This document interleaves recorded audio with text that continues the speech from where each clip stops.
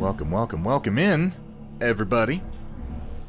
Howdy, howdy, howdy. I hope everybody is having a lovely Tuesday out there in the Twitchverse. I always have this moment about this time every stream where I have to stop and ask myself, did I just say the right day? Yeah, I did. Awesome. Way to go, me. Suicide. It's a Suicide Brinny. What's up, Suicide? How you doing today, man? Welcome in, everyone. Mr. Square Peg, Data Nerd, GM, Kaylee, Project Dark Fox, complaining about our built-in slideshow pick limit. Yeah, PDF, it does kind of suck. I actually, like, rotate which folder sometimes, depending. I guess I say that. I haven't actually for a few months now. But in the past, when I was struggling with that a little bit more, I would kind of rotate folders. As it is, I just rotate pictures and move some out, because it's a little inconvenient. It's not the best system, but it's, you know, it's easy. At the very least, even if it has limitations. Could you show off more if you used a video? Yeah, no, you definitely could. You definitely could, Data Nerd. It shouldn't have any real size limits because it's just playing video right off your hard drive. It should be able to play as large a video as you can store, essentially. What kind of BS question of the day is that? It's one that doesn't apply as much to what you're doing, Metalcore Collectibles. I know your answer. Your answer is extreme even for multi-pose enthusiasts. Your answer is the absolute fucking furthest possible extreme. But we're not all like you. We're not all like you, Metalcore Collectibles, and not all games are quite as amenable to it. And I asked the question, and consider this, honestly, chat, consider this question between multi-pose and single-pose, because I used to be a die-hard multi-pose guy, and for some games I still am. But for games like 40K, specifically, I actually like their single-pose figures more than I thought I would. Significantly more than I thought I would. And I think that there is validity to both camps, and I'd honestly like to hear your thoughts on it. By the way, welcome in, Metalcore Collectibles, to Square. A very good evening to you, Dwegham. Hi, back at yourself. Lose the ability to shuffle. Yeah, you are kind of just locked in to one specific video at that point. I'm glad you like it, GM Kaylee. Yeah, that's Venger. Specifically, that's Venger featuring Greta Link by Perturbator. That's the female voice in there, as Greta Link. It's a great song. Oh, excuse me. Let me get caught up here. Manro Fasal, welcome in, and howdy to you as well. Bulldozer BM to the Cookie Mama, and we got Roland redeeming some of those This Just In options. This Just In, indeed. Roland, how you doing? I'm excited. I'm excited we're going to get to see this many pictures from you today, man. Multi for the Foot Sloggers, single pose for the upper tier heroes, and such. I think that I like the idea of the multi-pose model, and this is something I wouldn't mind discussing some today, and kind of why I asked the question. I think that I am more in love with the idea of multi-pose, the concept of multi-pose, than I am the execution of most multi-pose figures. And it occurs to me because I just built some new Conquest models, and I'm going to show them to you when we switch over to our other overlay. I just got in my box of pre-ordered 100 Kingdoms mounted Squires. And I've actually got another box of these on their way to me right now, because I'm thinking about doing a sprue model review. I don't normally care enough to do that sort of content, but this sprue and the assembly process filled my head with thoughts. Mostly positive. I actually really like these kits, but I have a couple of things that I kind of want to point out on the way that the sprue is assembled and the way the model is concepted that I think is interesting. And I think it's more interesting to come at sprues from companies like Parabellum, who are relatively new to the scene, than it is to come at sprues from like Games Workshop, who've been doing it forever and ever and ever. But in building these guys and sort of experimenting with where the multi-pose ability was and what it allowed me to do, I had some thoughts on the sort of Goldilocks zone between single pose and multi-pose, and how you design for it. And this is something Metalcore Collectibles is very familiar with, is if you're going to do multi-pose, you have to be thinking about that when you start your designs. And you can also really limit your creative space. I think it's less of an issue with things like mechs and robots, because they have mechanical joints, and you can design the mechanical joints to look proper no matter how you pose them. But if you're dealing with humanoid figures, we are very complex machines, and we have lots and lots of soft tissue and clothing that cannot be done as easily in multi-pose while still looking good. So it's a challenge, particularly for fantasy miniatures. How many disc just-ins can I do? I think you're limited to 2, Roland, and it should actually hard limit you. Being mainly a historical game, I prefer my masses of infantry mainly single pose. And see, there's another thought, Bulldozer, and I agree with you. It's there is a balance to be found in there. I have built, oh my god, I don't even know how many. I don't even know how many Space Marines I have built over the course of my gaming career. By the way, hello to you, Pun-Expected Painting and Dragon Printer. Good to see you fine gentlemen in here today. Desert Owl, welcome in. I agree, keep it simple, stupid. I am Autofire. I am. I hope you are too. Yeah, great stream earlier, by the way. That work you were doing on that red cloak was, oh, gorgeous. Just gorgeous. I didn't expect to like it as much as I did when I clicked in and sort of caught the end, but oh, that was lovely. Just lovely. Really, really nice blends. Ah, cha-cha-cha-cha. But yeah, I've built a lot of Space Marines, and they're kind of the quintessential multi-pose kit, or at least have been for a very, very long time. The older, I guess they're called Firstborn now, Space Marines. And I built enough of them over the years, and I fretted over, well, let's change the angle of the bolter this way, and this guy's going to be looking this way, and this guy's going to be looking that. Like, I put a lot of thought and time and energy into all that, and then you build the army, and you paint the army, and you put the army on the table, and you're like, I can't tell. Like, I can't tell the difference between most of these guys, because their poses are, is the bolter at this angle, is the bolter at this angle? Is the head over here, is the head over here? And it really, there's not that much variation. And they all wind up looking kind of robotic, because to be designed multi-pose, they can only have so many permutations. Whereas single-pose Space Marines, oh man, oh man, oh man, they're in all kinds of cool dramatic poses that look really, really natural, because they were always designed to be posed that way. If single pose, I would prefer higher numbers of static poses, 8 to 12, so they can mix and match. Yeah, and I can see that. I think that there is a Goldilocks zone therein that Games Workshop is kind of experimenting with now, where models are largely single pose, but then they have a few major pieces of them that have different options. Like, the body will be in the same position, but then it'll cut off at the elbow and the neck, and you'll have a couple of different head options and maybe a couple of different arms that are in different positions. So it's essentially the same model, but with a little unique flair to it each time. And that's kind of the direction I see Conquest going in. Their multi-pose figures are not every little piece is multi-pose. It's more like you have a couple of pieces you can customize the particular angle of, depending on how you're building it. And these mounted squires really had... I found it interesting. They didn't conform to a lot of what I expect out of multi-pose connection points.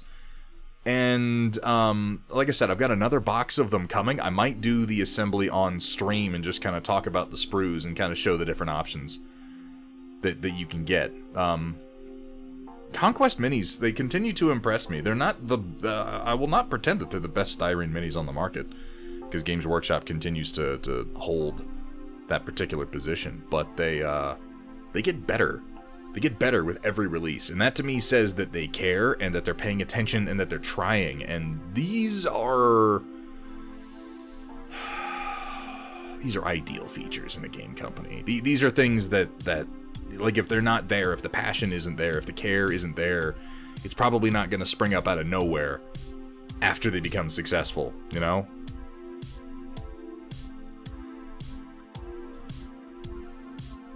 More than one pose for monopose is needed, like CGL Elementals only have one option. To Square, those little fuckers are so small, though. Like, that's real tough. That's real tough. I guess you can have some freedom in how you arrange them on their base, But that's if they weren't assembling everything from the start. Anyway, when you have 36-figure battalions, you gotta break it up a bit. Yeah, and, that's what I'm saying, like, just a handful of poses, as opposed to, you know, every single model is composed of multi-pose pieces where it's like everyone breaks off at the shoulders and the waist and the hips, and you build each one out of each individual piece and you pose it like maybe something a little simpler than that. Yeah, something where you can differentiate it enough that once you put them together and paint them slightly differently, they all kind of blend together anyway. Damn it, Manro Fasal, I meant to post those and I completely fucking forgot. I'll get that done tonight. I will actually get that done tonight. I'm sorry about that. I'm just gonna put them up on Thingiverse. I thought a lot about putting them up on Steel Warrior and charging a couple of dollars for it, and honestly, I'd rather just spit them out there and have you guys use them. I really would. Maybe one day a version 2 of the handle will come along that I am proud enough of, that I'm comfortable charging monies for it, but honestly, these are just tools that I've made for myself. So, if you want them, I'm happy to share them. Yeah, please do, Rad Sister. I'll get those put up tonight, and I'll get a link posted in the Discord. Sometimes I think I should try growing up and being a professional adult who manages his time well, and then I think, but what if I don't? That's something too.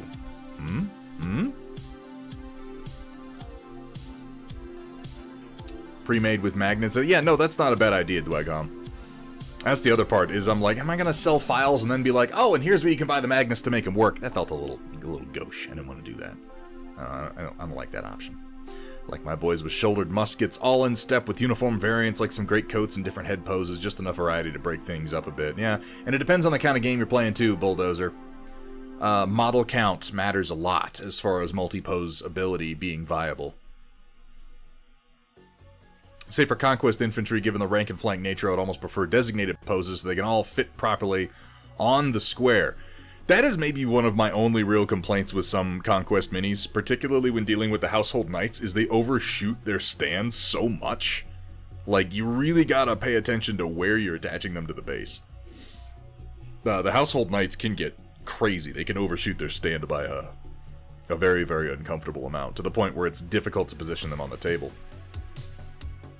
Ion Raptor, welcome in. Ion Raptor, some pretty exciting news, my understanding, doing some work for Rick Graham over at White Light Media for Revelation Skirmish. Gonna be working up that new Arbalest mech for the Core Republic, and I'm very, very excited to see that. Congratulations on getting that, Ion Raptor. Crossbow Roof, welcome in, good to see you. Can I get a link to the Discord? All of the links should be functioning. Oh, the Discord one might not be. Crap. Well, I updated all the store links anyway, but ! Discord will get you a link, Dragon Printer. And that should be shareable with anyone. I just realized I didn't check the Discord link in Linktree, and that's dumb. That's a dumb.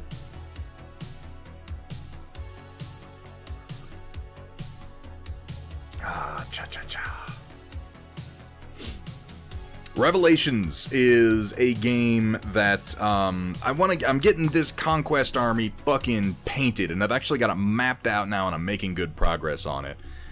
I want to get this army painted, and then I want to deal with some of my Spire Elves enough to have a demo for us together.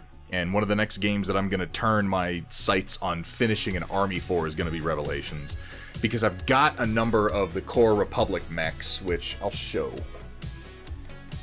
them today when we go over to the next dealie. But I want to finish this army. I've got, right now, like I said, I'm trying to organize my painting for the year, which is not something I'm used to doing. I'm usually much more of a flibberty gibbet. I'm kind of all over the place, but I'm trying to get organized, because I'm trying to collaborate with other artists, and it's very, very frustrating to collaborate when someone's like, what are you doing this month? And I'm like, fuck if I know. So we're trying to get that under control. But I need to finish armies for... I'm gonna sneeze.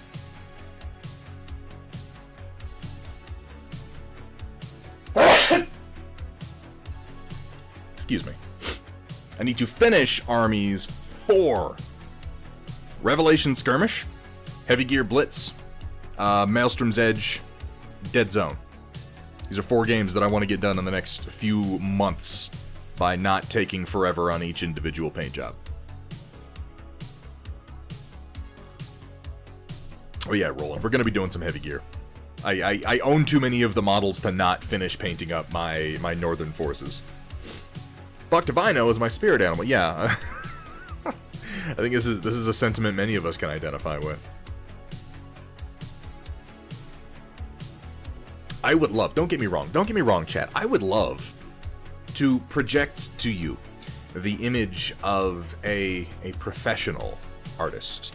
The image of a man who knows what he's doing, who knows his limitations, who knows how fast he works, who commits to things and gets things done in a reasonable time period, conforming to a series of rational deadlines. I would love to project this image to you.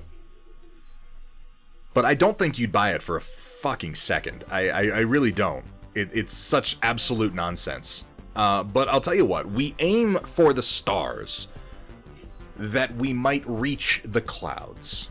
And I think as men, as humans, our reach must exceed our grasp. So, we're gonna try to just be a little organized this year. We're gonna see where we can get by 2023. And we're gonna keep trying. We're gonna keep trying. It doesn't always work, but what matters is that you get back up. You get back on the saddle. You try again. You know? How you doing, Vergaderung? It's good to see you. Dude, that fucking table. That table is unbelievable, man. Hamburg, how are you doing today? 2023 is next year? Yeah, I know. It's just gonna keep happening, too. Numbers are just gonna keep going up, because nobody apparently gives a shit. Is 20 pounds a good price for 5 pounds of Haribo gummy bears? I feel like I've gotten them cheaper than that before. I want to say I've gotten, maybe not gummy bears, I've gotten 5 pounds of gummy worms for, I want to say, like $13 to $15. Only if they're the sugarless gummy bears, so you can feed them to someone and watch them shit their brains. Yeah, apparently that's a thing. Don't do that. Please don't do that to anybody. It's horrible. I'm gonna need quarterly reports. Oh god, there went all my motivation. The moment someone's actually expecting something from me, I'm just like, fuck you. I'm gonna go watch the entirety of the Clone Wars again instead. Ugh.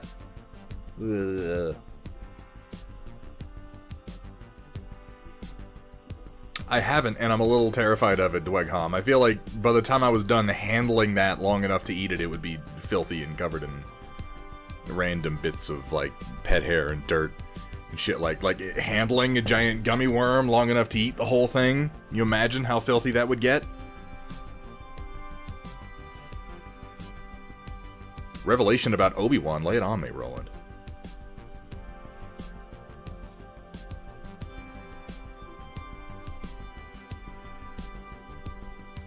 Do.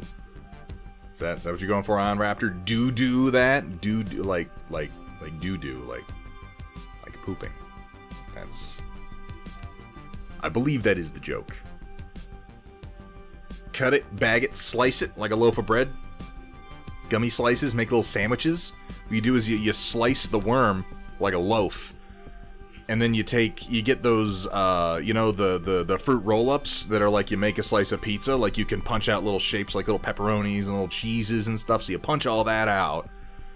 And then you make sandwiches with gummy bread and fruit roll-up fillings. And then, a few years later, you go to the doctor and you find out you have adult-onset diabetes. Wonderful.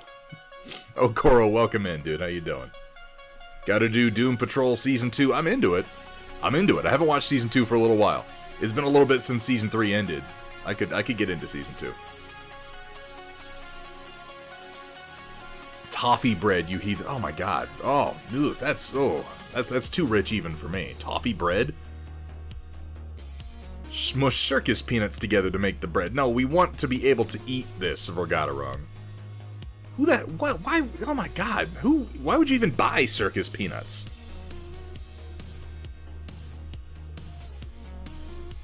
How you doing, Time Stop? I apologize tonight, by the way, folks. I'm a little low energy. I didn't sleep great last night. I'm a little low energy. I might be a little sleepy tonight. I like circus peanuts, just not that. How do you like them? I don't understand the circus peanut. I've had them before, and I'm like, why would I eat these? They're not, like, good. You buy them to show your scorn at office potluck. You buy them as a fuck you to the people that you're implying should be grateful to eat them. Gummy bear bratwurst. Gummy worst. What would the skin be in a gummy worst if you're just stuffing it with gummy?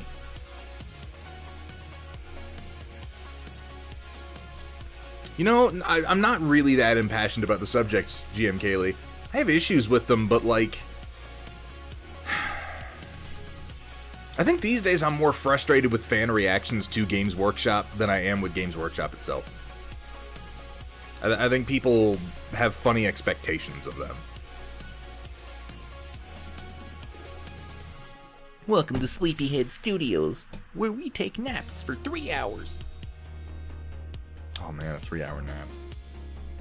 I was gonna say I'm gonna take a 3-hour nap after this, and I realized that's just going to bed. That's what that is. So that's not, yeah, it's not a thing.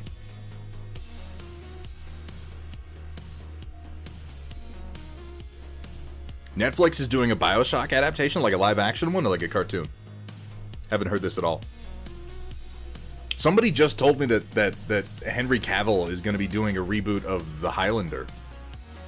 I have no real information on that. I don't even know if it's true, but I'm interested.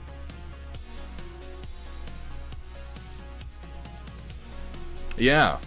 Apparently he's just going to be every male fantasy protagonist from here on.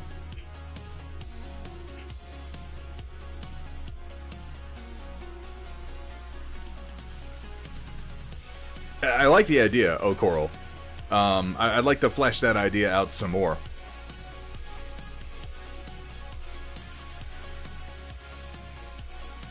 I'll tell you when we can stop, Crossbow Roof. We can stop when it stops making money, and not a second before they are gonna beat that particular dead horse until people stop paying to watch the dying nerve endings twitch on the ground, which so far they're not willing to, because everyone is so goddamn depressed that we're willing to pay any amount of money for just a tiny glimpse of that nostalgia. Just a little glimpse back into our own past, into the eras gone by when we weren't just completely worn out from everything in the world. Oh my god. So when Owen Lars told Luke Obi-Wan died about the I was just doing an Obi-Wan voice for Owen Lars, and that's not accurate at all. He sounded much more like a potato person.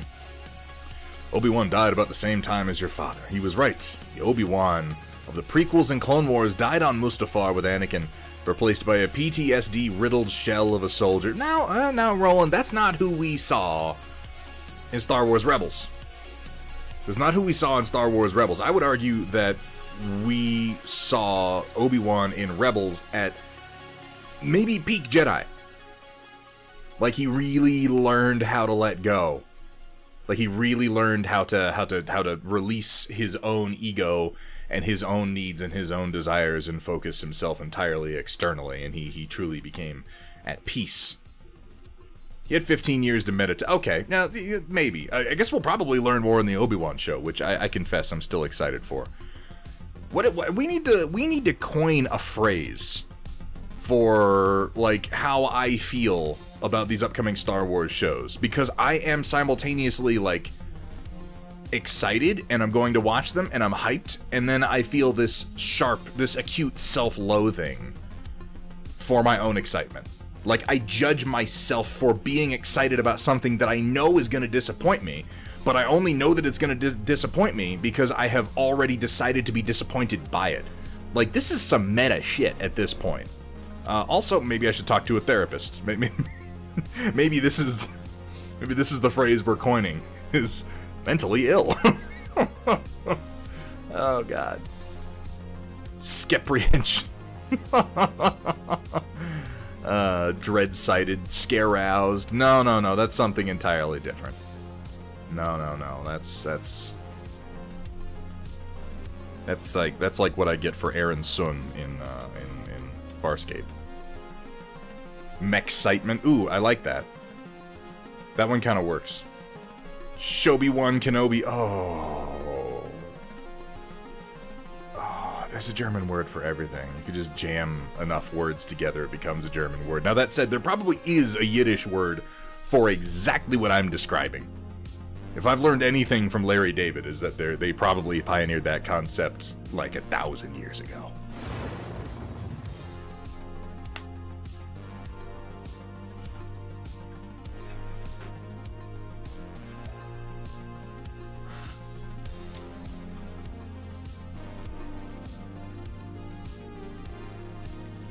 Oh God, Dweghom. No, let's not indulge in quite that level of cynicism.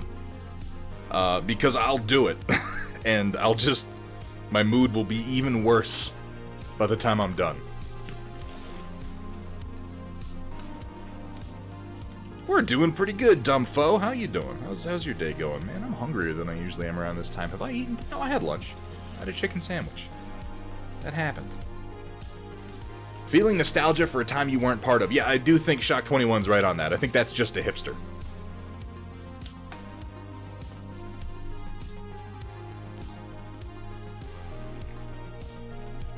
How you doing, Ravencat? It's good to see you.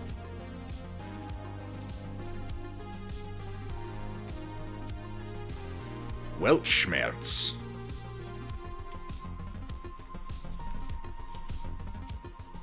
Doesn't seem right. Denotes the kind of feeling experienced by someone who believes that physical reality can never satisfy the demands of the mind. There's definitely something to that, but that's not the entirety of it. That is not a perfect word, but it captures a facet of it. Waking up having coffee, just received a package, more models for painting. Speaking of more models for painting, I got in my first pre-order. I'm not gonna explain why this happened. Largely it has to do with my own complete lack of patience and lack of attention to detail, but through a series of circumstances I wound up with 2 different orders of 100 Kingdoms models from Conquest coming in at 2 different times. Anyway, the first one were these, and here, I'll show you the box.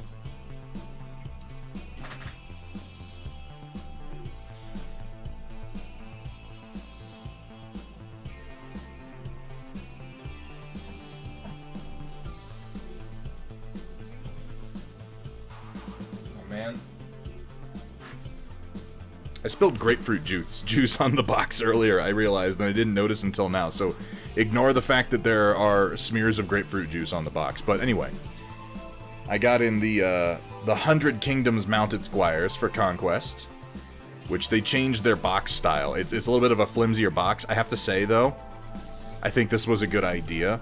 I commented before on the boxes that their units were coming in, and they're, like, really nice boxes. And don't get me wrong, I like good packaging, but the boxes were too nice for what was coming in them. And I found myself thinking, like, this can't be cheap. This cannot be cheap. And I would rather they, as a business, pivot and not spend as much money on packaging. So these are cheaper than the old boxes, but they're still perfectly functional. This is more like what you probably would expect from any given wargame box. I think that's a good move on their part. And here to show a couple of the potential builds. Oh, how you doing, Bella? Thank you for the reminder.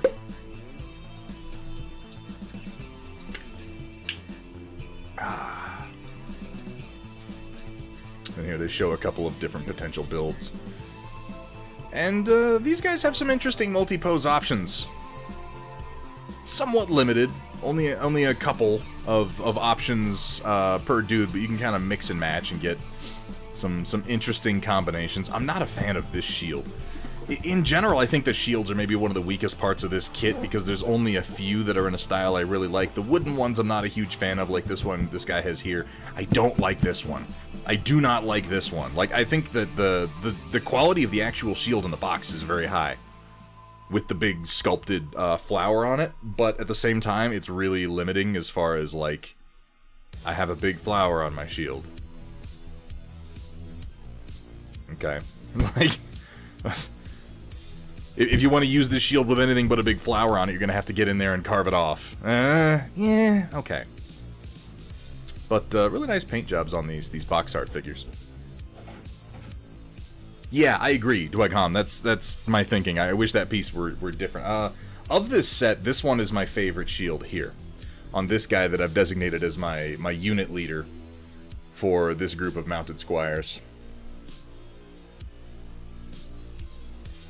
It's simple. It has a nice, flat, cloth-covered face that I can put any device I want on.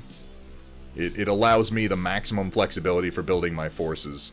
I probably will wind up making some replacement shield, because I'm getting 3 more of these guys in. I'll probably go ahead and print myself off a replacement shield or 2. I like the posability in this. I was impressed at the number of heads that are included in this set, and the fact that they included these really awful 14th century bowl cuts, because these are my favorite. This is the worst fucking haircut. The face sculpts are... I've been painting the militia, and comparing directly the face and hair sculpts on the militia with the face and hair sculpts on the squires, this is an order of magnitude better. These details are much crisper, much deeper, gonna be much easier to paint. I think the quality of the horses themselves is pretty high. I'll do kind of like a breakdown when I get the next kit. Oh my god, did I glue a cat hair into the face of my horse? I think I did. I'm gonna have to cut that out. I'm such a professional, you guys. I think I did. Hang on, let me cut this out. I mean, no, I didn't do anything of the sort, and you can't prove that I did.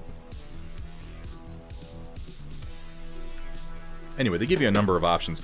I appreciate that the armor plates on the horse, the head plate here, the little bits of barding, the head and chest plates, these are optional. So you can choose to use these, which I did, or you can choose to have a more lightly armored or not armored at all horse. Stop being so opinionated. I don't know if that's even remotely possible, Lady B. Welcome in, Lady B. It's good to see you. Needs to be a rainbow flag. You could, Hamburg, but it would be a pain. The other thing I don't like about this kit, the one thing that stood out to me is this right here. I understand why it exists. There are these little flowers. These little sculpted flowers. I understand why it exists. It's because this hoof is raised up off of what would be a contact point, and the flowers connect downward to give you a place to glue the model down. I don't like that one feature. And it's because this is a sculpted feature like this limits your options in basing. Now you either have to choose something where some flowers are going to make sense in a little clump like that, or you have to accommodate this, paint it differently, sculpt something over top, or remove it entirely, which is ultimately what I did on this guy, is I carved that off. The way the horse halves are arranged is interesting, because obviously you get 6 to build 3 horses, but you can kind of mix and match. Like, they're not specifically paired up, so between 6 and several of them being the same, I was able to actually get 3 unique horse poses out of it. And then they include 4 different horse heads in different positions, which you can then glue into sort of a socket. And get, again, a decent amount of multi-posability out of fairly few real sculpts.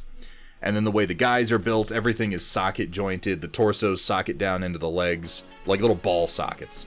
And the same thing for the shoulders. So I was able to kind of tilt the torso around to get this sort of action pose out of this guy where he looks like he's riding up on somebody, about ready to drop his blade down into an actual striking posture. I like this guy. He's wearing a bassinet with a little torse around it. It looks really cool. I'm looking forward to painting this dude. I think we're going to be working on one of these guys this upcoming Sunday. I'm doing great. I am doing great, Lady B, and thank you for asking. All in all, though, the details are nice and crisp and deep. I'm looking forward to painting these guys because it's going to be far less NMM that I'm doing in the Household Knights. Ugh. These are, Lady B. Yeah, these are the new kit. These are the new kit for the 100 Kingdoms. This one just released. These are the mounted squires.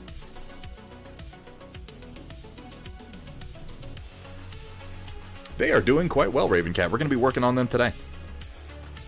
I do have... not really a complaint about the banners on their horses, but I always wind up angling them such that I connect the base of the banner to the stirrup or near the foot, just because actual bannermen on horseback, that's how you would carry your banner. The bottom of the pole would be locked into your stirrup or into your saddle to some degree. Because just holding a banner free with one arm while you ride a horse, like, no, that's never gonna work. It would be ripped out of your hand almost immediately.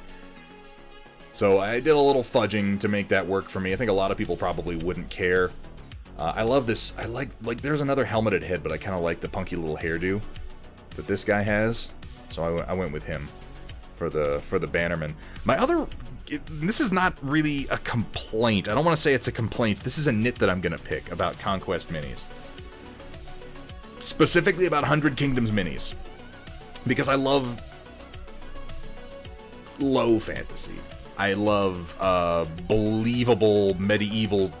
The reason I'm attracted to the 100 Kingdoms is because, oh yeah, the horse is all... You have like a bunch of different options for how your horse's tail is. There's a short clipped one, you can angle it different ways, there's this braided one. I thought this was cool. I actually like this detail. I don't... And I noticed this when I did both my knights and my men-at-arms, and that is just that... And again, this one really doesn't matter. This is a failing of fantasy minis overall. And I'll show you on the sprue when I have the second one, but the way these shields are designed... The hand comes in, and it's like they're holding their shields like bucklers, like the hand is in the middle of the shield. Let me see. I have an example I can show you. Here is the actual... This is the shield with the sculpted floral details on it. And this is what bothers me about it. This is where the hand goes. Is right in the middle of it. There are arm straps on the guys themselves, but they're just kind of like on the wrist. And if you just glue the hand to the shield, I don't know, it looks awkward to me. Because the way shields are actually mounted, particularly heater shields like this,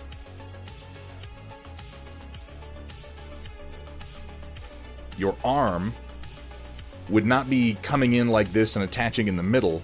Your hand will be up in this corner of the shield, and then it would be strapped so that your arm went down at an angle, and your elbow would be approximately here, near the center point of the shield, near the balance point, and you would have a strap here that would go across your elbow, and you would have another strap here that you would grip. And if you think about it, this makes perfect sense, because you have all that weight. You want that weight to be resting on your elbow, and then you want your hand to sort of guide the angle and the position of the shield. But you want to be holding the weight of the shield essentially with your elbow and shoulder, not out at the end of your arm. If you've ever tried to do asymmetric, and bear in mind, as I say this, I'm absolutely nitpicking because none of this matters in the context of fantasy minis. This is just my personal qualm. But like you can see, it wasn't hard for me to change. I just ignored the connection points and glued them where they should go. You can see some of the shiny of my plastic glue in there that I used to kind of gap fill. So it wasn't hard to fix. I was able to just glue the arm kind of where it actually should go. Like you can see on this guy, the indent for where his hand would go is like right here, but that's where I've got his elbow, and then I've got his hand up in the upper corner, so he's hanging it properly. So, minor quibble, just a design thing, really, and I think 99.9% of people are never going to notice, and I think of that group of people, maybe half will care. So, you know, take this complaint with a grain of salt, but I tend to fix it wherever I'm able.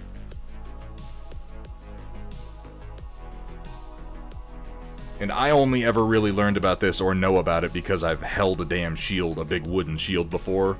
And if you don't hang it like this, you're in for a world of suck. And then there's me, yeah. And then there's me. What I've started doing is putting a small amount of green stuff between the arm and the shield to allow more contact between the two. Yeah, that can work as well. It doesn't take much modification. Like I said, this, to do it properly with these shields, was just a matter of gluing in a different spot. There's nothing about them that prevented me from mounting them the way that I like them. Shields seem kinda small. They are fairly small shields, but these guys are meant to be super light cavalry. These are the mounted squires. I don't think they're really meant to be like defensive mainstays. I mean, they're also using swords on horseback, which is a less than ideal weapon. These are not your main cavalry forces. These are like light scouts. The main benefit in game terms to running These guys over Household Knights, because they're cheaper, not that much cheaper, but they're cheaper than Household Knights. But the main feature that the the Mounted Squires have is that they are, first of all, they're faster. They move, I think, 2 inches more on any given march. And they are light units instead of medium units. And what that means in the context of playing Conquest is that these guys will come onto the field through the reinforcement rule 1 or more turns faster than Household Knights will. So these guys can potentially be on the field in turn 1, and they can be moving to objectives and securing them and scoring much, much earlier. Whereas Household Knights won't even hit the field for a couple of turns. So, you know, there's benefits and strengths to both. Painting the chainmail as various varieties of donut. I'll tell you, this is actually something I liked about these sculpts. Looking at the ring mail hanging off of this guy's chest. The rings are huge, as you noted. At the same time, because they're huge, I feel very confident that I will actually be able to paint them. But yeah, no, you could do them as different flavors of donut if that made you happy. Oh no, I'm not going to be able to think of anything else now. Oh, that's terrible. Absolutely terrible. Biggest advantage of cavalry is that you're out of rations, you can eat the horse. Oh, Grim Nation. Oh, you always bring such wonderful commentary. You ain't gonna enjoy it, though. How you doing, Grim Nation? It's good to see you. Yeah, we're gonna do some painting. We're gonna do some painting. I'm gonna try to finish this guy off tonight, because we got pretty far last time. And I'm pretty happy with where the NMM is for being fairly simple on most of the horse. Need to do a little bit more work on the guy himself. I need to do all the brass work, and then it's just cleaning up the fabric and wood details and stuff like that.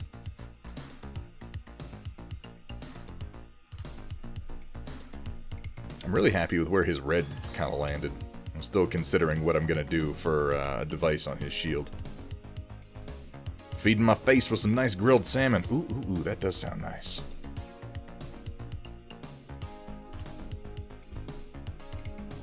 Ooh, Lady B, thank you for the reminder.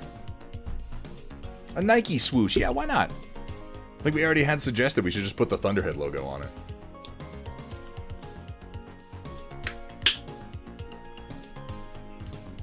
Yeah, I'm gonna probably spend most of the time today working on finishing the NMM on the knight himself, and then doing the gold, and I don't think the fabric or anything like that is going to take much longer. Or if it does, I'm doing it wrong. The whole point is that we're trying to do this faster. Wait, he has training wheels? Where? Are you talking about the discuses on his rump?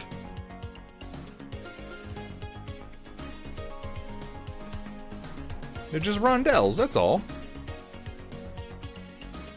Oh, Lady B, thank you. I gotta get a new chair. I've been saying I gotta get a new chair for like the last 6 months. Think I'll do it ever, eventually, maybe, who knows. He wound it up a little bit grayer and not as blue in the NMM as the first night that I did, but I don't think I care. Like, the differentiation is not so great. I think I'll try to go a little bluer with the next one to bring it more in line with this, but whatever.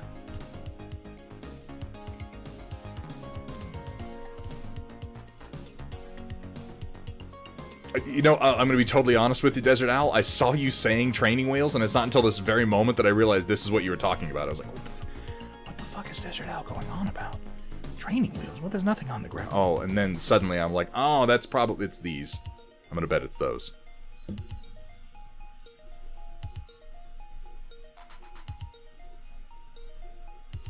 Well, we got a few more to do in that style, and then we're going to do these guys on the rearing horse. These guys don't have the training wheels.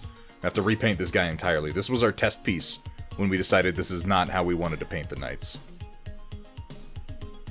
At least that's when I decided that.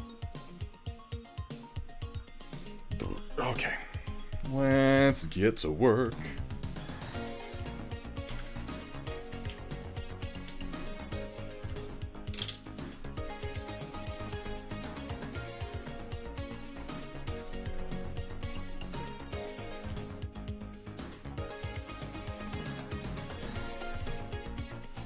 Don't need to do any work on my palette tonight. We should be good to go. Still using the same colors that I had on my palette last time we were painting. The nice thing about oil paints, Really just leave them there for a few days and nothing's gonna happen. Now, all my oils that are on the Mini have had plenty of time to cure over the last 2 days, but they should still be blendable, so I'm going to be going with a thinner paint to start with, because that's going to go better over the cured oils than trying to go right in with a thicker paint.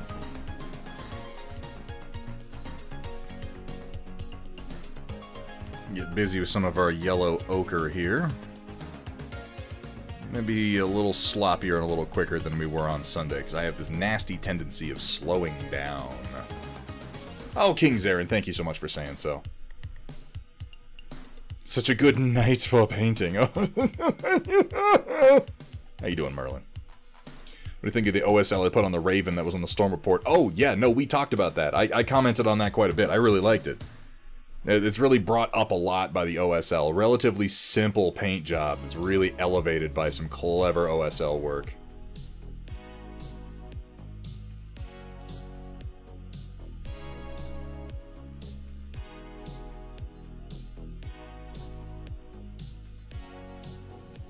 Keeping it simple, keeping it chunky, not letting myself get too distracted tonight. This is the name of the game. I still got 6 more of these assholes to paint. Though thankfully not all in this particular posture, so it'll be more interesting. And my noble lord, and then my mounted squires. Oh, so many horsies. I think the mounted squires are going to go faster, though, because I don't have to do much metal on them. These guys, though, are fucking armored like crazy.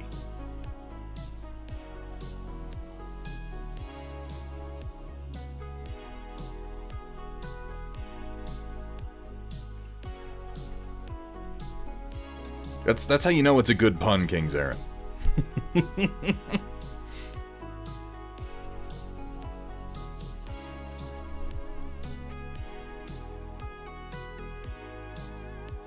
What are y'all working on tonight?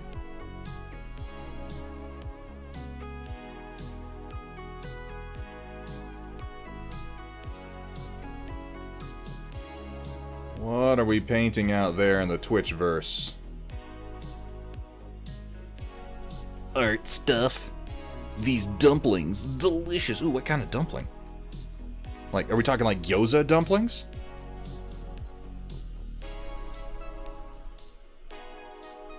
Savage Orc Blood Bowl team? Ooh, and I'll bet you're doing it like, oh, I just built the Savage Orc Blood Bowl team, and I'm gonna paint it over the next, like, hour. It's only 10 models. I think an hour is pretty generous. That's my imitation of Grim Nation Hobbies. I think it's pretty good.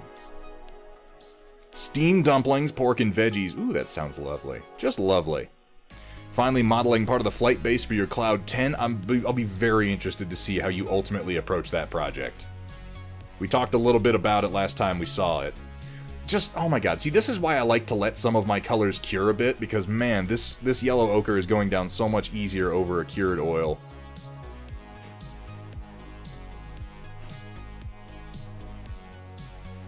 You just gotta feel oils out. Get a feel for what works when.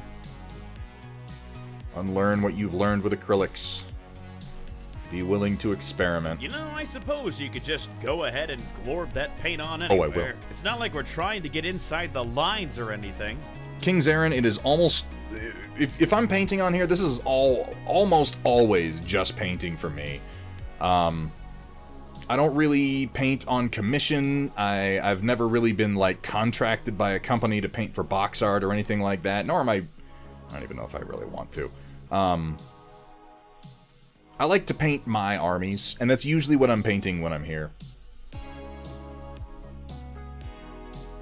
The only company that even sends me free stuff contingent on me painting it is, in fact, these guys, is Parabellum. And they're really, really relaxed about it, and I'm really... I mean, don't tell Parabellum, but it's really just me getting free models for my armies, because I happen to play Hungry Kingdoms anyway. And yes, this game is Conquest: The Last Argument of Kings, by the way. I paint a lot of stuff, though, and like I said, I've got personal armies I'm going to be working on for the rest of the year. For this, for Battletech, for Revelation Skirmish, for Heavy Gear Blitz, for Warcaster Neo Mechanica, for Maelstrom's Edge, for Dead Zone. I'm trying to think, like, what is the definition of what we paint here? And in the simplest terms, basically everything other than Warhammer. I was gonna say everything other than Games Workshop, but every now and then we will paint some Lord of the Rings, so that's not true.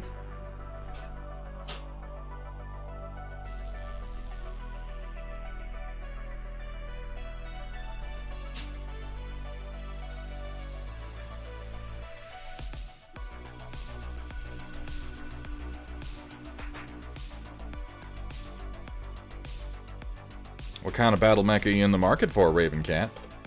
I'm going to be working on some more of our DC mechs on our 3D sculpting streams here in the near future, now that I've got a roster of them to choose from, including a Panther from the very talented Jungle Plague, and a Hermes 2 and a Centurion from Project Dark Fox. I really want to... I want to expand that line so that I have 2 or 3 mechs to release before I really do any kind of a push in the marketing or publicity sense. The Trenchfoot is a lovely mech, he needs a couple of brothers before I go posting him around too much.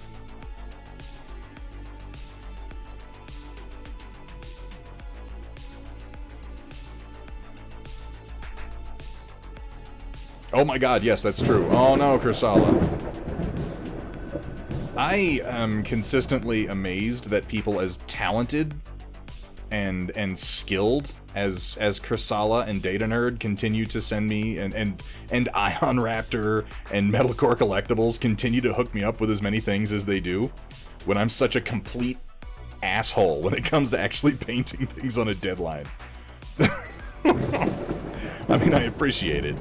I really do, and I'm trying, guys. One of these days, like I said, I'll be a fully actualized professional adult who does things when he says he's gonna do them. But it is not this day. Regardless, we keep trying. No, that's a good point. That's a good point, Data Nerd. I do try. AJ Ryan, thank you so much for the follow, and Datron Voltari, thank you for the resub. Nice night indeed. Nice night to paint. But what a horrible night to have a curse hitting that 21 months. How you doing today, man? It's good to see you. If it's any consolation, Kursala and Data Nerd, amazing fucking people that you are, I see my weaknesses, and this year, I'm really, really, really trying to get a fucking handle on my random-ass painting ways so that I can tell people, I'm gonna paint this at this time and actually get it done. What you're seeing here is the reason that I don't do commission painting. I've done it in the past, I've gotten it done in a reasonable period of time, and then I've, like, cried when my armies have left my hands. Like, I get emotionally attached to my models in a way that probably isn't the healthiest. Partial to ravens and catapult. Oh, I see what you did there. It's very clever. Working on a homebrew boon for one of my players. Found out last game there were some holes in rules and logic that need attended to. Oh, yikes. This is the glory of the tabletop game, is that we can fix these things ourselves. Well, you know, one of the various glories of tabletop games.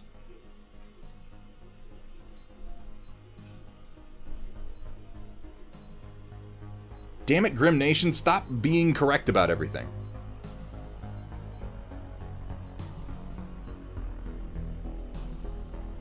I tell people that this stream is you sharing, like, my painting journey, my journey into the realm of art, but in truth, this is you sharing my journey into the realm of trying to be an adult, which is ironic. I think the irony is part of what makes it special, though. I'm here because TV sucks. I mean, I agree with you. TV does suck. Nothing good on these days.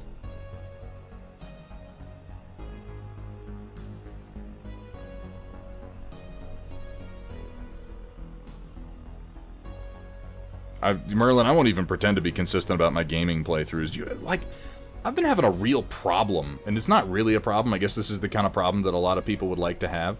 But, like, lately, last couple of years, to be honest, I've had a real problem motivating to play any video games. I used to be, like, constant gamer man, like, playing everything all the time, wasting all my time playing games to an unhealthy degree, and these days, I struggle to even pick them up and go, like, at all. I don't know what it is exactly. Lately, I've gotten some good gameplay in with Dying Light, but even then... It's true. It's true, King Zarin. I've met a lot of really, really good people on Twitch since I've started being on here.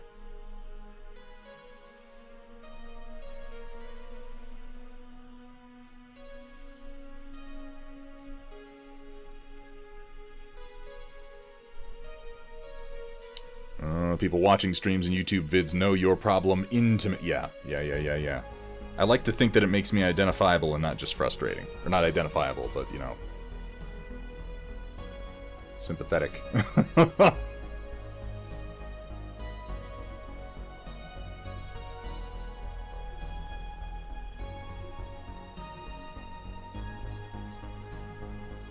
Well, I told you what I've started doing. What I'm doing this year is I've really reined in my tendency to engage in retail therapy and buy new models. I'm not going to make a crazy claim like I'm not going to buy any new models this year, because I am, and I already have. I'm buying a lot less, though, and I'm not printing as many new models until I've really worked through my backlog, because...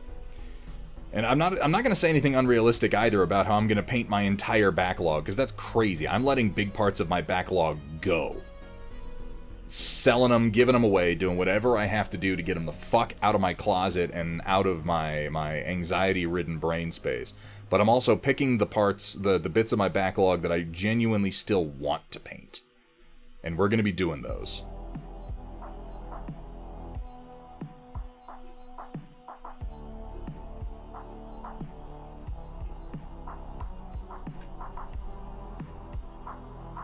How you doing, Punished Fink? It's good to see you, man.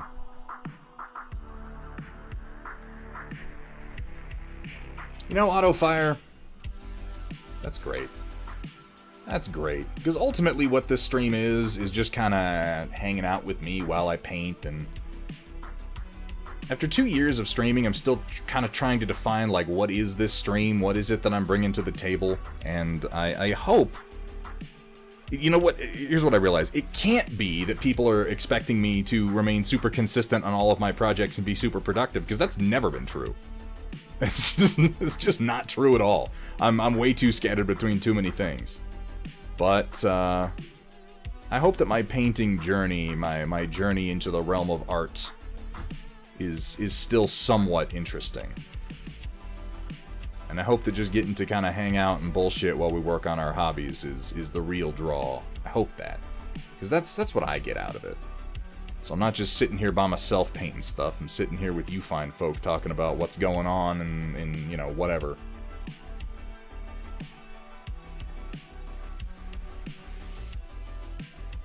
I think I've been saying this since we started streaming. I really started doing this because I used to hang out at my friendly local game store all the time, just like sitting at the table, bullshitting, wasting time, painting models, and talking to people, and meeting up with my friends, and watching games get played, and, you know, whatever, just having a good old time.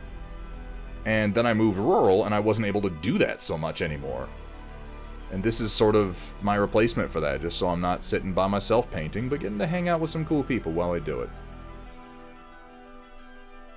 And, you know, sometimes I get on a good focused run and I paint a whole army, and that's great when that happens. But, you know, if it doesn't happen every time, I'm not gonna beat myself up too much about it.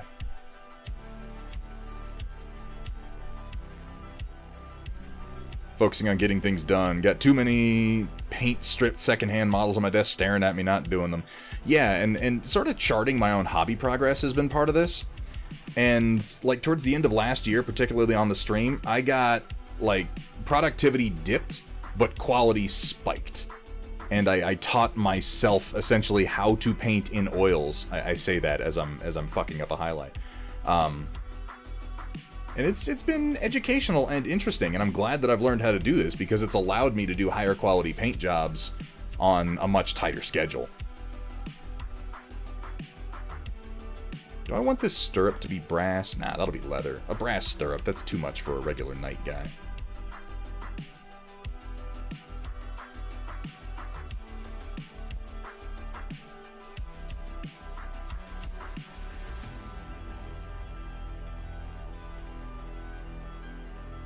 I'm gonna do his polanes here.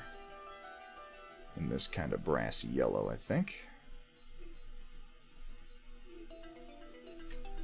I miss my friendly local game shop, too.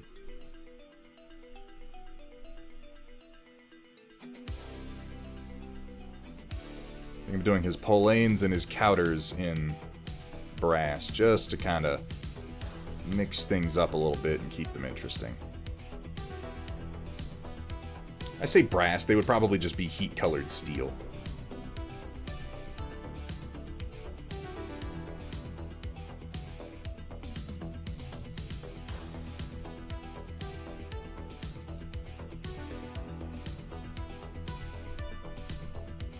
I pretty much went full online when the pandemic hit. All the tables are full of cards, no room to sit and play a game or paint. Brass Stirrups sounds like a band. What kind of band, though?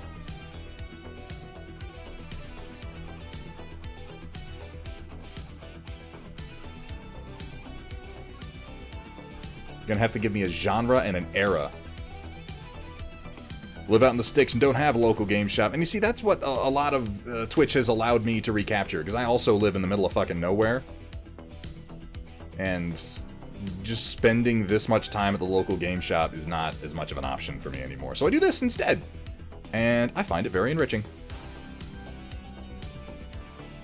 And oh my god, some of the things that have come out of the community. The fact that we've got Ion Raptor and Jungle Plague working together on new forces for Rick Graham's Revelation Skirmish. This is the most exciting development. This is so fucking awesome.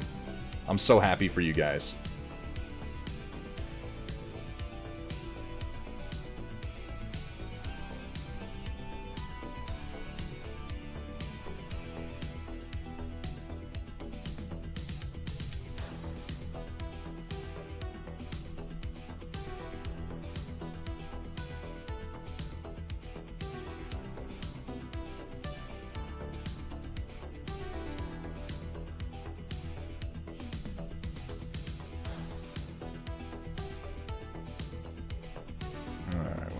I'm not going to bother with that elbow. It's behind his shield. It doesn't really matter.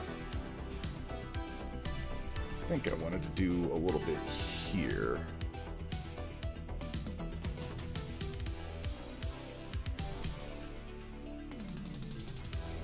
Thin my yellow ochre a teeny bit more.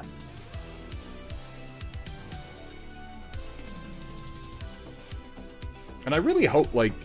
I know I've been doing a lot of oil painting lately, and I've been really enjoying it, and it is my sincere hope that the fact that I'm sitting here oil painting is not in any way alienating to the masses of acrylic painters out there. It's just kind of where I've been creatively. I think about that sometimes, though. I know most of you folks out there are using acrylics, and if I'm not doing what you're doing, it might not be as interesting to watch. But it has just, it's so good for streaming in particular. Like, once you've tried doing acrylic painting on a stream when you're also interacting with chat, it is so easy to get distracted with paint on your brush and come back to a dried up brush. When you're doing oils, though, like, I could just get distracted for a full 5 minutes and talk to chat and come back, and everything is still nice and wet and easy to work with. You gotta cut the F and the L out of that one, Hamburg, and also the S. So I'm just the G.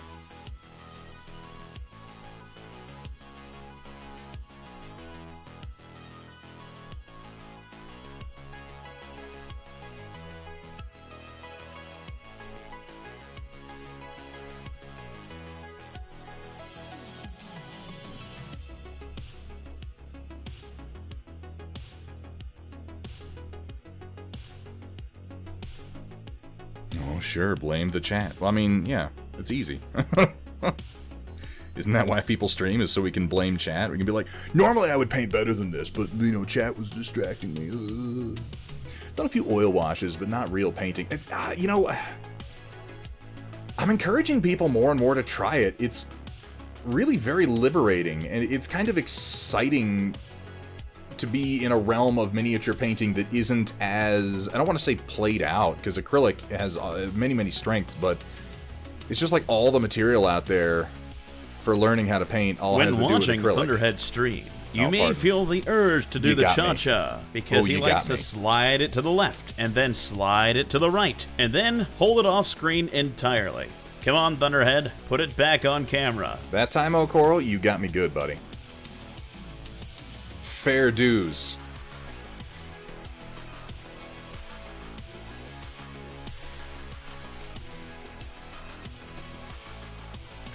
I do find I'm willing to experiment less on stream. Yeah, you kind of... And it depends how long you've been going, too, Merlin Models. Like, you know, the way I think about painting and the way I approach it has changed a lot since I've started streaming. It's a very different experience, painting with an audience and while interacting than just painting on your own. I guess that goes without saying. That's kind of obvious, but you know, you get used to it. Gus Schultz, welcome in, my friend. How are you doing today, man?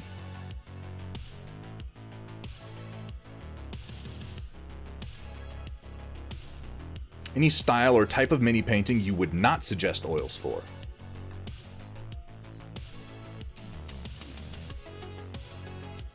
What would oils be bad at? The big weakness of oil painting is always time.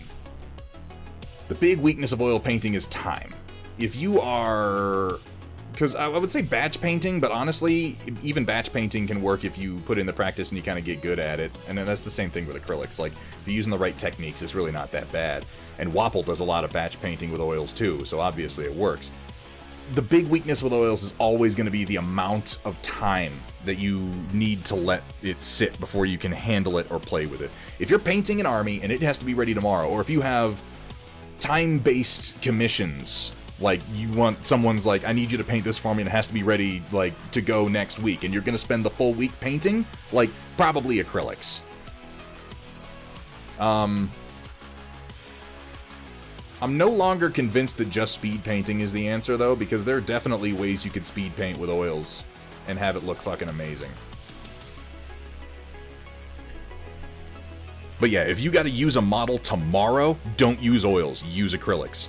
Because that fucker can be ready to handle inside of a few hours. This won't be ready to handle for, I wouldn't do it for 24 to 48 hours. Stila Rebel, welcome in. I hope you enjoyed the puns, Stila. Speaking of oil painting, Stila Rebel really is the painter who inspired me to start this in the first place. I credit Wapple with a lot of it, but it was ultimately... Like, I watched Wapple for a long time, and I like the way that he paints. But it was some of the work that I saw Stila doing, and her constant peer pressure, that ultimately got me to capitulate and give it a shot. Also, with oils, you can be kind of a sloppy, shaky-handed punk ass and still get some good painting done. Like, this shitty brush that I'm using.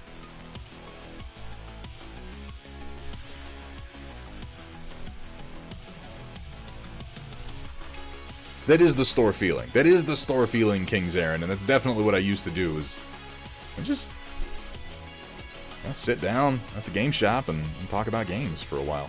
Oils are really bad at doing many layers. Yeah, you gotta put layering out of your head almost entirely to paint in oils, man.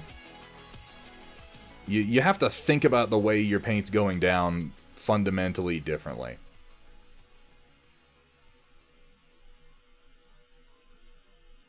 As much as I am enjoying painting in oils, under no circumstances would I make wild claims about it being like, you shouldn't paint in acrylics and you should do what they got different strengths. They just feel different. It depends on what you want to do.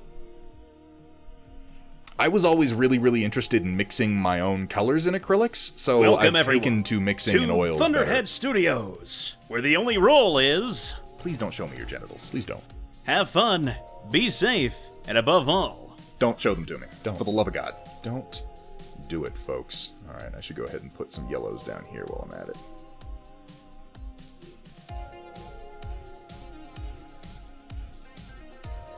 My hands are super shaky today. They were last time, too. Maybe I'm dying. That would be inconvenient.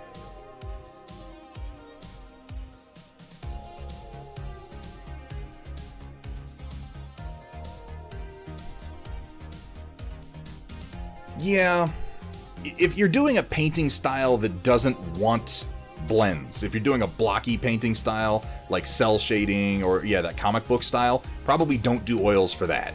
Because oils will blend with one another if you look at them too aggressively. That's their strength.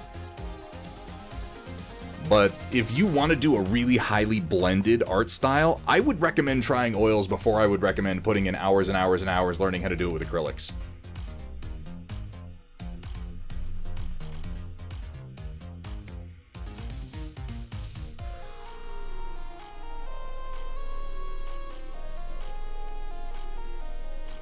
Also bad for body paint. Yeah, no, that's probably true too.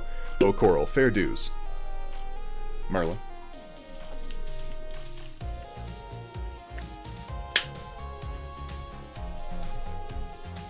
Yeah, I've seen that done before, and I've done it myself, Grim Nation, where you do like a value sketch, and then you glaze or filter colors over the value sketch.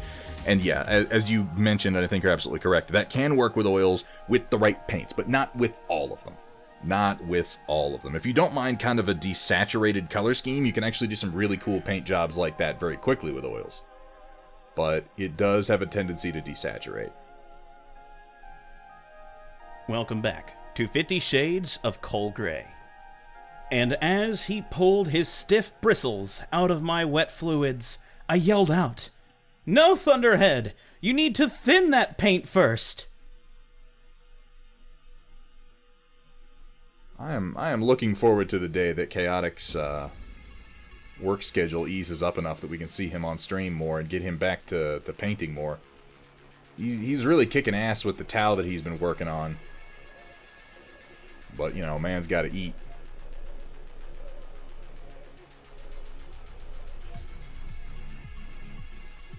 Indeed, Mech Priest. We've been doing a lot of oils lately. We're going to do some acrylics on Thursday. That's my plan.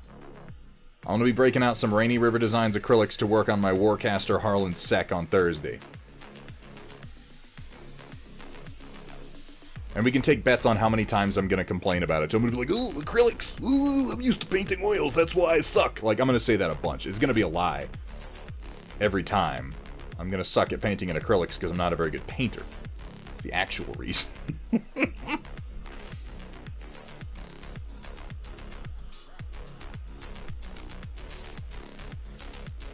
Are you doing your own paints, Grim Nation? I'm curious about this. Speaking of doing your own paints, Steal a Rebel, would you, like, what you're doing right now is so cool.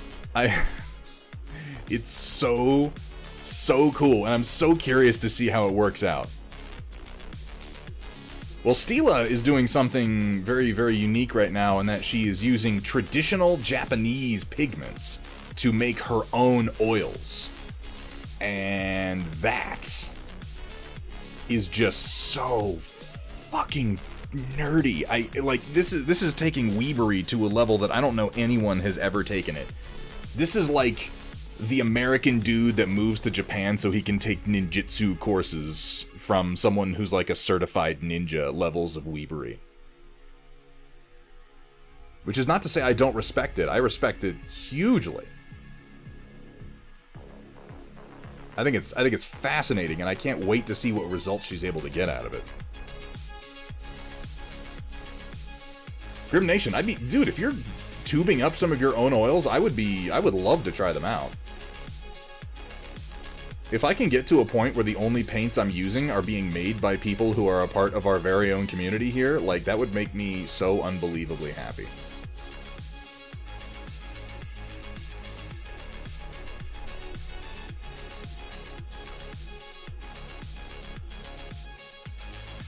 My hands are super shaky tonight. Oh well. It don't matter.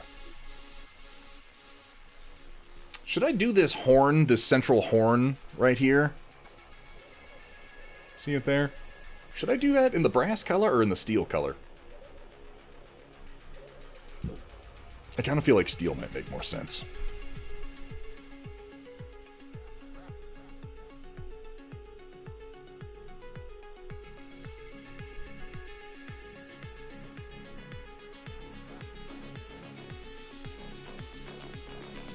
Think the brass? Okay, let's keep going with that then.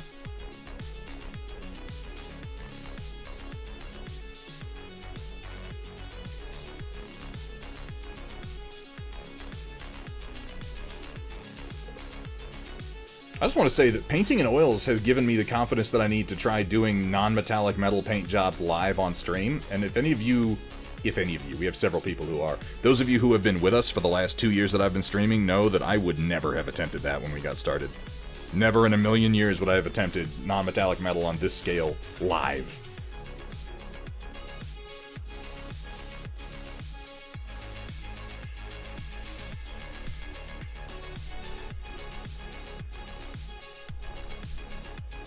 Did a quick color swatch of that Japanese pink next to quinacridona, I don't know how to pronounce that pigment, magenta, and kicks its ass. It's also somehow matte. Ooh, fascinating. I need to get some of that magenta, because there's some magenta coloring I'm needing to do right now, and my standard magenta oil is just not particularly vibrant.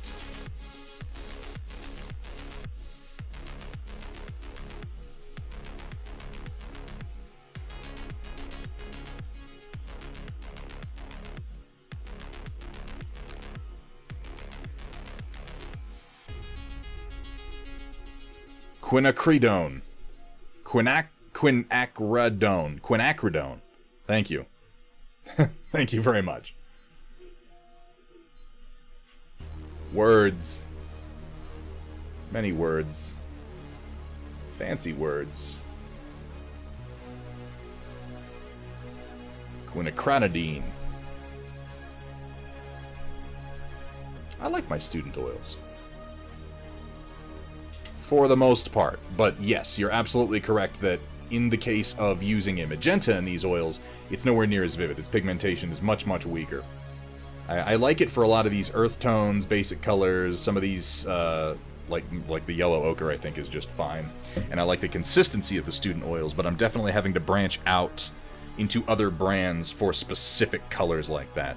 And I figure over time, I feel like I'm using the student oils for exactly the right purpose, which is learning what I need in oil paints, and then finding the features that I need in other brands, and then branching out one at a time. It's not the kind of thing I want to just jump into. Oop, hang on. I want to do a little bit of this yellow on the lance as well, lest I forget. Because this is the basis for my wood texture. Oh, and also here. And also here. Again, lest I forget.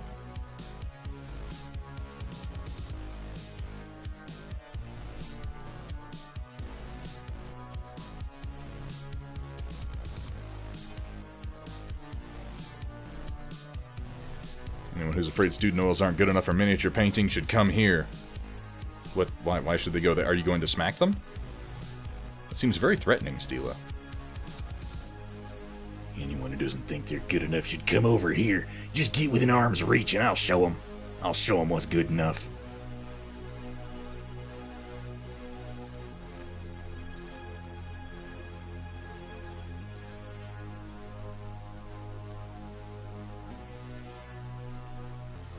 Yeah, this is the most awkward way to do this, and of course the lance is this huge thing that's super duper far away from my grip point. Damn these huge models.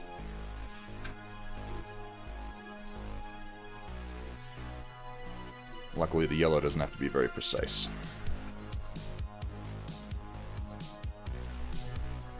Oh, to my oh, here! Oh, that was a compliment! Oh, Stila, that's so nice of you. The thing that I like most about these student oils and why I recommend these Wintons to people who are just starting off is because most people coming into this for the miniature painting side of things are coming from acrylics, and acrylics within a brand all tend to have a very standardized consistency, thickness, etc. And the student oils also have that. They have additives in them to make sure that the paint coming out of the tube is all... the consistency is, well, consistent, if you will. And I have found that helpful because the biggest learning curve for me has been learning how to thin, when to thin, etc., etc., and having all of my paints be very samey in that regard has been very helpful. But as I've gotten better at it, I need that less. So again, I feel like the student oils have been used for precisely the right purpose. It's like when I recommend people get started airbrushing, I never recommend that they buy a nice airbrush to start with. I recommend you start with a shitty one so that you learn, like, Because when you're looking at buying a new airbrush and you've never used one, you're like, what does gravity feed mean? I don't, what's a double action trigger? What's a single action trigger? What is any of this? So use something that sucks for a while, and after you've just been futzing with it, you'll be like, oh, that's what double action is, and that's why I want it. This is what gravity feed is. This is why I want this size needle. This is why I want a removable cup. And once you know that, then you can buy something intelligently.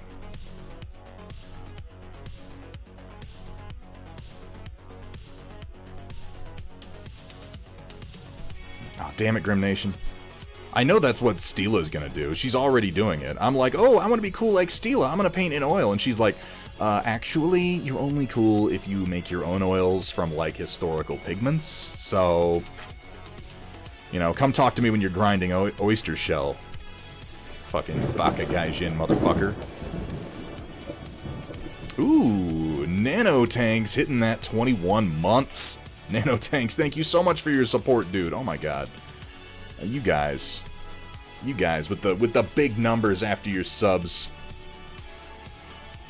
How you doing, Nanotanks? What are you working on today, my man?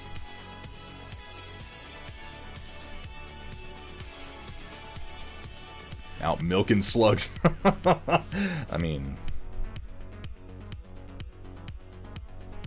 did I push the? I didn't push the button. Riot Sister, I'm so sorry. Here, let me push the button. Hello there. There, now I've pushed the button. Are you happy? You happy, Riot Sister? I hope so. I hope you're happy. Just broadly speaking, like, that is one of the things I wish in life, is that Riot Sister be happy.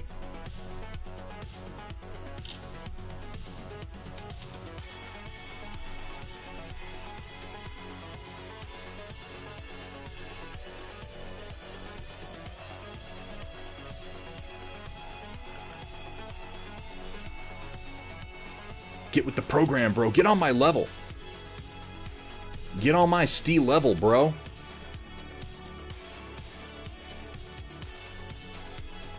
I'm pretty sure it's the enchanted Stein that made her into such a good painter, though.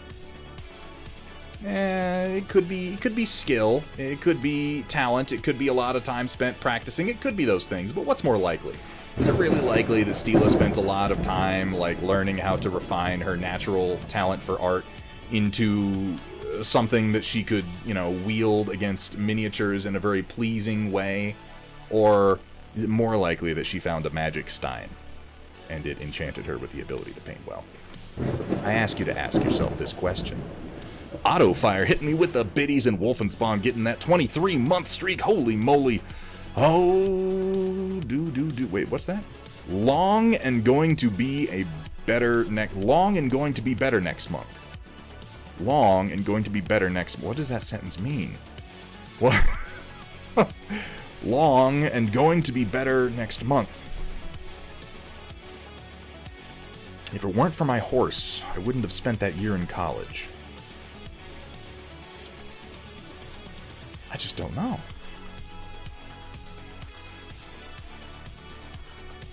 Blame it on the shop I went to. All I wanted to get was Yinmin Blue. I assume I'm mispronouncing that. To try on stream, when I got there, they had a bajillion pigments. Oh no. Like a kid in a candy store, but in this case, a grown woman in a pigment store.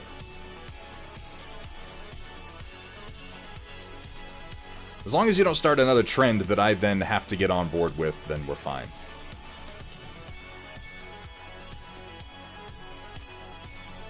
Oh, next... Oh, okay, I get it. I see. Hitting that 24-monther.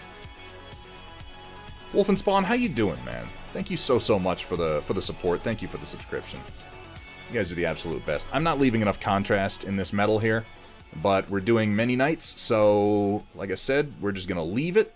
We're gonna keep pressing forward, and we're gonna apply the lessons learned to the next horsey that we paint. We're not gonna linger on this guy.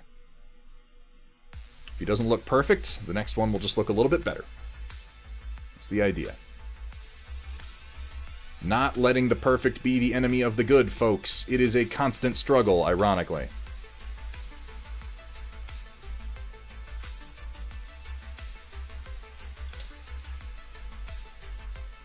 And I missed a spot.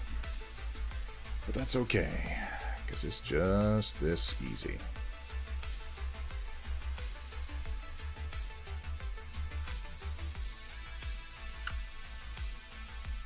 And hello to you, Mafik. Hitting nano levels of niche, right? Like, holy crap. Refining that style down to the point where there's going to be just like one person who really gets it.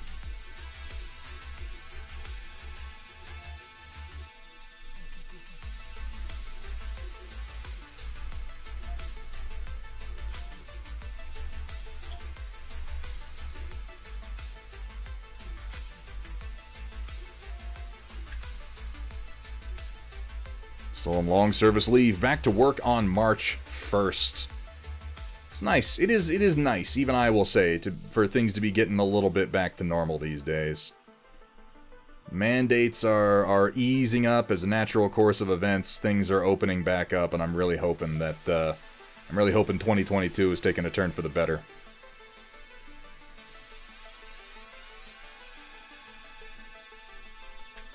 It is going pretty damn well, Mafik, I gotta say. Thank you for asking.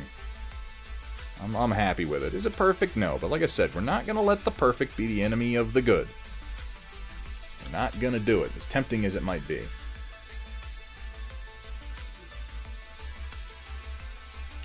I aspire to one day be at Wapple levels of just like... I describe Wapple's talent with painting as like, he's got like fuck-off levels of painting talent. And by that, I mean, like, he takes a really complex paint job, and the way he does it is just like, like, oh yeah, it's easy. Making decisions is simple. Put a little bit of this color here, a little bit of that color there. It's fuck-off levels of painting. It's like, it doesn't seem hard at all. It doesn't seem like he's even really trying, and he's achieving things that I only dream of. One day I want to make it look that effortless. But that is not this day. This day, we thank King Zarin for his 100 bits. Thank you so much for the biddies, my friend.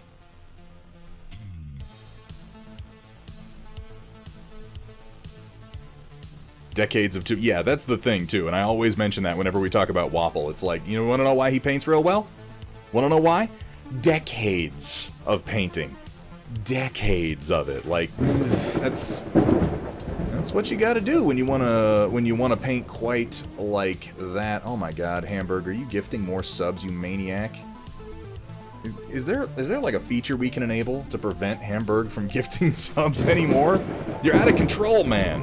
Going out to Dino Man and Punished Fink. Oh my god, Hamburg, thank you so much for your gift subs, man.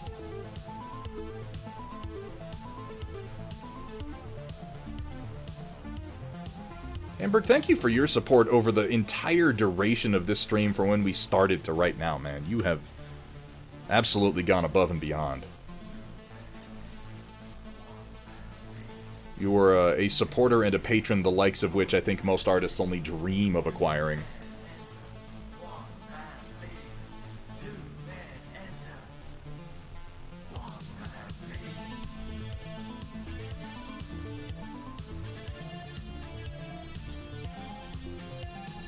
None of this work here is particularly good, but whatever, we're moving on.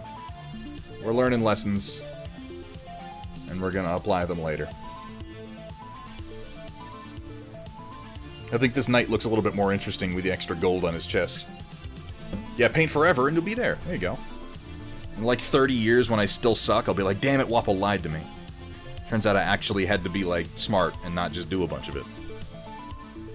I got yellow on the shield. Whatever, I'll fix that up later, doesn't matter.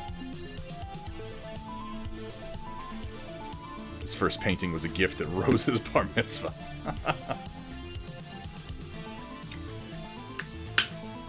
No worries, Hamburg. I got, like, oh my god, yeah, the Home for Wayward paint stalled as I lost... Well, we've learned things about it, though. The Home for Wayward paint stalled as I ran out of whites and blacks.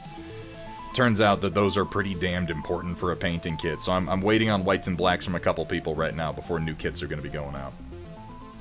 We got lots of other colors. But, whites and blacks are a tricky one to get donations for, because it's like... Oh, I understood that reference, Shock21. You use them. Everybody uses them. You don't really wind up with bottles of white paint that you haven't used for the most part. You're always going back to it, so it makes sense.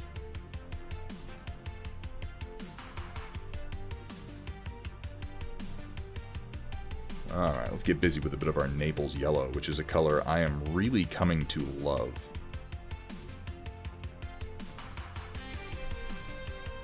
Oh, I'll bet you're all about them chromatic blacks, Grim Nation. Honestly, with oils, like, you can move away from using black pigments without too much difficulty. Because mixing up a black is as easy as throwing down like a red and a green and just going to town. Was it really the 15th anniversary? Oh my god, 15 years? Oh, that's so depressing. Oh god. Also, maybe we should watch Hot Fuzz this month. I haven't put up a vote yet for our movie night this month. We haven't really decided on anything. Maybe we've just landed on something, though.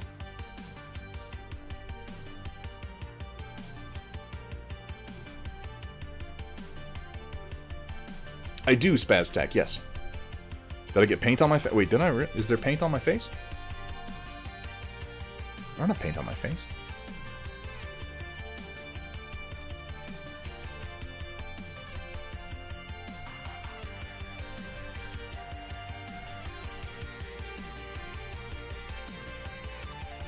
I'm not seeing it.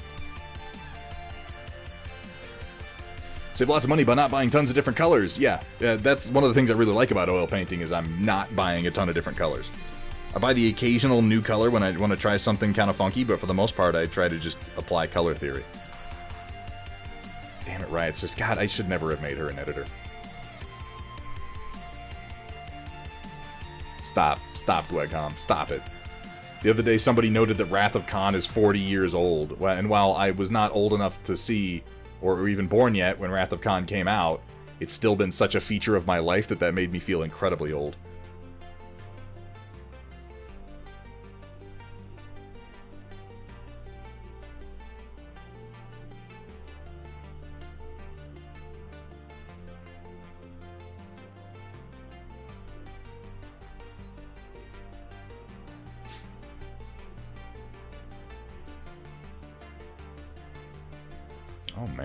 Oh man, another hype train coming into the station. Thank you guys so much for all of your support. I know I say that a lot, but you guys support me quite a bit, so I gotta keep saying it. I'm just gonna keep thanking you as long as you keep doing amazing things. So if you don't like me thanking you, then stop supporting me. That's not very good marketing, is it? No, I don't think it is.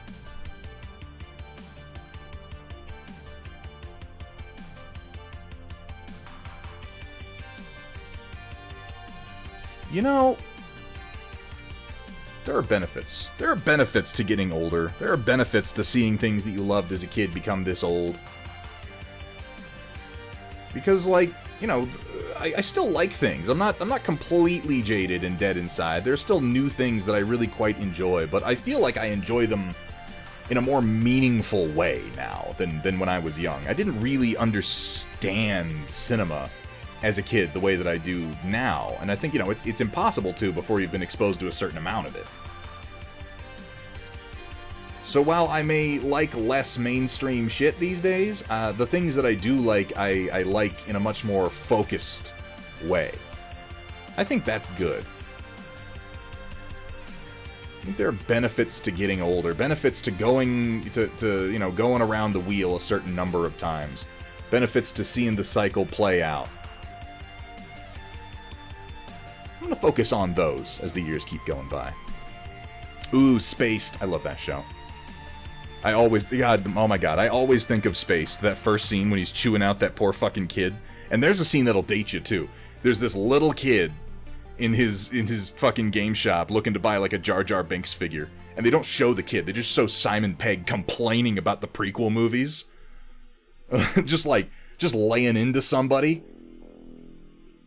Like, Jar Jar Binks makes the Ewoks look like fucking Shaft. And then they cut, and it's like some little kid that he's brought to tears. Oh, man. Oh, my God. Oh, my God. Use this for some white and black paint. Help share the love of art. Desert Owl, thank you so much for the donation. You know what? That's exactly what it's going to go to. Donations that come into the channel, and anything that comes in from Twitch, like subscriptions or anything like that, always gets turned back around into the channel itself and the community. So that's exactly what we're gonna do. I'm gonna throw that money towards Rainy River Designs for a more significant order. Thank you so much for that. I'll tell you, Grim Nation, if you're bottling your own oils, I wouldn't mind doing a Home for Wayward Paints starter kit in oil paint at some point. Because we got a lot of people who ask about how to get started in oils, and it would actually be pretty nice to have some oil paints that I could throw at people. Like, here, try these. Give them a shot. You wouldn't need to do much of it. I'm talking like teeny little tubes of oil paint is all you would need, because this shit lasts a long time. It certainly lasts long enough that you'd be able to get a feel for painting and decide whether you wanted to buy into it pretty quickly. Oh, I've got you in mind, Riot Sister. Don't you worry.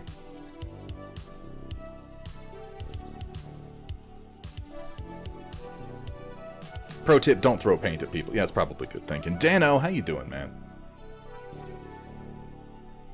And now with the sequels, that kid understands. I kind of wish that they would do, like, a spaced retrospective. Like, do the show again, but with the sequel movies in the rear view as opposed to the prequels. Obviously, Simon Pegg is still very active in nerd culture and still has very strong opinion. Hell, he was in the fucking sequel movies. He was in them. On multiple occasions. Actually, that might mean that he can't talk shit about them. Maybe he's contractually obligated to slob the Disney knob, as I will so classily put it. I don't know.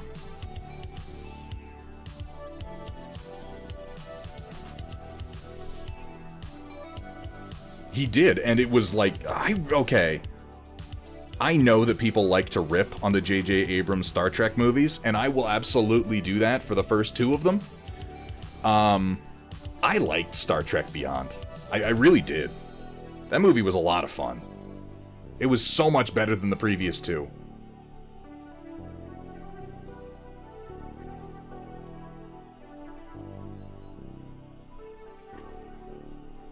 Curse you, spell check. How you doing, Ren? It's good to see you.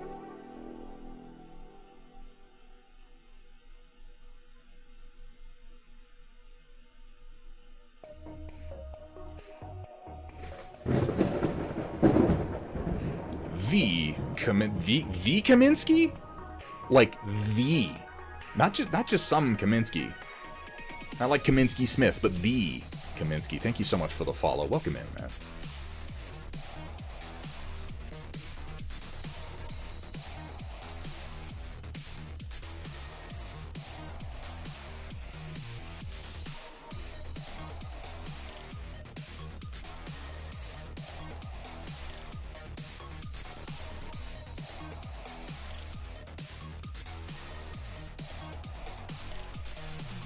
The plug I just removed had a date of 1912 on it. Glad to... Yeah, that doesn't seem... It's probably not safe. I don't know. Best starter paint for oils is the Van Gogh starter set. Primary palette, 20ml tubes on Amazon for 15... Wait, is that serious? I looked for Van Gogh paints and I didn't find that kit, Grim Nation. If that's true, please link me that.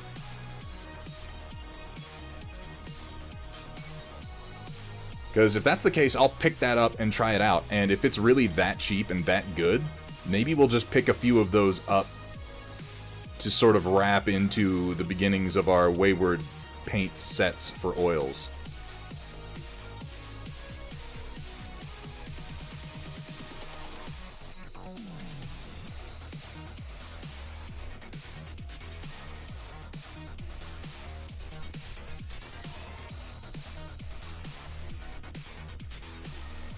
Very interesting.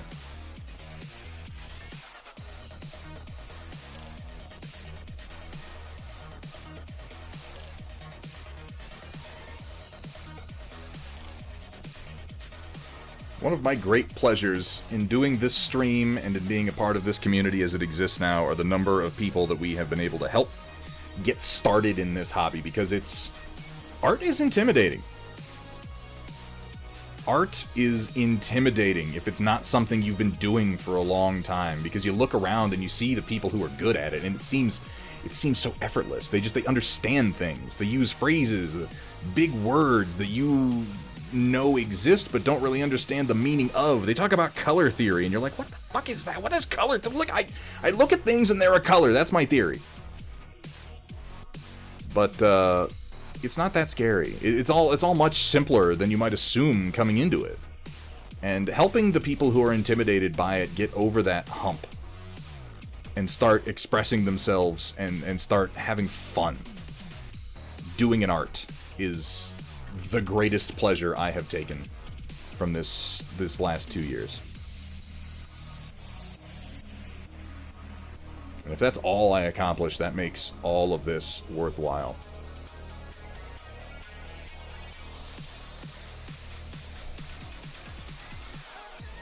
And Roland, you've fucking kept moving, man. You have continued to paint and improve, and I love seeing it. Chaotic Harmony was kind of our flagship for actually sending out paints to get somebody going, and he just kind of keeps on painting. Krell316, thank you so much for the follow. Welcome to the stream. Welcome to the Storm Chasers. How you doing today?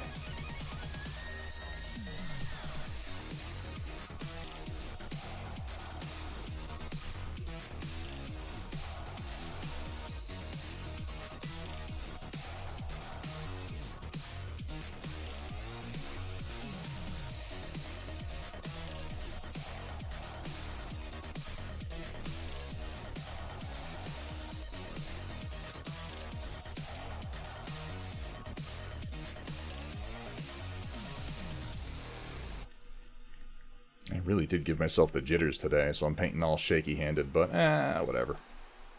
We're still gonna do it.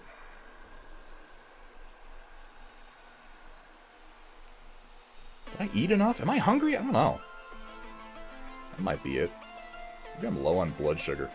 Maybe I'll grab a snack. Would anybody be offended if I grabbed a snack real quick? That doesn't mean I won't do it. I just want to know who it is I'm gonna be offending when I do it so I can really focus on you.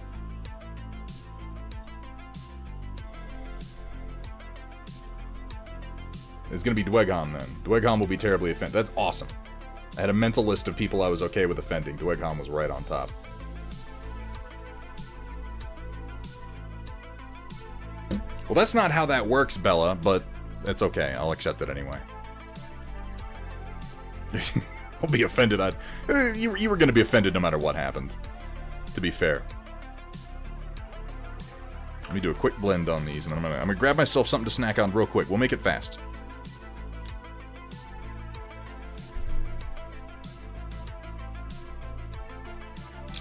Ooh, I need to clean some of these brushes. I haven't done a proper clean on a couple of my blenders. And it's starting to show.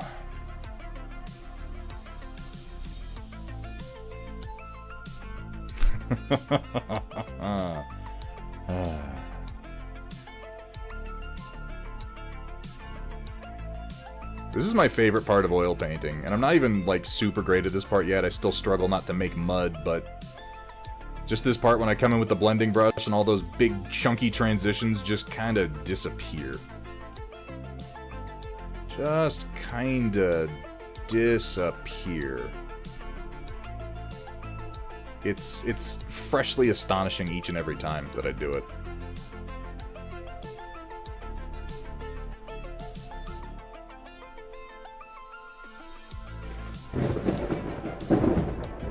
Sashi Fissura, thank you so much for the follow. Welcome to the stream. We're only about 90 follows away from doing our Vader giveaway. I didn't expect it would crop up quite this quickly. But when we hit 2,000, followers, we're going to be giving away the Vaders that we've been painting recently. This guy actually still needs finishing touches, but this is our oil-painted operative Vader for Star Wars Legion, who has come out pretty nice. Again, I need to make some adjustments on him before he's really done. But we're going to be giving this guy away.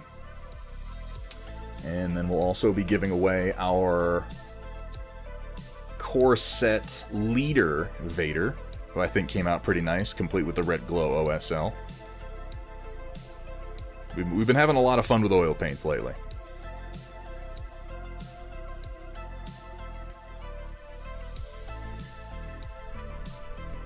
Oh, thank you for the reminder. Welcome in, Happy Heretic. Alright, let me finish this blending. I'm going to grab a quick snack and we're going to keep going.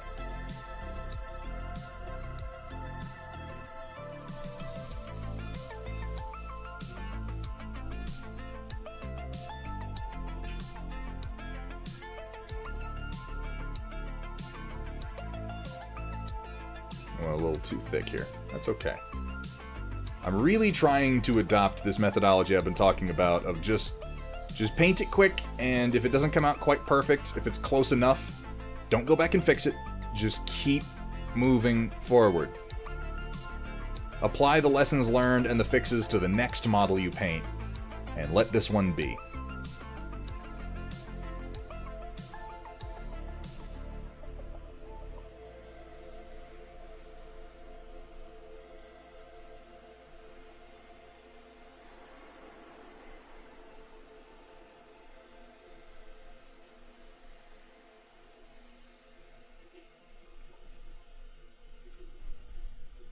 I haven't, like, I glanced at your YouTube presence, Grim Nation Hobbies. I haven't really had a chance to dig through it yet, but I liked what I saw. I'm hoping this weekend I'll get a few minutes to really just kind of blow on YouTube, and I'd love to dig through some more of your videos, man. Special implements are used on the unclothed back of those who have sinned. Through this suffering... Alright, there's our quick blend, and you can see just in the difference between the gold here on the flanks and then up here on the front of the horse, you can see the difference that Naples yellow makes. It's only 3 paints, and all I'm going to do after this is touch it up with some white. It's not perfect NMM, but man, at this scale, this works just fine. It gets a little better each time. That's the trick. Alright. Give me just 1 second, folks. I'll be right back.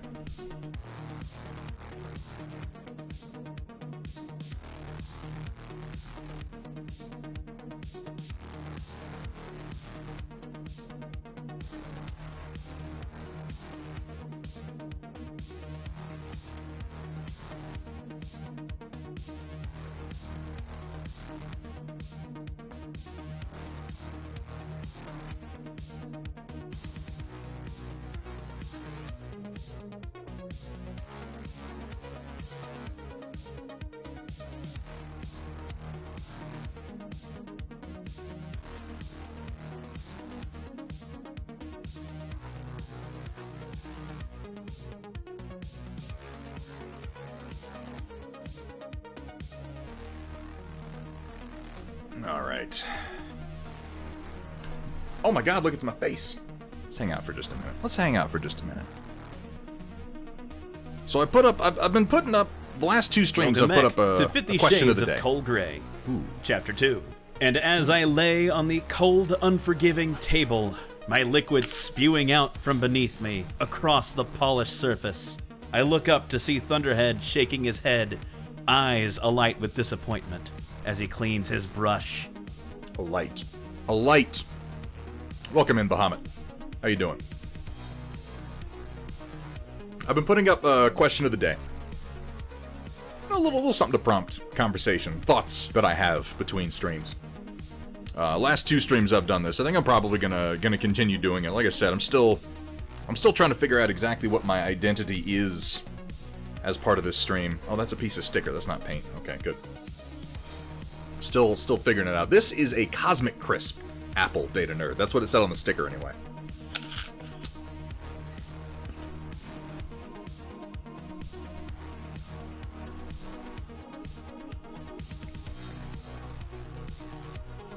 What do you guys think? What do you guys think of the question of the day format?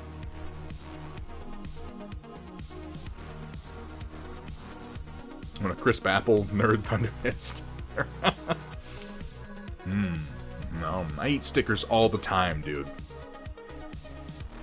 Seems like I did find my identity. It's news to me. We're still figuring it out, Everben. But I'm still curious what people think about multi-part versus single pose.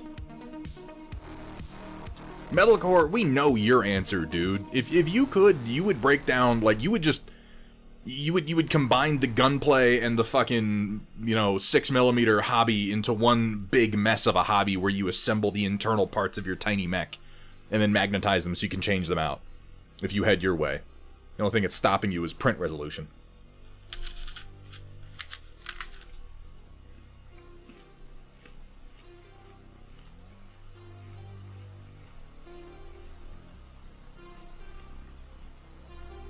How you doing, Smack Weasel?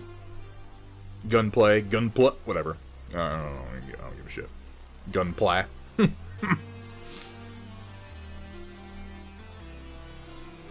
Depends. Some things need to be separate just so that you can easily paint. Okay, it depends.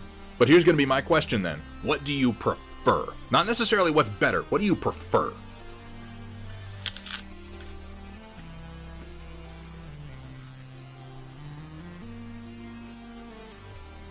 God damn, this apple's amazing. I'm not even lying. This apple's fucking incredible. It's like perfect.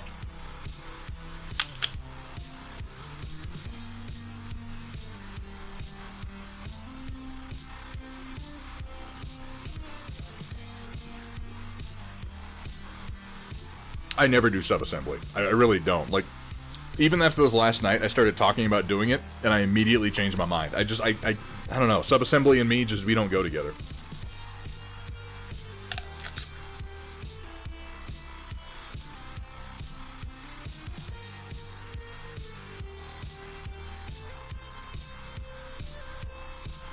That's a good point, Hamburg. I think broadly we should define it as... I'm mostly talking about styrene.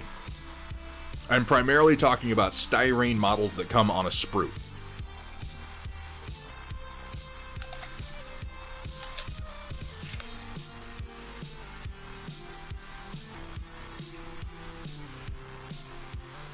Really? MB Carter Burke? Oh my god. You have to, like, kill the Admiral's dog to get stationed on that thing? I only 3D print, so I don't matter. Well, that's actually a good point, Grim Nation Hobbies, and something that's been true for me on my 3D printed figures. Multi-part is largely meaningless now. Because I can swap and combine pieces as I want and then print exactly what I want. Multi-pose avoids hard-to-reach places. Okay. I mean, I think that single pose actually does a better job of that, because you can account for everything, whereas multi-pose, you can wind up with parts of the model you can't reach. But my personal theory on parts of the model you can't reach is if you can't reach it, you probably can't see it, and if you can't see it, I'm not going to fucking paint it.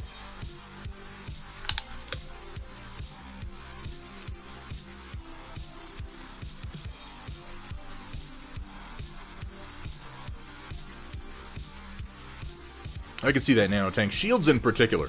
I think shields in particular work for multi-pose, or not multi-pose, but sub-assembly, because it can often be nice to just have that on its own, like mount that to a grip and then sit there and paint it very carefully. Anything you're going to do freehand on, I can definitely see the benefit of sub-assembly painting.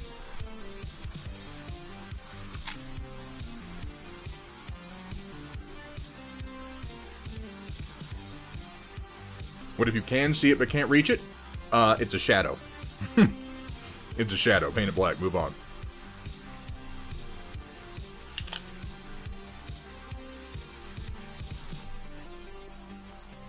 Well, and that's important too, Hamburg. If it's a matter of I know it's there and it's going to bother me, you have to define what you're painting for and what your standards are. That's a personal thing. It's like people who paint the insides of rhinos, but then close them up, like...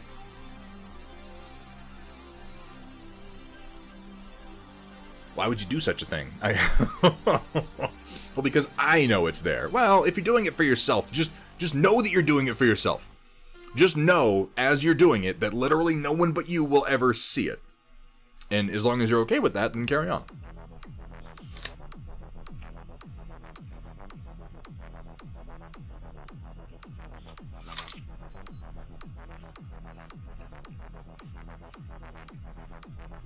This apple is legitimately one of the most delicious apples I've had, like, all year. I realize we're only, like, 2 months into the year, but still.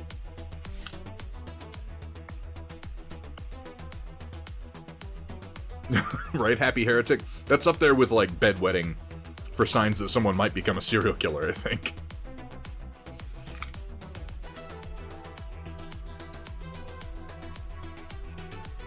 Roland, that seems like something that could very reasonably happen. Disney knows how to chase the memes. They know how to chase the fan service, and Wes Chatham in an episode of The Mandalorian is pure fan service. I'm fine with it, though. I don't give a shit. Let me know when you see Kevin McKidd on the set of The Mandalorian, so we know we're getting Fen Rao again. Let me know when that happens.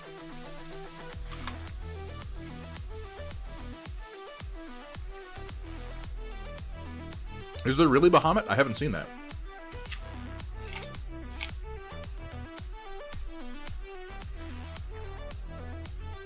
Ray Stevens. But he was Gar Saxon, and he's dead. I mean, he'll probably just be playing someone else, but still.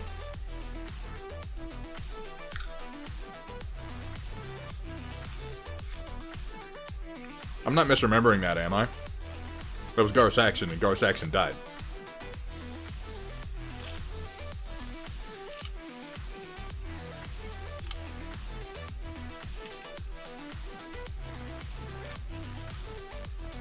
Well, thank you all for joining me for this session of Thunderhead Eats an Apple.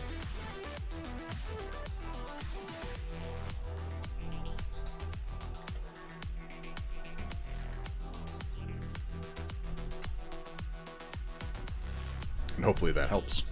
The Thunder Crunch. That's what the A in ASMR stands for, is Apple, I think.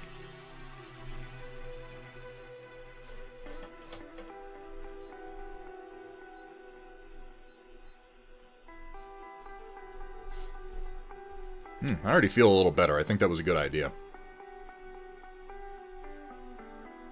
My blood sugar was just real low.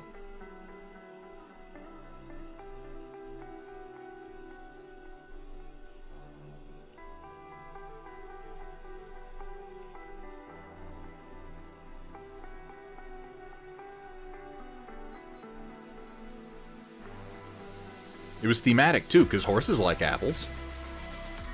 You know? It's what you might feed your horsey for a treat.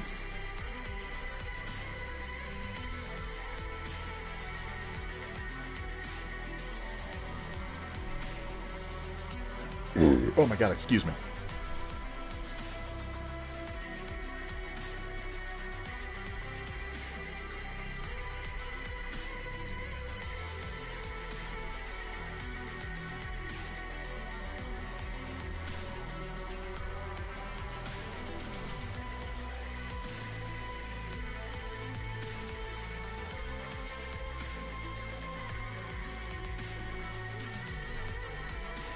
I continue to... I'm not gonna let myself get too teeny tiny with the details on this guy.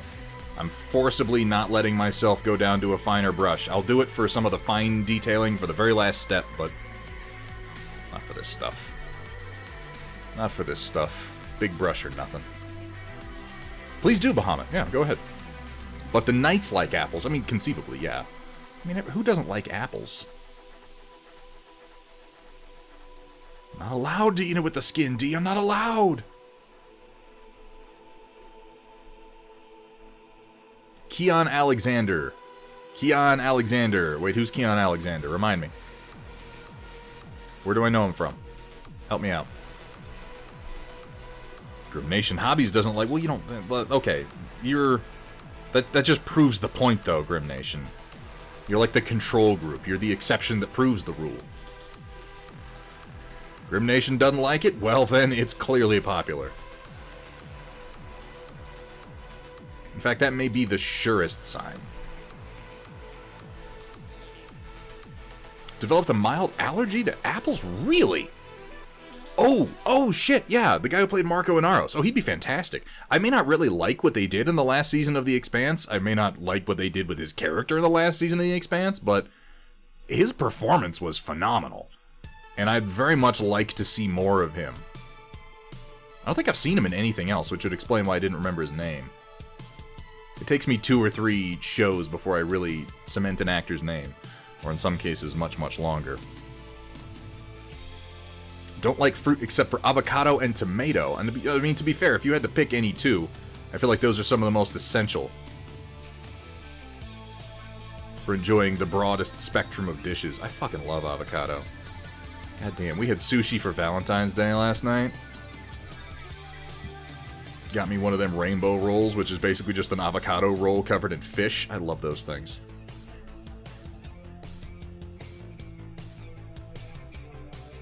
What I really found strange about Marco Inaros, he had no visible tattoos.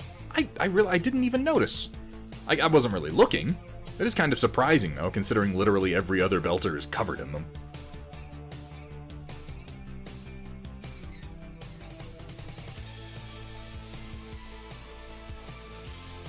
Yeah, we know. We know Vergaderung. We know. My name's Vergaderung. I don't like avocado.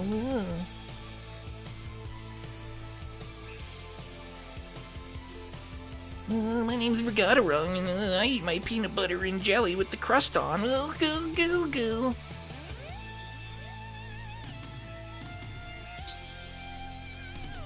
My name's Vergaderung, and I think strawberry milk is better than chocolate milk.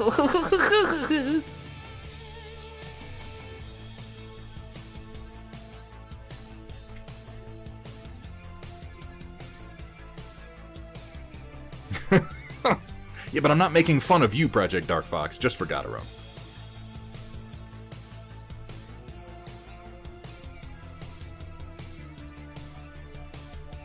Oh my god.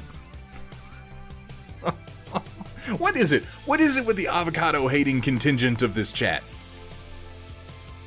Wait, hold on. You actually like strawberry milk better than chocolate milk? Are you agreeing with that? Oh my god. That's... oh. I didn't think for a second you'd agree with that. Might not have said it if I did.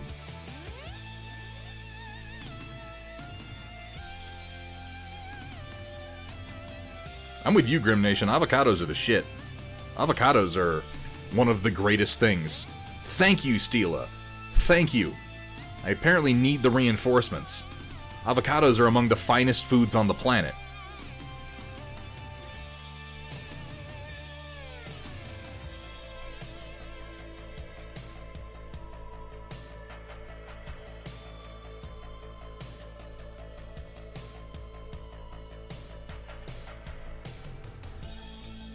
We have stupid good local farm milk, blueberry, strawberry, banana milks. What in God's name are you talking about? What? Huh?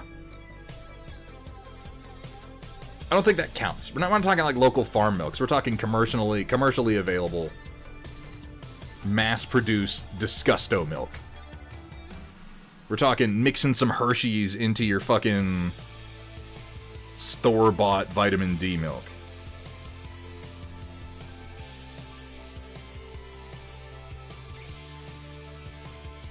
Awesome, King Zarin. Any serious amount of chocolate messes with my brain chemistry and sends me into something of a blood rage. Oh my god, really? I was trying to imagine, like, he's eating too much chocolate. Everyone stay away. He's like hulking out in the corner. There wasn't chocolate in that, was it?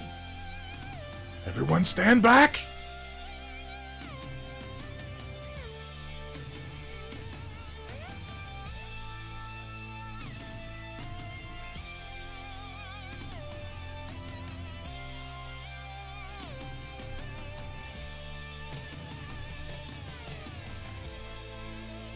Wow, we got a lot of opinions in here. I just read milk is disgusting. I put up a question of the day asking about multi-pose models. I get the same answer over and over again, and then I'm like, strawberry milk is gross, and suddenly we have the most controversial opinions I have ever seen in my life. What is happening?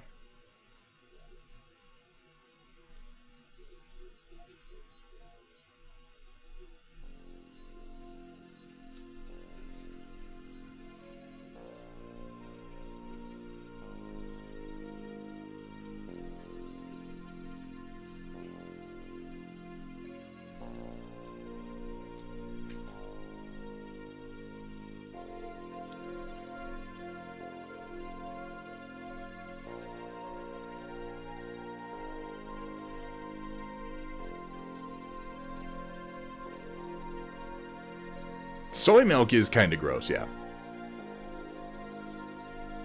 I feel like soy milks and almond milks and stuff like that, that's all stuff where it's like, if I had to, I could get used to drinking it. And in an ecological sense, I probably should. But I haven't been forced into it, so... apparently that's what it's going to take.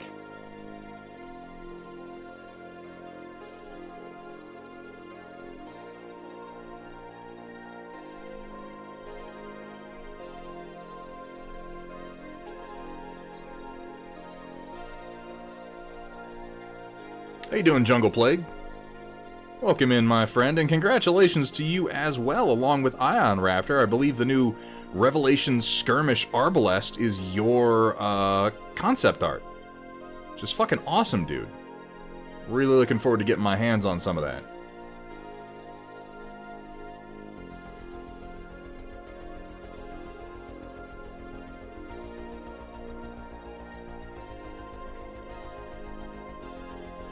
Soy drink. You know, broadly speaking, I agree with that, just because, like, I'm not really that picky when it comes to food. I actually really, really like tofu in many, many forms. But I always feel like when people do substitute foods, where it's like, it's just like eating a burger, but it's made of mushrooms and cauliflower stems, like...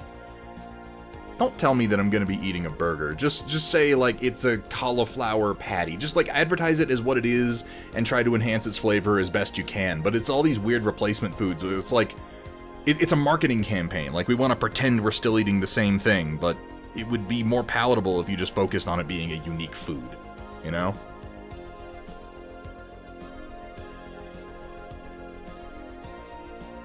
I guess that's all just perception.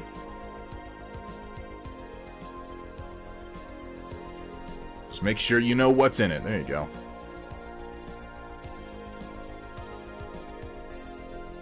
Like, I like mushroom patties and I like black bean patties, but I don't view them as like a replacement for a burger, really. They're just another sort of hot sandwich.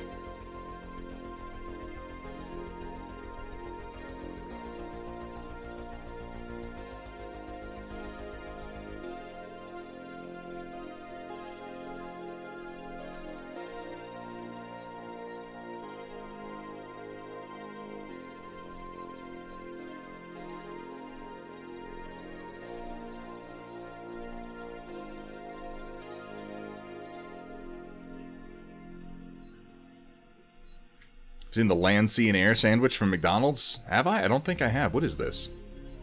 25% mushroom burger the Inn's restaurant had last year that was super good, made the meat super moist and juicy, and had that umami. I love mushrooms. I didn't like mushrooms as a kid, but as an adult, I love mushrooms.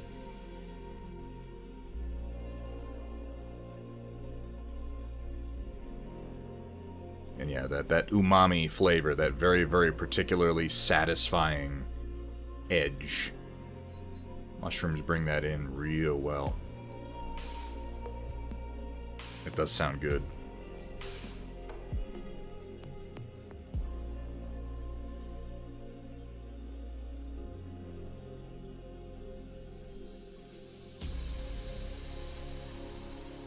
Big Mac with a fish fillet and a chicken patty added. What an odd thing. Guarantee you there's a difference. Open, truthful advertising. I'll eat it and enjoy it all, but don't lie to me. Yeah, that's how I feel. Like, but I feel like it's being marketed towards people who... Can I just say... I don't understand people who tie their identities to the food that they eat. Like, you know, I grew up in the fucking 90s, so I'm used to people looking down on vegetarians. Like, oh, well, when we run out of cattle, we'll just eat the vegetarians. I eat meat. I'm a red-blooded American. I take a burger and I replace the bread with 2 porterhouse steaks. Like, I don't understand why people do that. It's just food, man. If anything, you should be proud of the fact that you eat many different types of food and appreciate different cultural aspects of you know, all the different things that people eat. But I guess that's not cool. I don't know.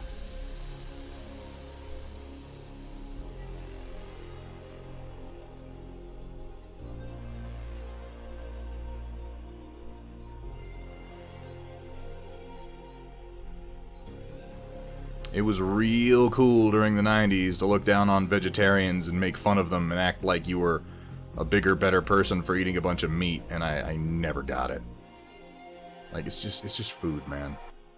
If you enjoy it, that's fine, but...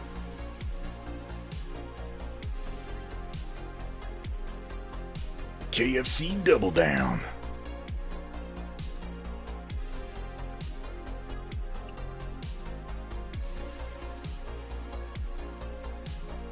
McDouble with a McChicken in between. The KFC Double Down. Yeah, no, that was actually quite tasty. It made me a little ashamed of what I was eating, but, you know, I guess no more than usual when I walk into a KFC.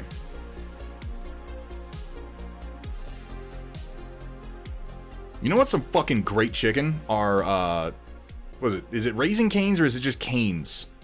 With their chicken fingers. There you go, Grim. That's probably it, Grim Nation. It was just a stupid cultural affectation. And yeah, everybody loves hating on Californians.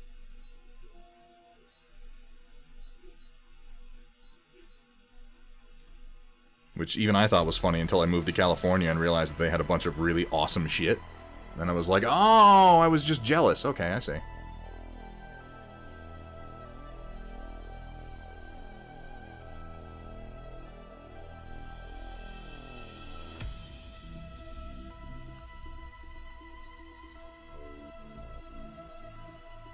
I actually did come to appreciate Del Taco while I was out there.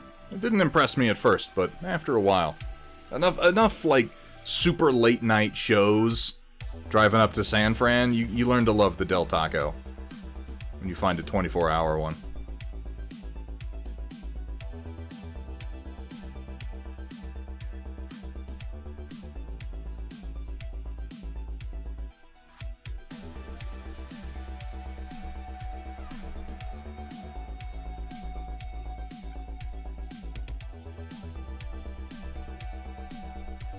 Thank you so much, Iberben. I actually don't really like In-N-Out all that much. I did In-N-Out when I was out there, and it's good. In-N-Out makes perfectly good burgers, but there's like... In-N-Out is mostly hype. It's not that their burgers are bad. They're not. They're perfectly fine. Even good. But like the... Let's wait in a line 12 miles long around the block good? No, that's insane. It's nowhere close to being that good.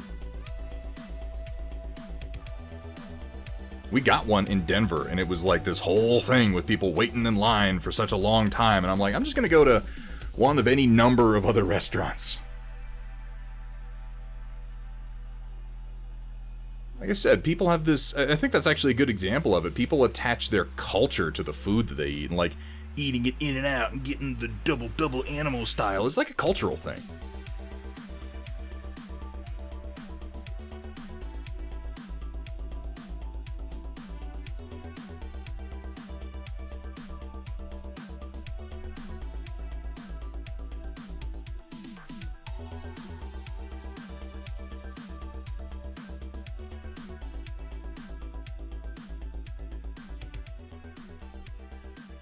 More like in and wait. Ooh, the Shadow's spitting fire. How you doing, the Shadow?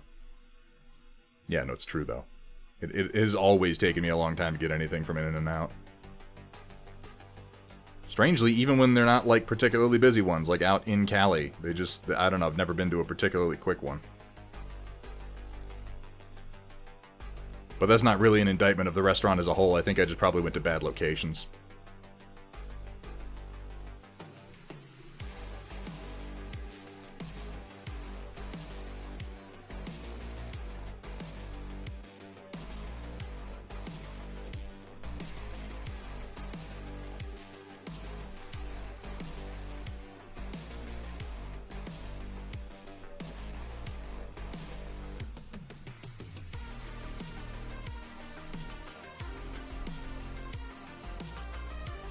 I did come to love Whataburger. I came to love Whataburger in my time in Texas.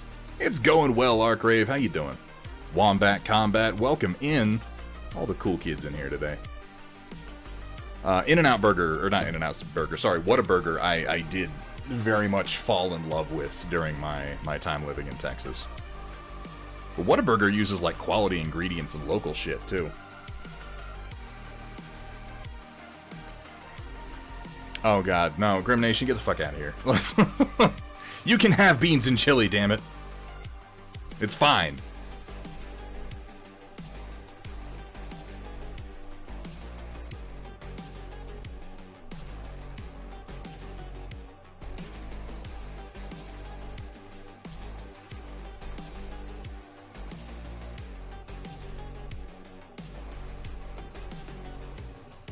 Oh, I missed a spot. Easy fix. I literally just did the opposite one and completely neglected to do this one.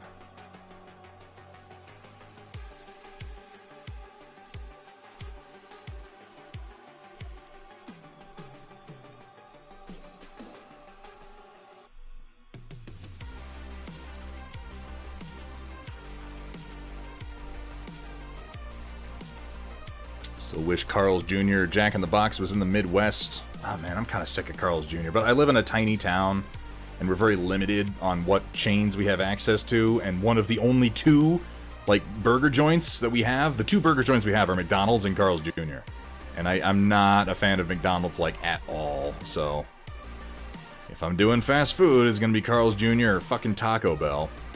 At least Taco Bell is, you know, the same basic ingredients over and over, and not, you know, depending on what you order, is not necessarily the worst for you. Half their menu is just like, you know, corn tortilla, lettuce, tomato, a little bit of sour cream, some neon yellow cheese.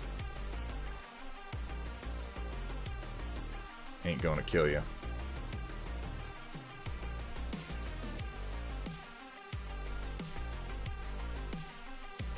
Carl's Jr. and Hardee's are the same fucking thing, O'Coral. What are you talking about?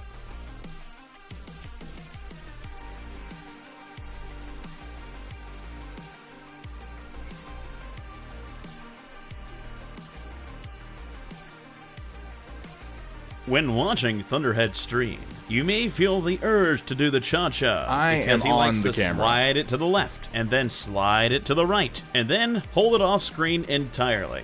Come on, Thunderhead, put it back on camera. I was never off I refuse to believe that there is any validity to what you have just done. None. Not a bit. I refuse. I didn't mean to get that yellow there, but I'm just going to blend it in and move on, and hopefully nobody notices.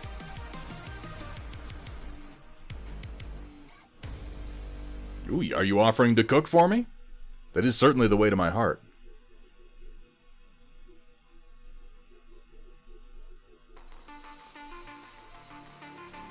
I do miss Whataburger. I miss Whataburger and I miss H-E-B. Something fierce.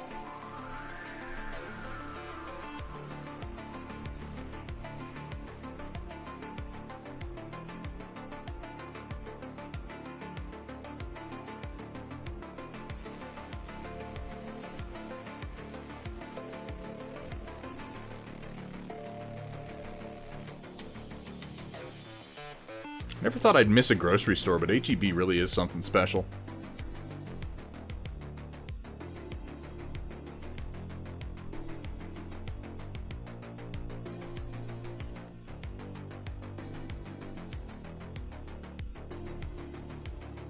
Alright, I might hit this gold with a touch of white to finish it, but for the most part I'm calling our brass done. I need to come in and finish the steel on the knight, and then I can just focus on the cloth and the horse.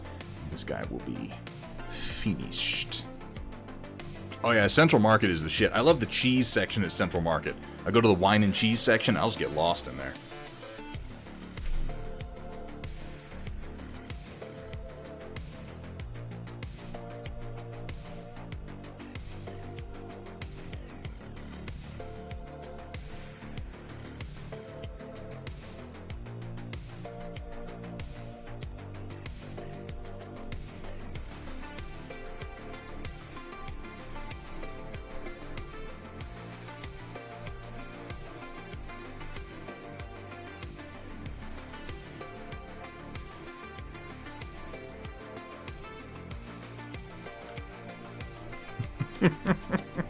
We're gonna come to blows over chili, I think. Dude, Canes is awesome. There is a Cane... Sumitha... Wait, is Sumitha even around? Have I seen him in chat today? Sumitha lives near the Canes that I always go to for my chicken fingers. Now, let's not beat each other up over food, gentlemen.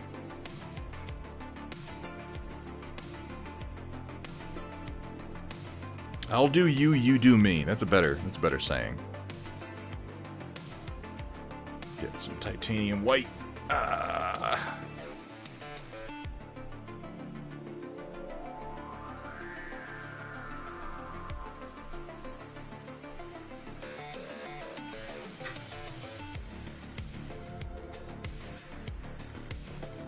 Oh, are you near Fairplay, Suicide Prinny? I used to go out there for the, they had like a yearly festival they used to have out in Fairplay. I used to head up there and do a little bit of fishing. Have some funnel cakes.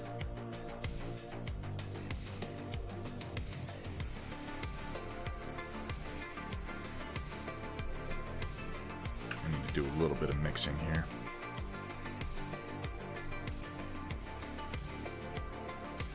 Not near it, but you pass through. Okay.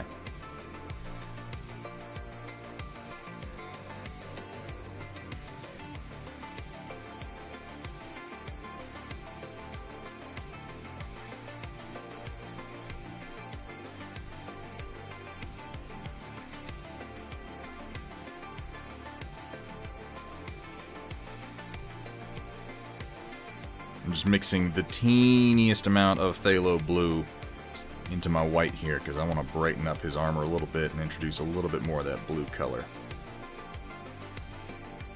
I'm not going to go back and do the horse with it, but I'm going to try it on the knight since I haven't highlighted him yet, and if it works, I'm going to lean into this on the next one.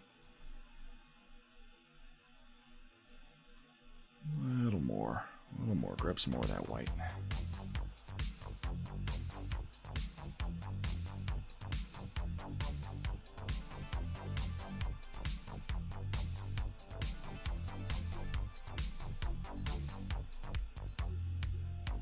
Okay, let's try some of that.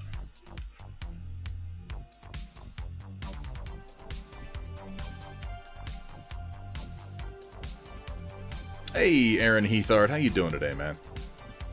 I am doing well. I'm making progress. I'm making progress on my 100 Kingdoms army, so that means I'm having a good day.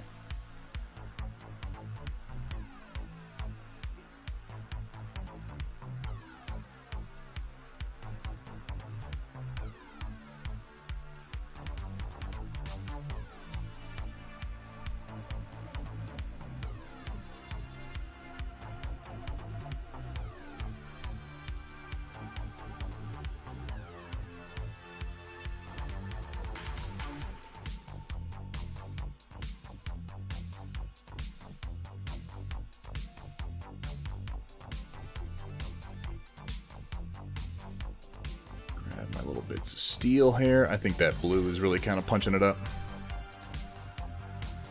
Painting Starks with contrast paints. You working on some of that Song of Ice and Fire tabletop game? I've played a few games of that, and I actually really like the rules for it. I kind of couldn't bring myself to get into it because of the grander issues that I have with the Song of Ice and Fire, which is really pretty lame, but, you know, I do and say lame things sometimes. But I really, really like the gameplay. The gameplay is solid as hell.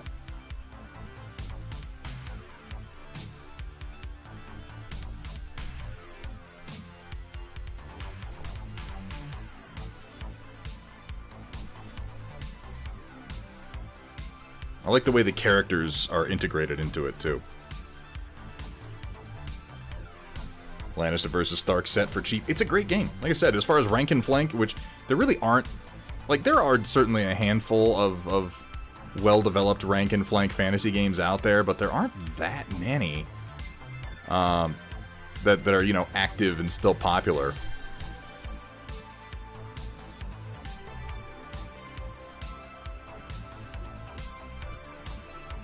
From a perspective, having been learning on them, one of the fundamental differences from acrylics.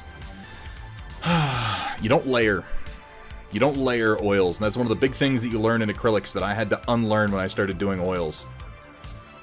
You think in layers when you're doing acrylics.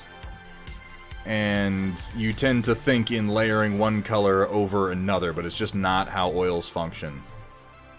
With oils, you basically have one layer of paint, which is not strictly true. You can manipulate it a bit more than that, but the basic truth is that you have essentially one layer of paint.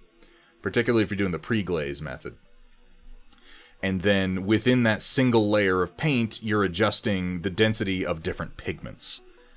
Every single paint is going to become a part of whatever paint it is put, because you're never really putting paint on top of other paint. You're putting pigments into the oil layer. So you do kind of have to stop thinking in terms of layers and start thinking in terms of color theory. which is something I wanted to kind of do more of anyway. That one bristle is giving me trouble. So I've been enjoying it more. And you definitely have to be comfortable assembling your own final colors out of a color wheel. Much more so than with acrylics, where you can do the paint by numbers approach.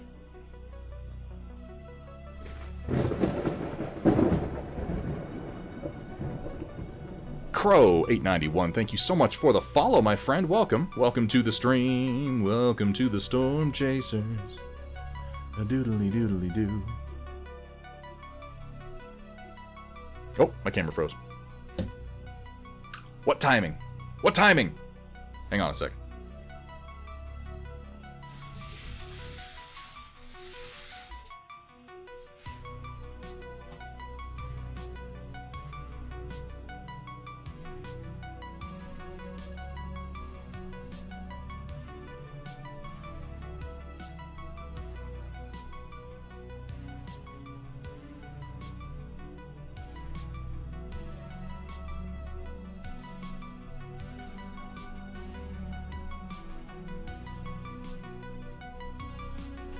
There we go.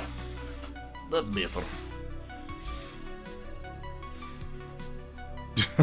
I haven't really had that problem, but then I've been doing it a relatively short period of time. Grim Nation, I think more people in the last year have gotten used to the idea that oil painting is a different kind of discipline. Wapelius has brought people a long way towards accepting us.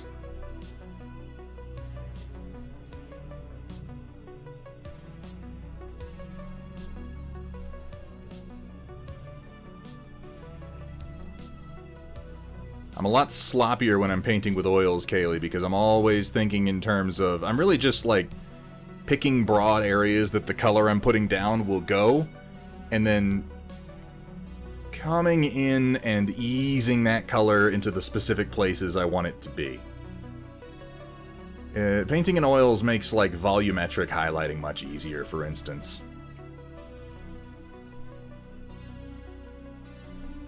Like, for instance, all I'm really going to do to highlight this cone shape is I'm going to essentially put a line of paint from the top down to the bottom that widens as I get closer to the bottom. Welcome back to 50 Shades of Coal Gray, See that? Chapter 4. Thunderhead slowly brushed up and down the leg of the miniature as I watched from the desk, my glistening paint waiting for his brush to get even more. The desire was there, he knew that, but he still kept painting that mech's crevices again and again, even after his paint ran thin. "Oh, I suppose I need more paint," he said, smirking as he reached past me for another jar, dipping his brush deep inside of it while I watched in agony. Oh my god. See, all I'm really doing there is I'm just defining broadly the shape of a cone and how light reflects off of it. And then I come in with a soft brush and I just kind of take that harsh edge and draw it out.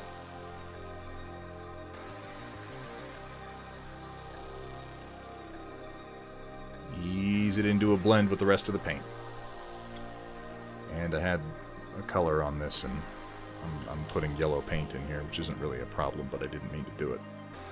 Let's go with this blending brush that I haven't used. That's okay, though.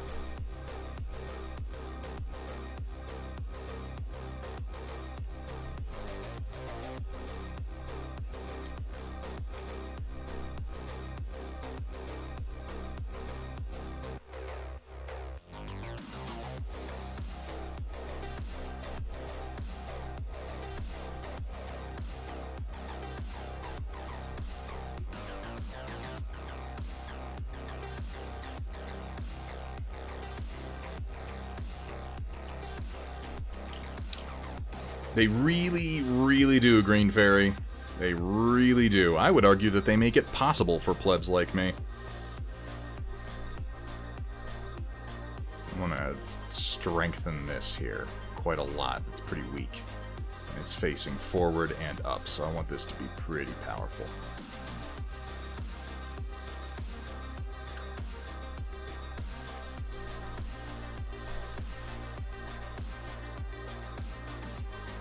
Now I gotta speed it back up because I let myself slow down too much.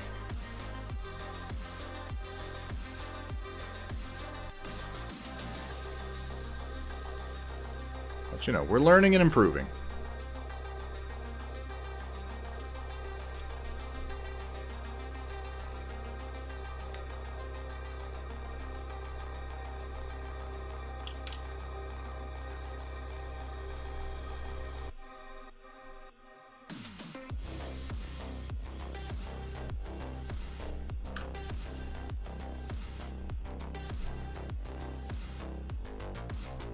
You know, using the right tools for the job makes you a competent painter, I think. You want to do it the hard way, you can do it the hard way, but you don't need to. Strengthen this a bit more. This is facing up, and it is a really broad bell, and I'm not really getting the shape of it very well. There we go, that's better.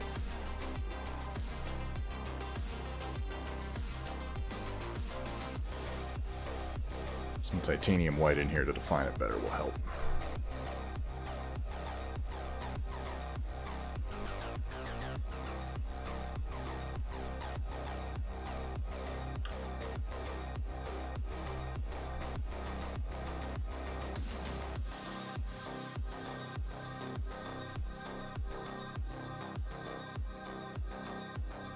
There's really no such thing as cheating at painting.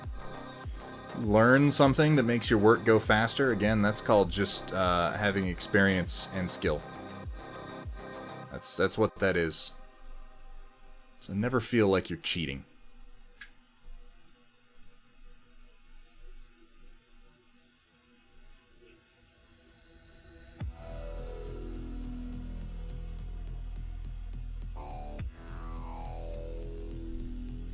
That's a great question, Green Fairy Studios. This is the synthwave station on Pretzel. That last song, should have said in chat what it was. That would have been Space Paranoids by Occam's Laser.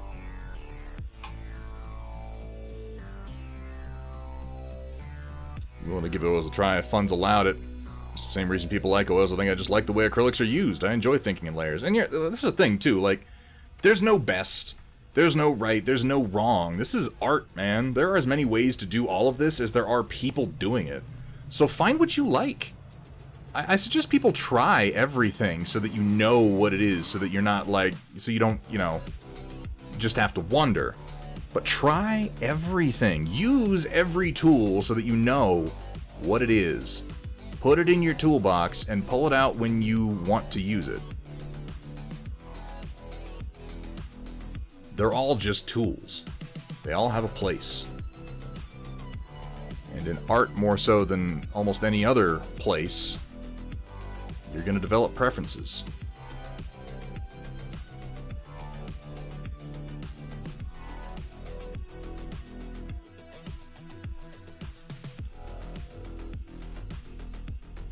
Thank you, Crow. Thank you very much. Still trying to go faster. I let myself slow down a lot on this guy, but whatever. We're learning. We're learning.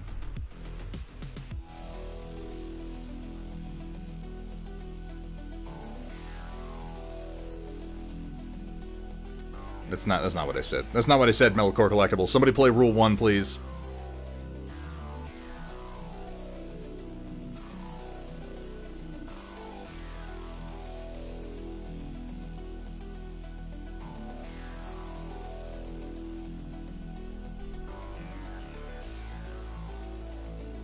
Welcome, everyone, to Thunderhead Studios, where the only rule is... Thank you. Please don't show me your genitals. Please don't. Have fun, be safe, and above all... Don't show them to me. Don't For the love of God. Don't do it.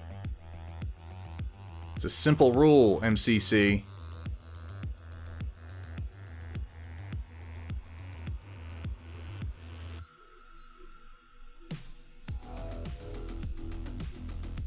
Excuse me while I whip this out. Alright,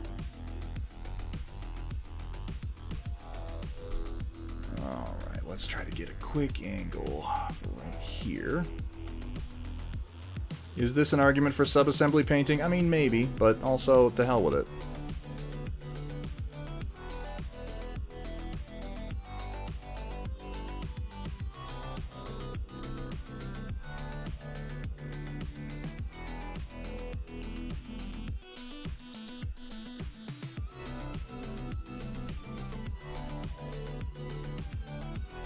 We've been over this, Kursala.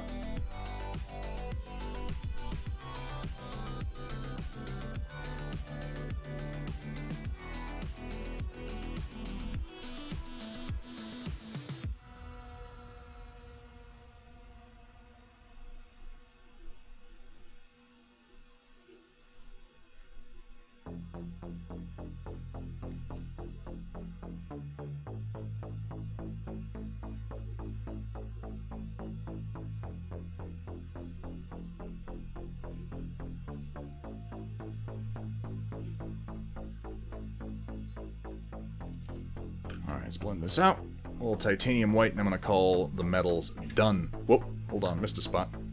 Keep forgetting that the lance has a tip on it. Let's just do it quick. Catch these edges, catch these raised spots. Do a little texture. Like so. And easy peasy.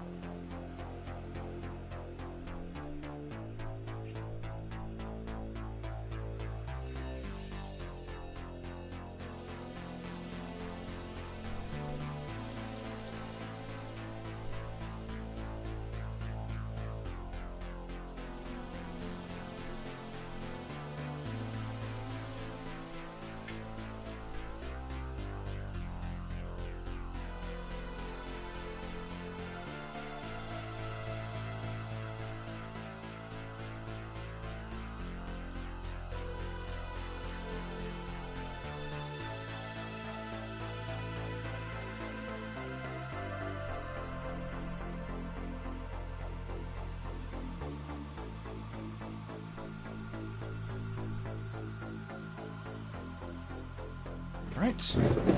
Now let's do this part. LXMCJK. Thank you so much for the follow. Welcome to the stream, my friend.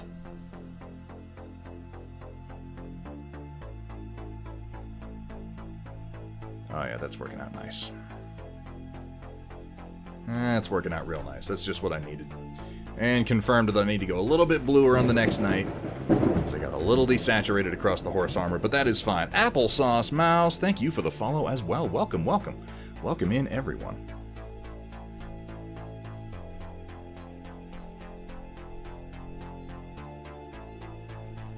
I agree, we have to allow truck nuts. We have to allow truck nuts, because how else would I know who the most insecure jackass at the intersection is?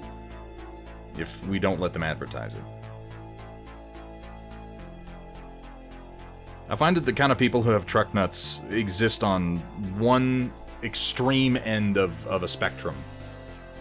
They're either the most insecure person in like a 10 square mile radius, or they just are genuinely a complete jackass with a self-deprecating sense of humor that I'm very much going to enjoy. There's kind of no in-between. Forgot to do the shield, so let's do that right quick. It all depends on why they have the truck nuts, and that, unfortunately, is very difficult to determine until you've opened up a conversation with them.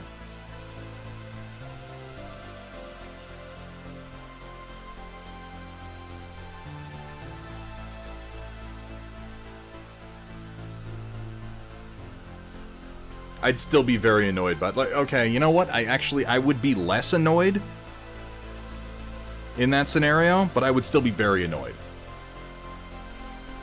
That would be a marginal gain at best. Because that's a situation where it's like, you know, well, okay, you're a funny asshole, but you're still a total asshole.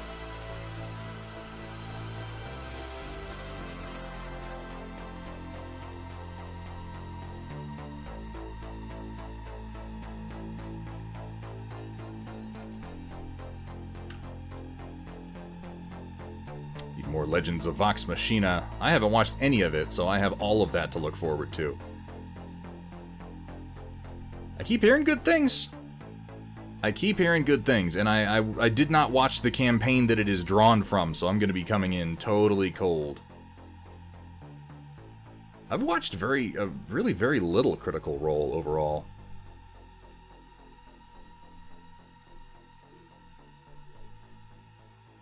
Some, but not really all that much.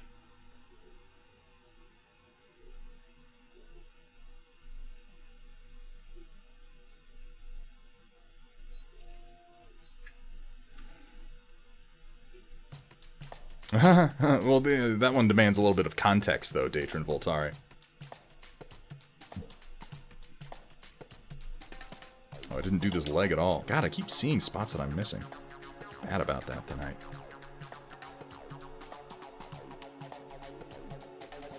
All I do is get the NMM to a point where I'm happy with it, and then get a little bit of work done on the fabrics. I'll be happy with our progress for tonight.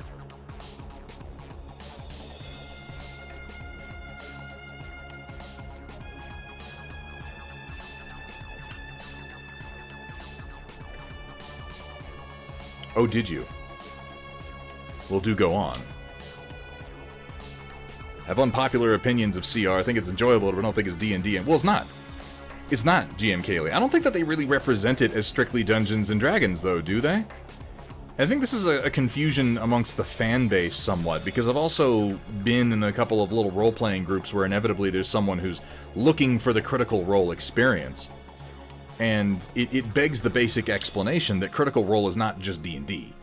It is a group of people playing D&D, yes, technically, but the group of people is what makes it entertaining. And that group of people are voice actors with decades of experience. And not just experience in voice acting, but experience with improv, with storytelling, with writing, and experience with one another. It is a group of fairly close-knit friends and professional peers who know one another, who have worked with one another on a number of occasions, who also understand exactly what it is they're going into, who know how to work with Matt Mercer, who know how to follow the breadcrumbs, who know how much it is acceptable to go, you know, off the reservation from the GM's campaign. They have a GM who knows how to work with them. There are no murder hobos. Like, it's a very, very carefully tailored experience, and it's not something anybody's gonna get out of D&D without being those people.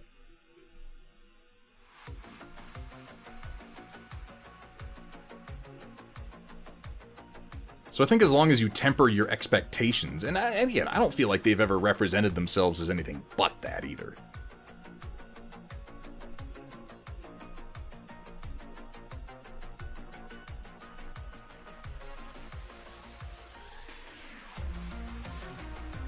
It has definitely set some people up with some weird expectations of Dungeons and Dragons, though. That is just not realistic.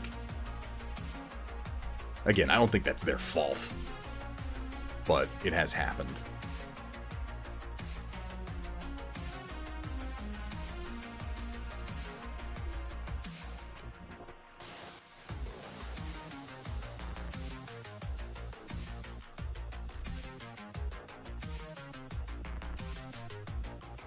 Ooh, that helmet looks so much better now.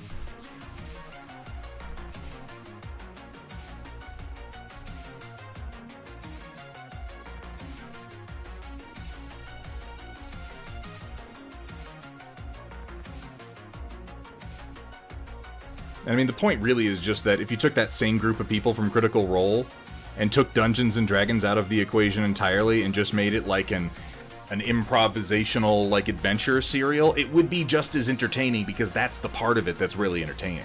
Dungeons and Dragons is just a framework that they work inside of. That's it.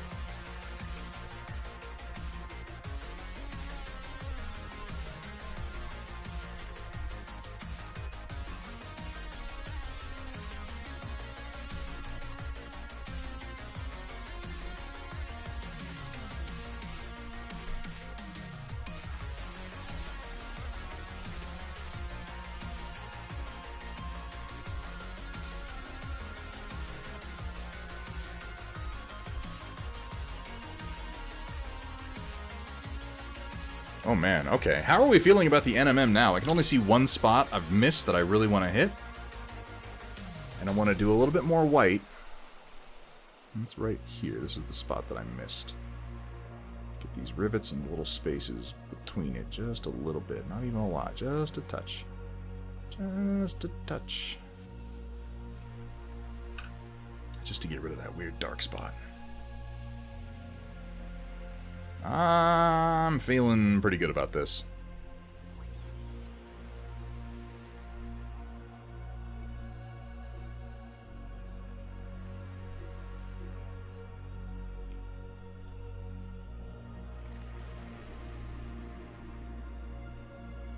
So what I'm going to do is, after a few hours that all the work I just did on the metals has had a little bit more of a chance to cure, all I'm going to do is come in with pure titanium white and just hit a few spot highlights on it to sell the shine a little bit more. But other than that, it's done.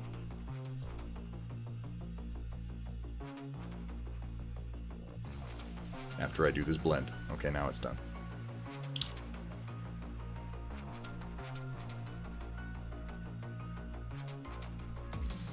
I gotta do the rest of the fabric and details on the horse now, but it actually matches up pretty well with this guy now that I've gone in and added some more blue in. I definitely like the increased amounts of brass and Latin work. I think that adds more interest overall.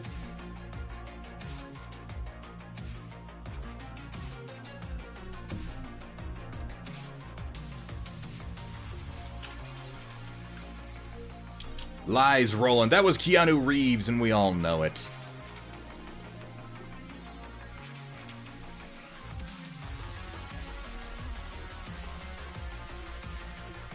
Well, it is Wombat Combat, because I think that if you were to ask Matt Mercer himself about D&D, he would probably tell you something to the effect of, like, D&D, it works best when it's just a collaborative storytelling tool.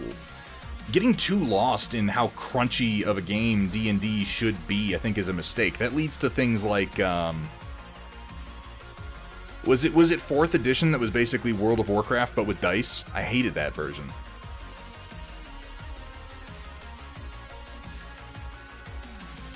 Yes, exactly, Suicide Prinny, exactly. I'm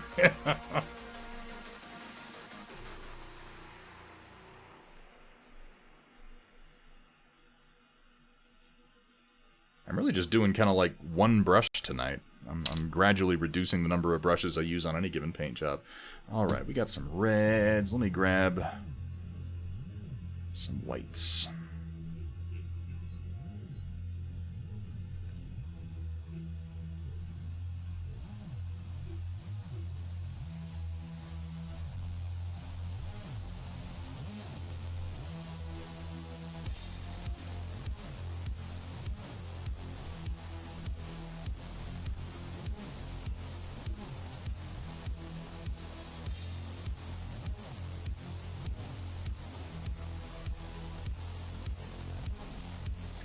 Is there a question I missed there? Was there? I don't know. I lose track of what I'm saying when I'm talking most of the time.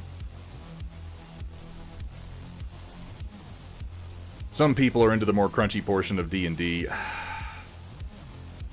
Yeah, and, you know, far be it for me to tell anybody that they're having fun the wrong way, but I don't feel like that's the strength of a game like that.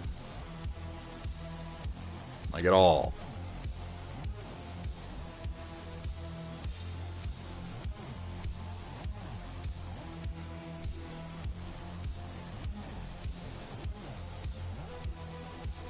I guess part of the joy of it is that you can play it almost any way you want.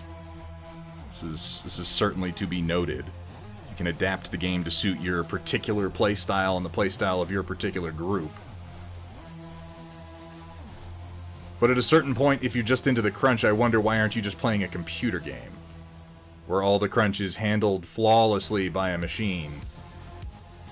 You know?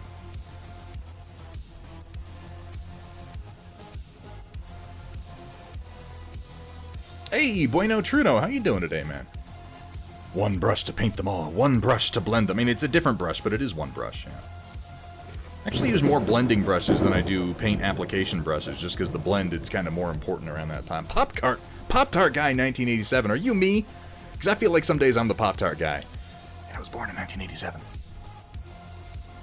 Thank you so much for the follow, man. Welcome to the stream.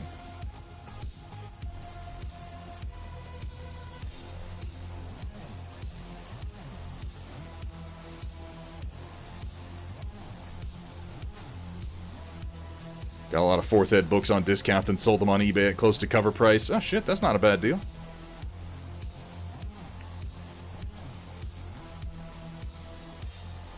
Damn kids. Damn kids. You bunch of whippersnappers born in the 80s. Explains why you're so crotchety, Grim Nation. It's all coming together.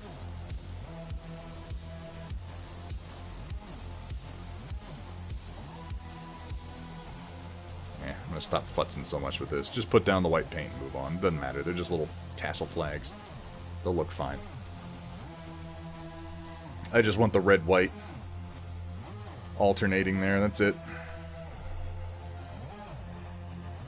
Alright. And I want to do a little bit of that down here. Ooh, you know what? I need to do something with the horse.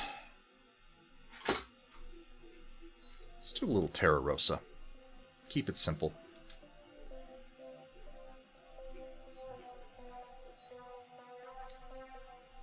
And Grim Nation, yeah, the Terra Rosa is one of the first artist oil colors I picked up, and I noticed immediately how much more heavily pigmented it was. So I'll probably be transitioning into other more heavily pigmented lines as I get more used to this.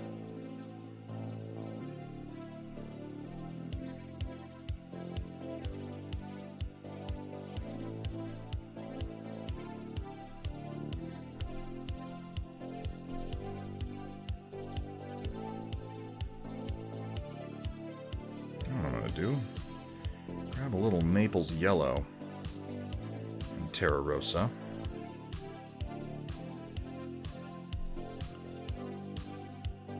Ooh, now I'm onto something.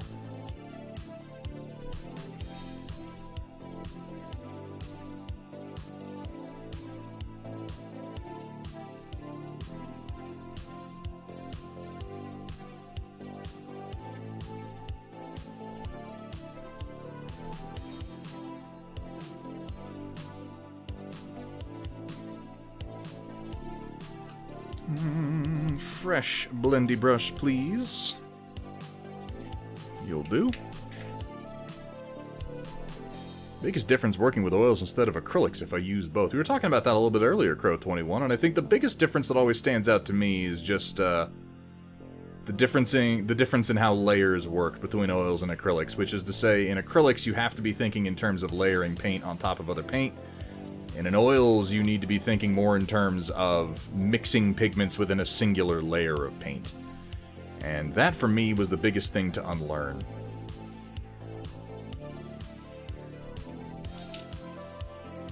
Did that ever happen, Roland? I think maybe you're misremembering.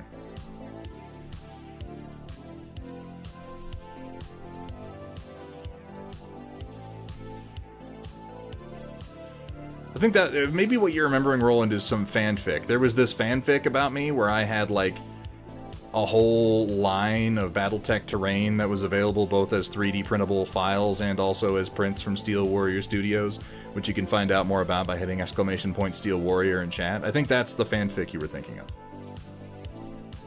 I do remember that.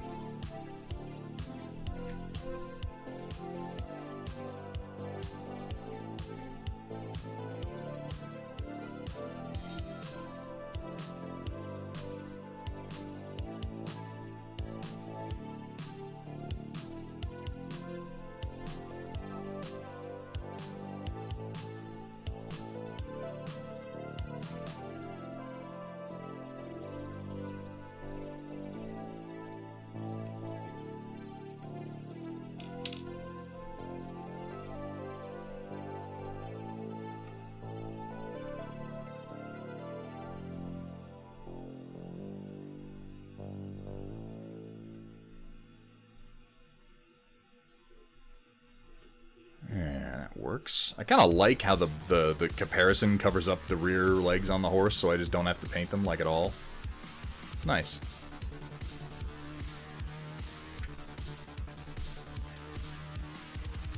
When you get your hands on some, Kaylee, I'd love to hear what you think about it. I love customer reviews on our Battletech stuff. It really helps me improve when I miss things.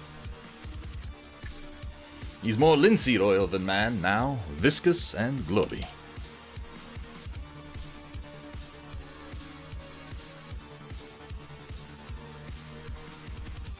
The biggest difference for me between oils and acrylics is I'm crappy with acrylics and not as crappy with oils. Well, at least it's honest.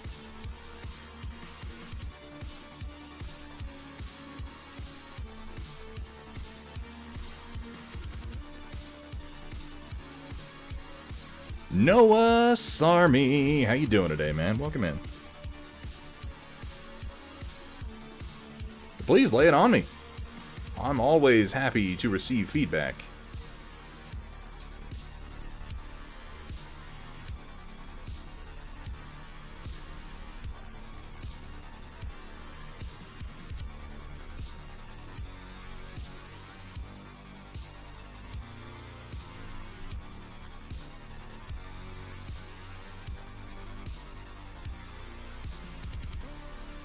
Feedback, you say? Feedback, you say? Forsooth, there be no one I trust more to make a knight look awesome than this godly mini-painter. A golden god, if you will. He is a 5-star knight. I mean, let's see. We got 1, 2, 3, 4, 5, 6. I'm sorry, he's a 6-star knight. Walter's Workshop. Walter's Workshop, how are you doing, my friend? It is wonderful to see you today. Folks, if you're not already following Walter's Workshop and you have any interest in this game that I'm painting here, Conquest, The Last Argument of Kings, you gotta head on over there. He has been working on his Spire Elf Abomination lately, like actually painting it. Here's the model for reference. He has a much cooler pose for his than I do for mine. His is off the fucking chain. It's ridiculous, but he's painting his right now and it looks amazing. Walter's Workshop, did you see the poses that I did for my Spire Brutes? They look like they're breakdancing. They're breakdance fighting. It actually, these poses worked remarkably well without having to do any real cutting or modification. I think this one in particular looks like he's breakdancing. Supposed to be facing like that way. Bob's Burgers Capoeira. Brazil. Ponytail. Brazil.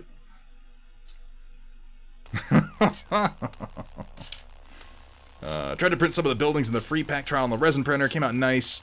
Had some bowed bottoms on them, so if anyone wants to dare resin printing Hextech, be mindful it will have to be hollowed out. That makes sense. Now, Hextech is specifically not designed with resin printing in mind. It has a lot of features that are designed specifically for FDM, so I can't really speak to the quality of the prints when they're coming out of a resin printer. I'm always interested to hear how it works for people, but it's not something that I'm necessarily doing on purpose. Yeah, and that's what I was thinking, Walter, is I was like, you know, they're so top-heavy and their weapons are so huge. I'm like, how do they run? And then I thought, well, like a gorilla. That makes sense, you know, like running on their knuckles to build up momentum. So I tried to do some poses like that.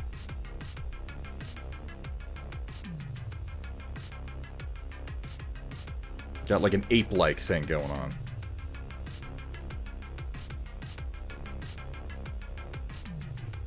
Oh, Walter.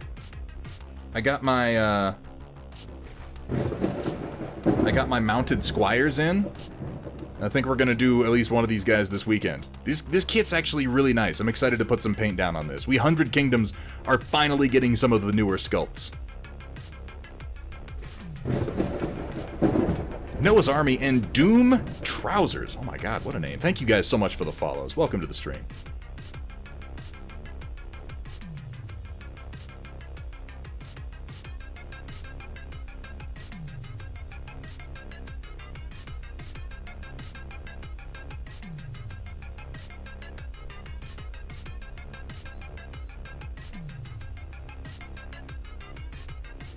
I'm just glad that I'm finally on to painting my damn household knights. I lingered on the militia for so long.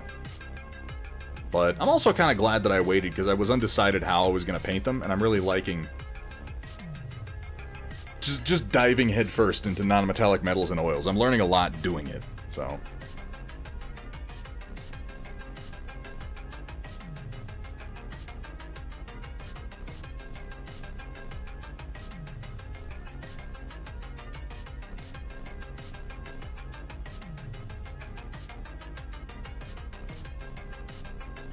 This looks like a chain, but I'm going to paint it as if it's braided leather. Got the Centaur Avatara in, but haven't built them yet. Yeah, the Centaur Avatara are fucking crazy. I thought that you had followed me before, Noah's Army. It does that. It does. Sometimes it just unfollows you from people. It seems like almost at random.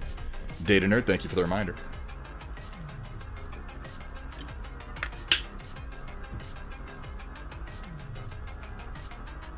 That, and I figured that the damn, the brutes are so big that even if they were coming at you with their feet, like, their feet are almost the size of a human torso. It's like if I was infantry and some big son of a bitch was running on his knuckles at me like that, coming at me feet first, like, that would be terrifying. He doesn't need to use the giant weapons that are the size of my whole body. He just needs to kick me real good. And I'm probably down for the count.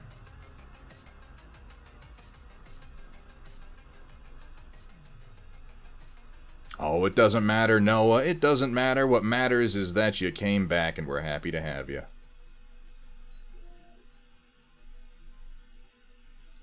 Though it does matter in that it won't notify you when I go on if you're not following, so... And that could be a detriment to you, I suppose.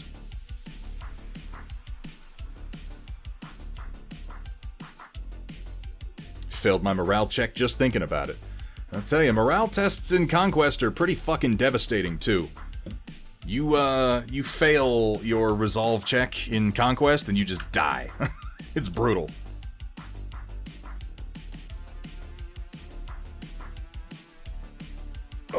Oh god. Oh, thank you, Hamburg Tech.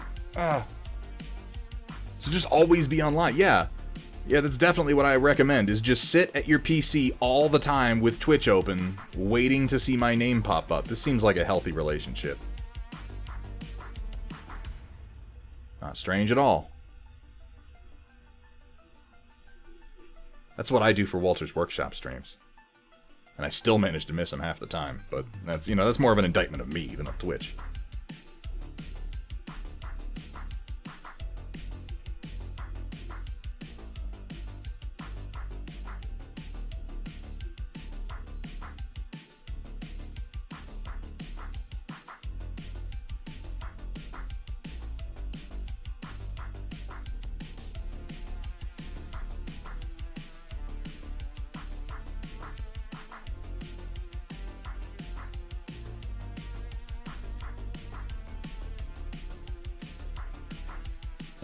Alright, I need some green.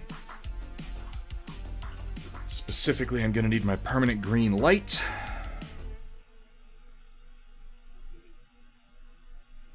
Not a lot of it, just a tad.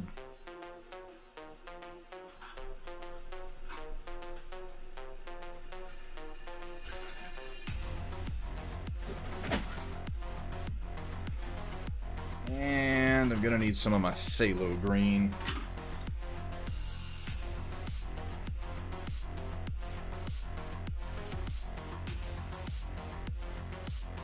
Again, not much of it.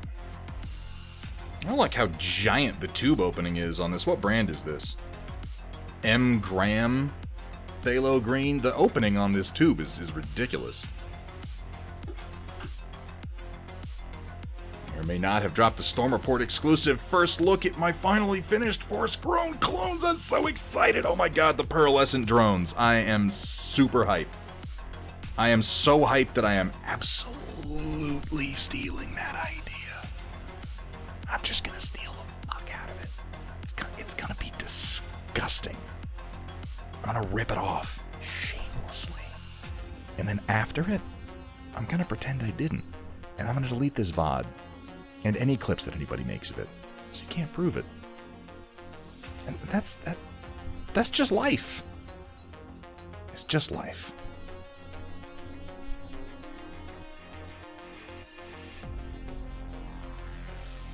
I thin it out quite a bit, and I haven't had that many issues with it drying significantly slower. Though I have found that I kind of prefer the student line Winton Phthalo Deep Green in a lot of scenarios.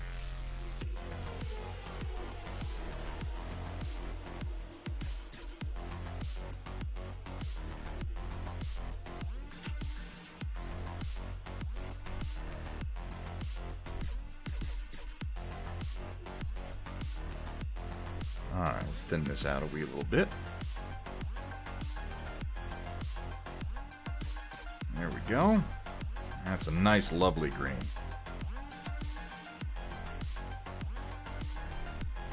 And we'll go ahead and do these leather bits.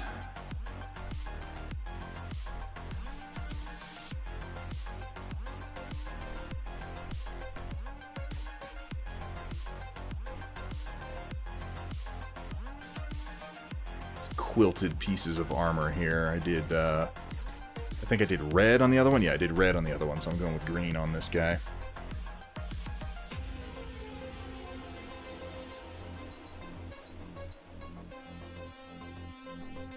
You know, they say, Walter's Workshop, they say that imitation is the sincerest form of flattery.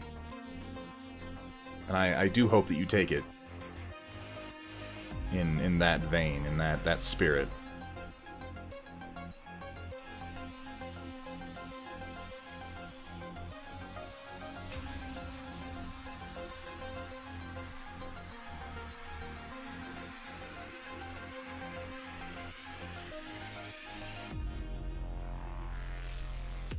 Oh, I'll take it in a certain spirit. it's because of the...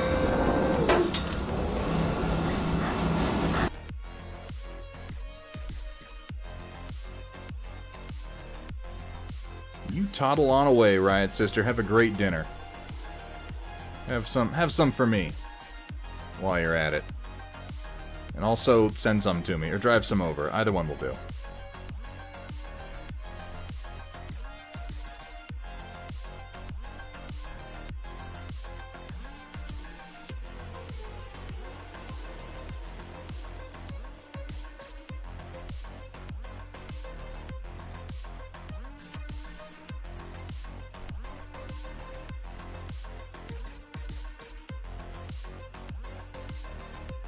Oh, that was a while ago, Noah.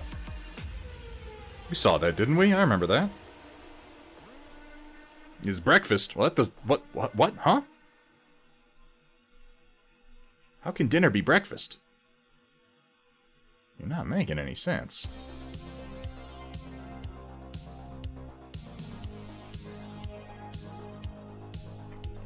Brinner! Deckfast! Wait, no.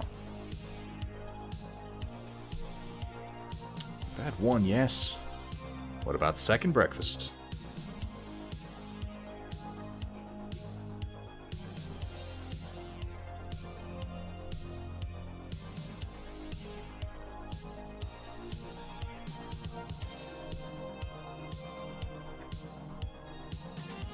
Dinner cannot be breakfast, but breakfast can be dinner.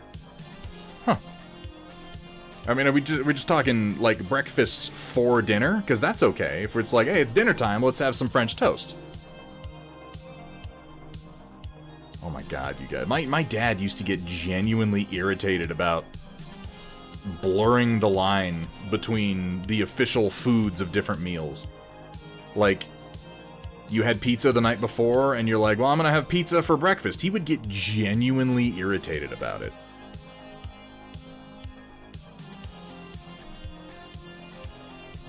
I think it's just indicative of a certain way of thinking about, like, the world in general. I think it's just so funny getting upset about, like, what could possibly matter less. Think of something that matters less than that. Maybe catching all 151 Pokemon. That might matter less than that. But I'm really reaching on that one.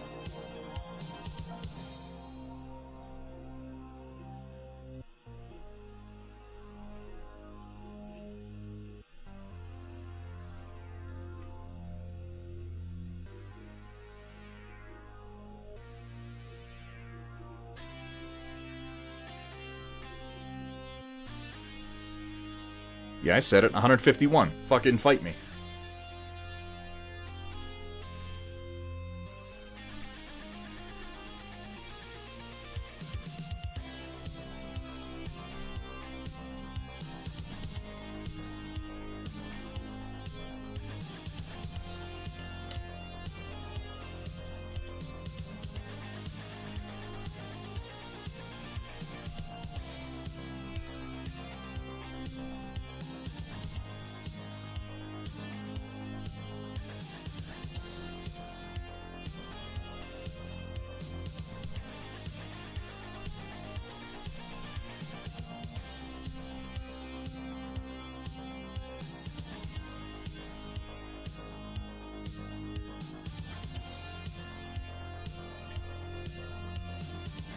That works.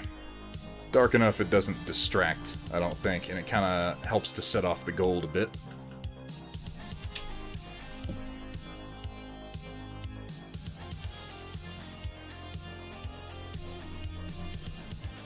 Breakfast for me is 2 shots of espresso and a pipe of tobacco. Good lord, man. Have you checked your blood pressure recently?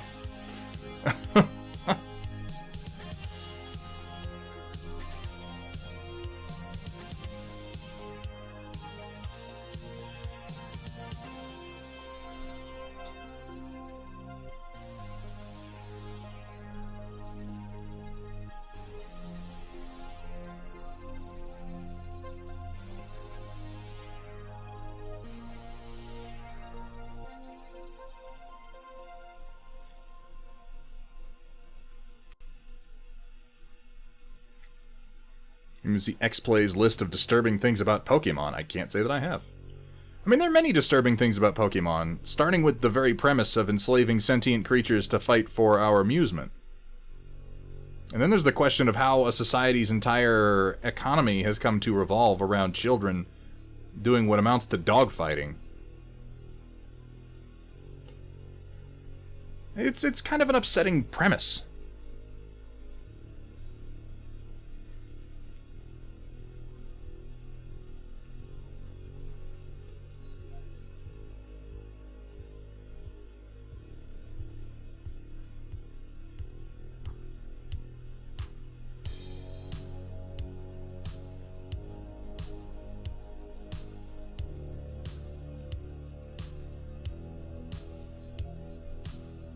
It's a premise that only works if you just don't think too much about it, or if you're so young that you don't really grasp the ethical problems with things like animal fighting. Which is, you know, fundamentally, I think, why it's set in a fictional universe, and they're like, Pokemon and animals are somehow different things. It's okay, they only exist to amuse us by killing one another. They like it, they're your friends. You have to remember the way the song goes, okay? I want to be the very best, like no one ever was.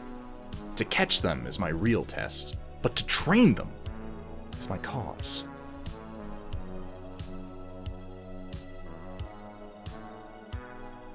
I'm trying to remember the next words in the song.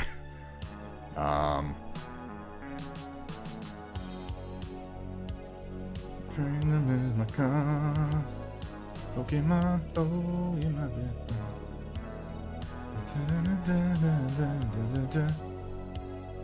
In a world we must defend. Something like that, yeah. I will travel across the land. That's it. That's the important part.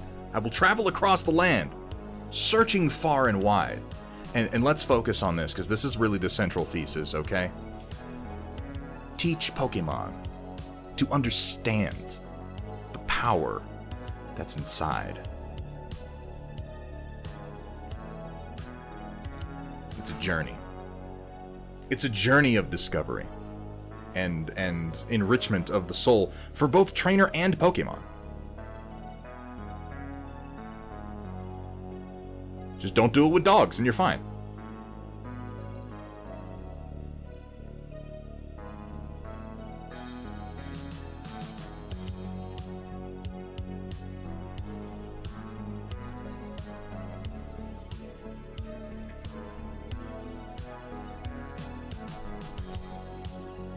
Almost everything sounds nicer listened to in English than in German, Hamburg.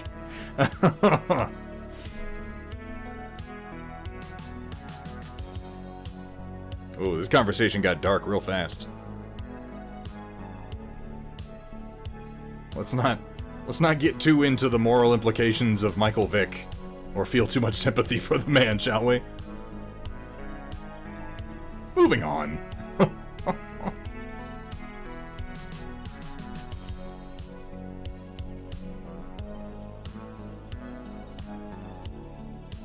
I'm going to do something else with the horsey's snout here. I'm just going to put down a real simple color for the moment so that I can see it. Not really good at painting horses, which is why I think that the mounted squires are actually going to be kind of a challenge. Because you can actually see most of the horse, and I'm not painting armor. I gotta paint the whole horsey horse. It'll be interesting.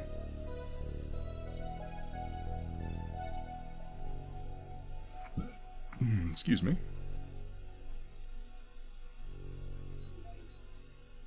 Oh shit, I'm almost out of time. That's okay. Because honestly, we're nearly done with this guy. Like, there are very, okay, let's delineate the parts that I still need to hit, and I could have if I hadn't slowed down as much as I did.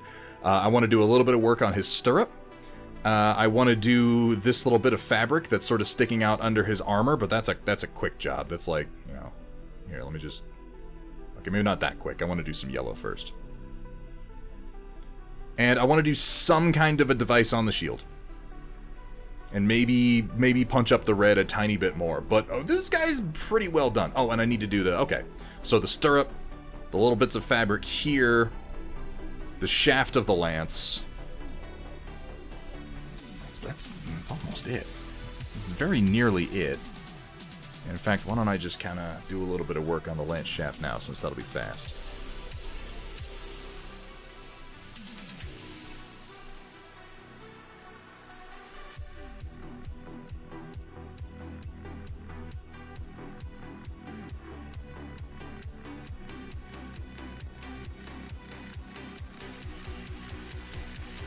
Just some wood grain texture.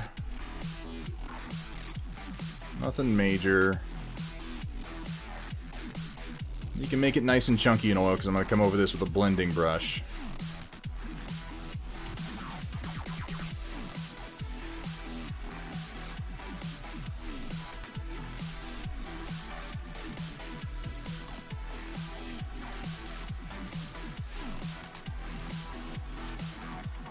Can I say how pleased I am that I've used pretty much one brush for literally everything that I've done today? It wasn't really a goal, I just kind of did it, and I think it's neat. Alright. Let's grab a blending brush that has something warm on it. Yep, that. And then let's just kind of...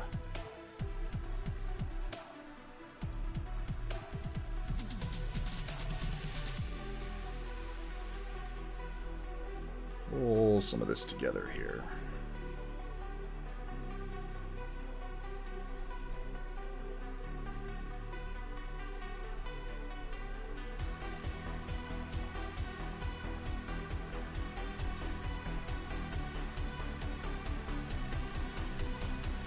I might want to do one more pass on it. That was maybe a bit too subtle, but that's okay. Yeah, I think one more pass to punch it up, because that got fairly darkened.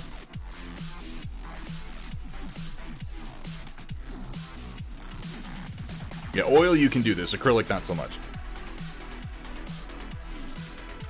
I feel like, Data Nerd, I feel like Firefoot was the exception. I feel like this is one of the best horses that I've painted, and as I continue to work on these guys, I'm going to try some more interesting coats like I got on Firefoot, because yeah, I'll admit, I'm pretty happy with this one.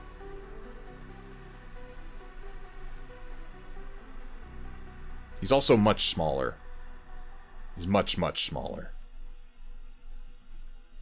Like, much, much smaller. There really isn't much of an opportunity to play with the coats on the household knights, because they're all so heavily armored. These are almost primarily just NMM work doing the armor, because their barding is so all-encompassing. Like, holy shit. Hell, I think the Noble Lord is actually even worse. Like, you can barely see any of the horse underneath all this armor. I can dig it. But,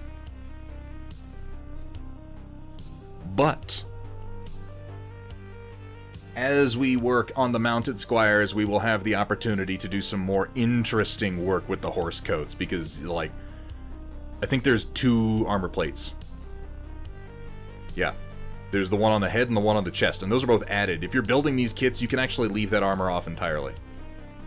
So yeah, we'll have a chance to do something more interesting when we paint these guys, which, by the way, I'm thinking we're going to start on this one on Sunday. is my current plan. Alright, let's take a look at our progress for tonight. I feel pretty good about it. I'm feeling pretty good about, I can only see a few spots I want to come in and touch up, and there are very, very few things I still need to come in and fix. The wrappings, the hooves, those will be quick. The stirrups, a little bit of fabric there. Touch up the shaft a wee tiny bit more. Clean up some of the red. Do the horse tail. Just some light highlights on it. Almost, Roland, because I need to get up for just a second to take a bio break, and then we're going to start it. We were so close to being on time. But we won't be far after it. Alright, so let's have a quick look. Comparison. These are our 2 household nights so far. And, yeah, I'm liking this. I'm really liking this paint scheme. I'm liking this method with the oils, and I think doing some more colors is going to be interesting. Doing some in blue, some in yellow. Maybe less in... Yellow is tricky because I've got so much brass on these guys. But some combinations, you know, blue, some red and white, some green and yellow, stuff like that.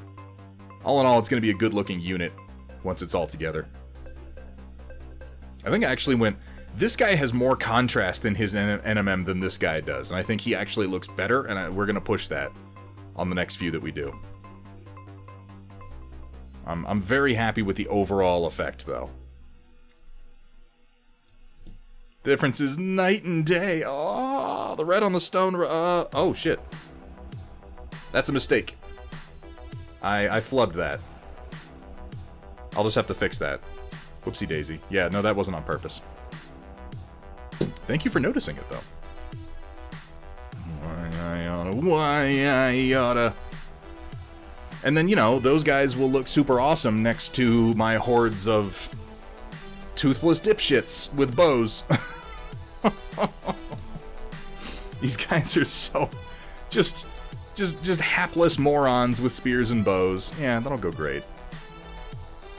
Go with the wounds. Yeah, it's bleeding.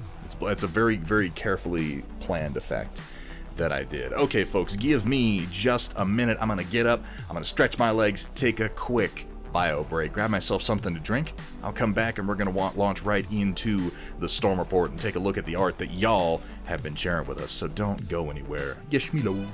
Yes, me lord. What is it?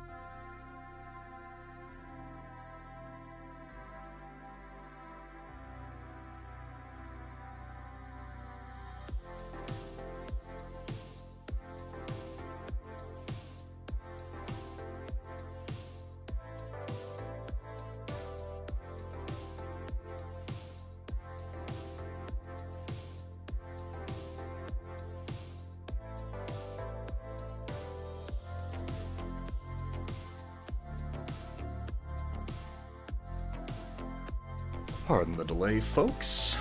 Let's get back to it. Close up my oil palette here. Also, Rat Sister, I saw that. Thank you for the reminder. I am going to be posting the STLs for this oil palette that I use on Thingiverse tonight, and I'll post the links up on my Discord. I'll be totally fair. It'll be tonight or tomorrow morning, one of the two. But I'm going to get it up inside of the next 24 hours, and I'll get links put up in the Discord. So if you're interested in using this, I designed it for oil painting specifically because I needed something better than just putting parchment paper down on pieces of cardboard. Some people like to use glass. I personally don't like glass because I like to just kind of throw this away when I'm done with it. So it's a 3-part print. It has a lid. It has this bottom here. It uses 3x10 magnets, which you can get off Amazon.com. And when you are done with a piece, which I'm going to go ahead and toss this one right now because I need some more space, you just pull the paper off, throw it away. You wrap another one around this, and then you magnetize it down here. You tighten it with your thumbs like so, and you have a nice little palette to work from. And a lid to preserve it between sessions. And because I tend to put big globs of oil paint on my palette, there's also a good amount of clearance in here, so you should be able to put that on there and not have it go into your oil paint glorps. Let me do a quick brush cleaning because I'm going to regret it if I don't. I don't like glass, Grimna. You gotta clean glass, and I realize that cleaning glass is easy, but you still have to do it. You gotta go and scrape it, and you gotta put it somewhere. With this, I just pull the paper off, I throw it in the trash, and I move on. I'm done.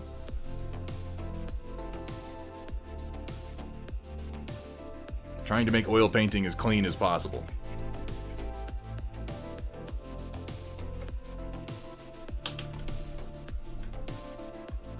Alright, I did, like, almost all my work tonight with this brush. This is the Phalanx Round number 2 nylon from Game Envy, and I was able to do a lot of work.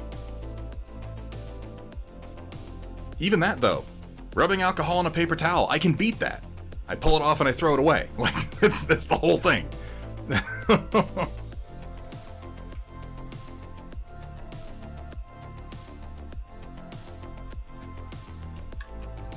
And a quick swish for my blending brushes. I really did just use the one brush today. I thought I was going to use some other ones, but damn.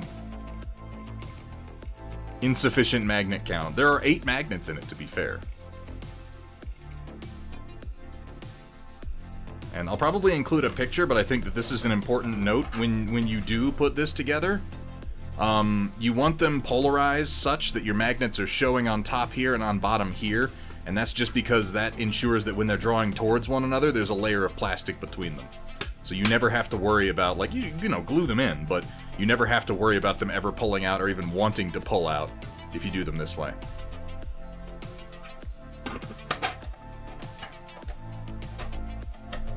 And that's fine, Grim Nation.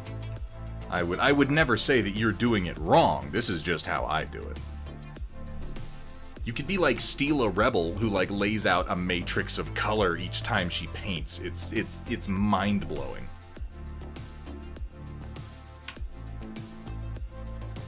Alright. I guess that's not strictly true. I did use this Warson Artist Brush number 4 for mixing briefly. Well, stop being wrong so much, and you'll stop having that problem, Grim Nation.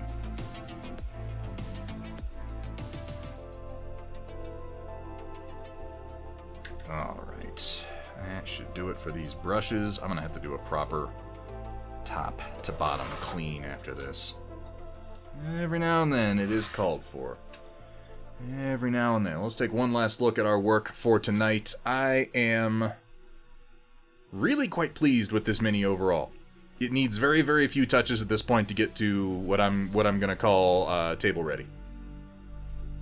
Hey, Techno Sugar, how you doing today?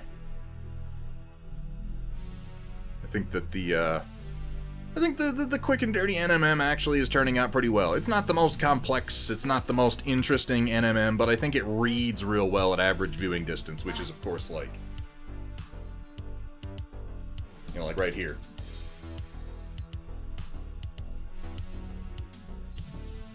You You can tell it's meant to be a heavily armored horse, and that's what matters.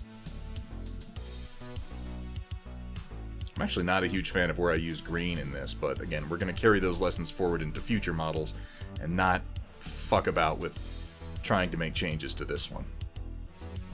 What it needs is some Gambling Radiant paints. Oh my god, you're such a pusher. You're such a pusher, Grim Nation. Oh my god, you're worse than Stila. Stila straight up bullied me into oil painting. It was disgusting. Hey, Voxel Forge, how you doing today, man? This is... Oh, wow. Hang on. I'm really glad that I just looked, because I forgot to do something. I'm gonna do it right now real quick. I forgot to blend this shoulder pad at all. It was just paint chunked up on it. Let me do that right quick. Whoops. I don't know how I missed that on the, like, 3 passes that we did, but... There we go. See how easy that was? Blended. Welcome back, Mafik. We're just about to get started.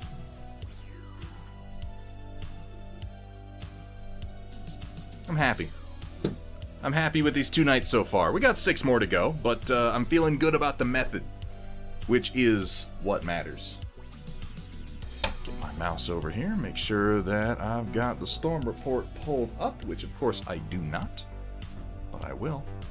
Oh, I will. You better believe that. Well, blam. There we go. Alright, locusts and gentlemax, get ready to feast your eyes on glor paint and wet palates with the occasional culinary atrocity thrown in on tonight's Storm Report. Ooh. Brought to you by viewers like you.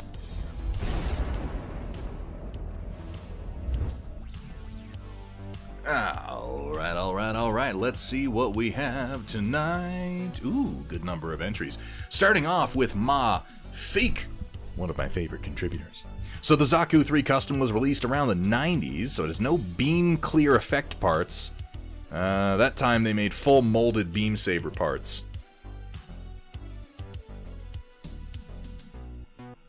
I'm thinking the last Gundam, one of the only Gundam kits that I ever bought was a Heavy Arms, and I would have bought it in the mid-90s, it would have been, and it did not have clear parts, come to think of it. It had solid parts. That's an interesting differentiation. Decided to customize using the Mara size leftover beam saber clear effect, then cut the molded beam and peg of the clear effect, and after that I glue it together to make a new beam saber for Zaku 2. Look at that kit bashing. Look at that kit bashing. That's pretty cool, Mafik. Excuse me. The clear effect is really neat, and being able to get in there and just kind of make it yourself out of a spare part, well done. Use just like just CA glue, just super glue. It doesn't look like it fuzzed it up or fogged it any, so that's always the ideal outcome. Nice cut work. Now I want to see it on the Zaku, Mafik. Here we have from Crossbow Roof. Well, I was going to wait until I finished my RG Build Strike Gundam full package and post them together, but this is just too cool to wait. Finished up my HG Command Quan T the other night. Looks fantastic and has a ton of weapons. Plus, since it's a combination design from the SD Command Gundam and HG Quan T, am I saying that right? It looks like it should be said Quan T. There's leftover bits on the runners. More customization options. My plan is to give it a paint... Oh, runners. Always with runners. I always think sprues. What is there a difference between a runner and a sprue, or are these just 2 different words for the same thing? Just a cultural thing, maybe? I don't know. Plan is to give it a paint job that keeps the basic color loadout but makes it more military. Olive drab, more of a desert sand for the yellow, etc. Then a flat top coat to seal it up. Probably going to finish the build strike and then put the gun plat aside for a bit. And try to finish the build on the Robotech Defender Thorin / Soltic Round Facer. Unseen Griffin Kid. Oh, Soltic Round Facers. Okay, I figured that was the case, Crossbow Roof. Okay, yeah, this is gonna look pretty nice in a more drab, realistic military scheme. I think that it actually works better on... One of the reasons that I'm such a proponent of bright, unrealistic color schemes on battle mechs is that they are in 6mm scale, and when you make something that small, and you're trying to sell that scale, like, if you do it in realistic colors, it very quickly becomes an indistinct blob unless you're really good at selling contrast. But even then, you have to do unrealistic shifts. So I think that on a larger kit like this that just has more raw surface area, like there's as much surface area in one of this dude's shoulder weapon assemblies as there is in the average entire Battle Mech Mini. I think it's going to work really, really well on this. You just have a lot more surface area to sell the effect, to work in things like battle damage, to work in blends, to like, it's going to work better. It's absolutely going to work better. And the yellow and the green are going to contrast nicely, even if they're fairly desaturated for that kind of drab look. Got this kit specifically to put its backpack on the Ground Gundam Night Ops version. Damn thing doesn't fit. I believe in you, Ion Raptor. I believe you can put that square peg in that particular round hole. Sprue is where the material enters the mold. The runners are what routes the material to the part cavities, and then the gates are the sections that attach the runner to the part. Excuse me. This has been Styrene Molding 101. Well, thank you to Square. Thank you for the education. Yes, anyway. Moving on, here we have from Machine God more Jaguars. CSJ Pi Galaxy with my first attempt at camo. This is the rest of the Vapor Eagle star, filling out with a Grendel Summoner Timberwolf, and my preferred version of the Hellhound using the early clan loadout I designed for a Wolverine 2C just for aesthetics. The Hellhound was an early print of mine that didn't come out particularly great. Why haven't I put a mute button on my stream deck? That's so stupid. And had been sitting around for a while, so it was rough to paint, but I think it turned out pretty good and fits in with the CGL sculpts. Cockpit glasses painted with Turbo Dork 4D glasses, and the color shift effect is pretty visible in the video, which makes me think it's green-blue specific. It's green-blue-purple shift effect, which is that much more perfect for this scheme. Hang on a second. Let me mute our pretzel here for a moment, because I suspect there's going to be sound when I click on this.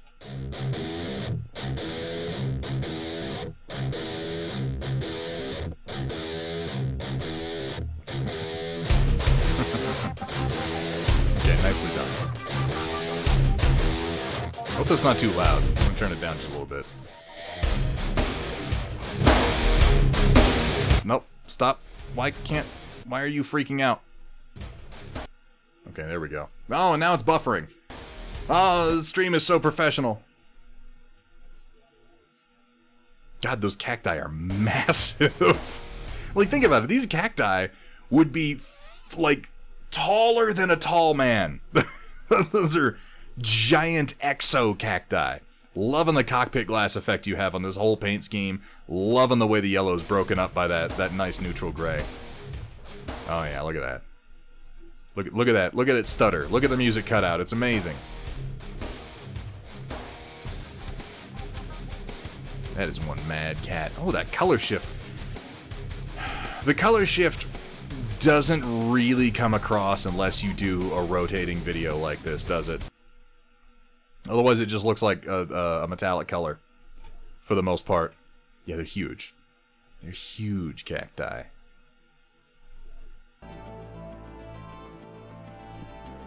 That's fucking awesome work, Machine God. Those really are gorgeous paint schemes, and I do appreciate the rotating video so that you can appreciate what the color shift paint is really doing.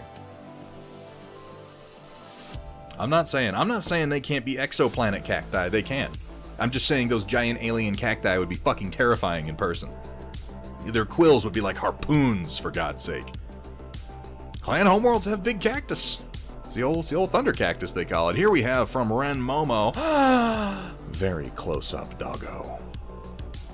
No. That look just says it all. It says, I'm napping. What the fuck are you doing? Like, what is happening? I'm gonna open my eye because I pay attention to what the human is doing, but also stop that. Oh, scritch the chin choppers. Such an adorable salt and pepper, and I love the little eye mask that he's got going on. Adorable puppo Ren. Oh, here we have from Magnatorius Maximus our very own Cybran Knight Metal Core Collectibles, which I'm going to go ahead and remind you. Same Jasmine from last time. Yeah, I figured, but just sleepier and slightly more annoyed. Remind folks you can always hit !metalcore in chat to get a link over to Metal Core Collectibles, where you can find some of Cybran Knight's, some of MCC's truly fucking amazing 6mm sci-fi work, both mechs and vehicles, and maybe a sneeze. A sneeze? Is it gonna be a sneeze?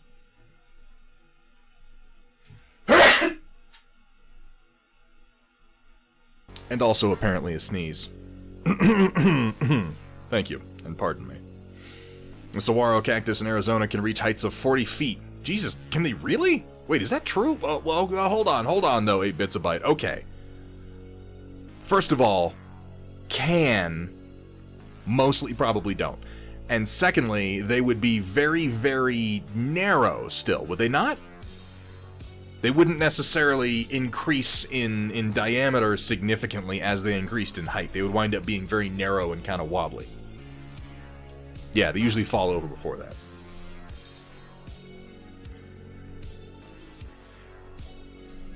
Yeah, okay, saguaro.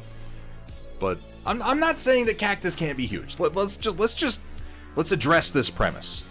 It's like we're coming at this from the perspective of, like I said, cactus can't be huge. I never said that. That is not a claim that I have made.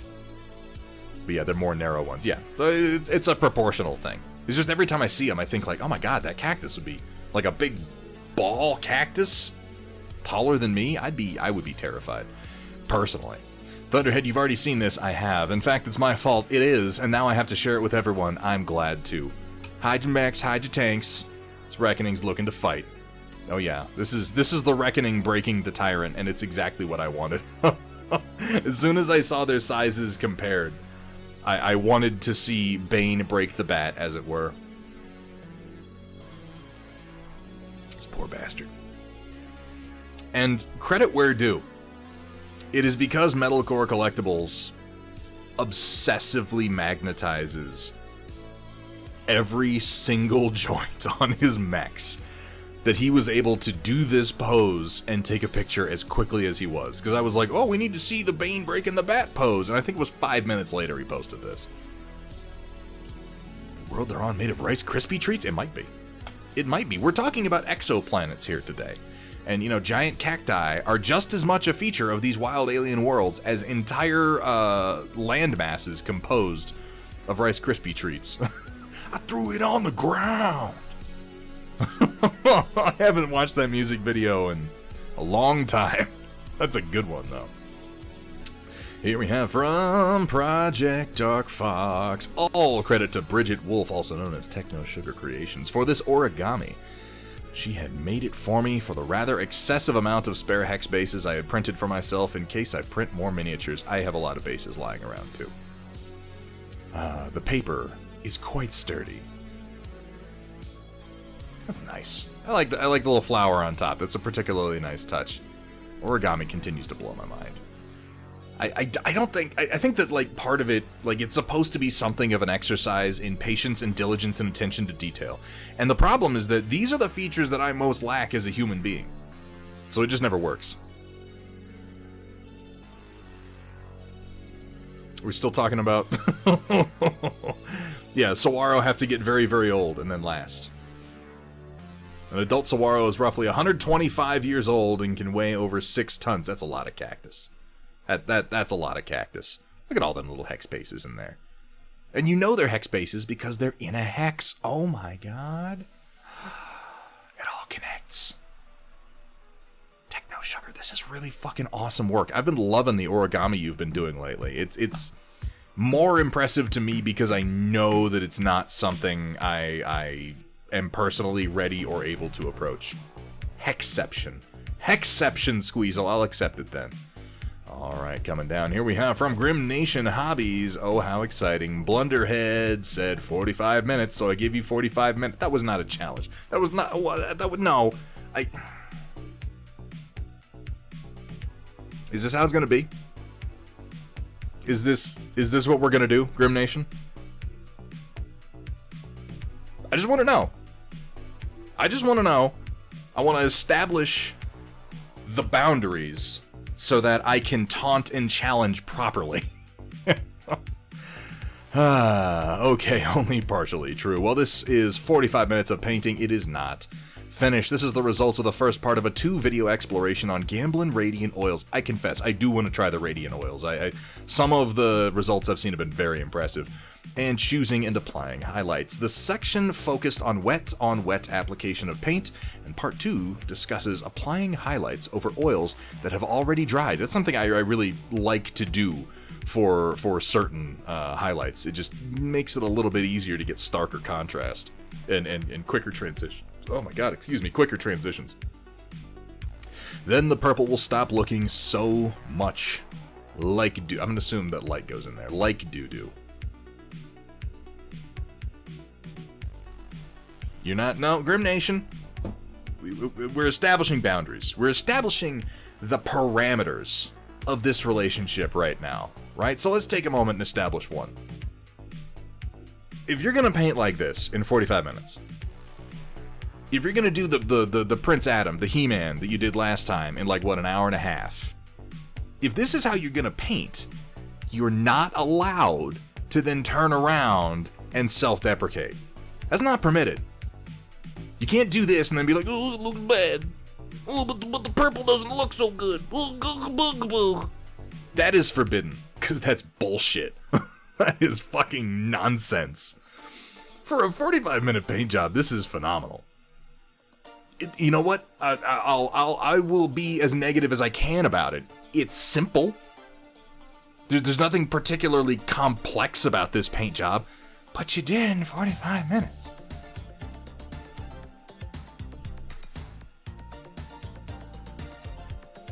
So, as we established said parameters, no. You're not allowed. You're not allowed, Grim Nation. You're not allowed to say anything about this looks like doo-doo. Because that's nonsense. He is a simple guy. He's just a skeleton who has gigantic muscles, who wants to defeat the effeminate Prince Adam and gain the Sword of Grayskull so that he can overcome the sorceress and claim Castle Grayskull so that he can have infinite power to rule over the Kingdom of Eternia with its nonsense brightly colored green cat animals and bat dragons, along with his friends, Beastman, Manny Faces, Triclops, just normal guys. Just unassuming normal guys. The kind of guys that you could see yourself going out and getting a beer with after the game, you know?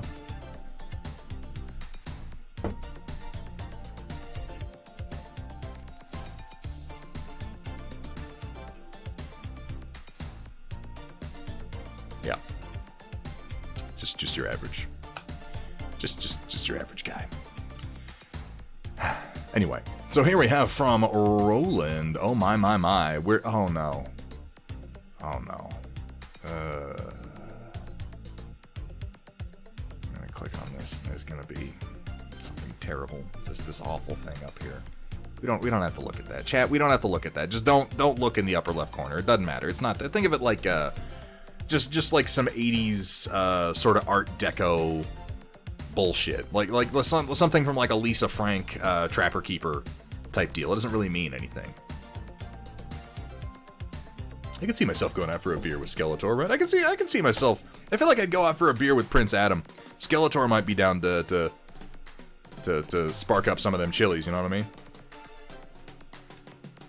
I feel like it would be difficult for him to drink, but maybe less so to inhale combustibles.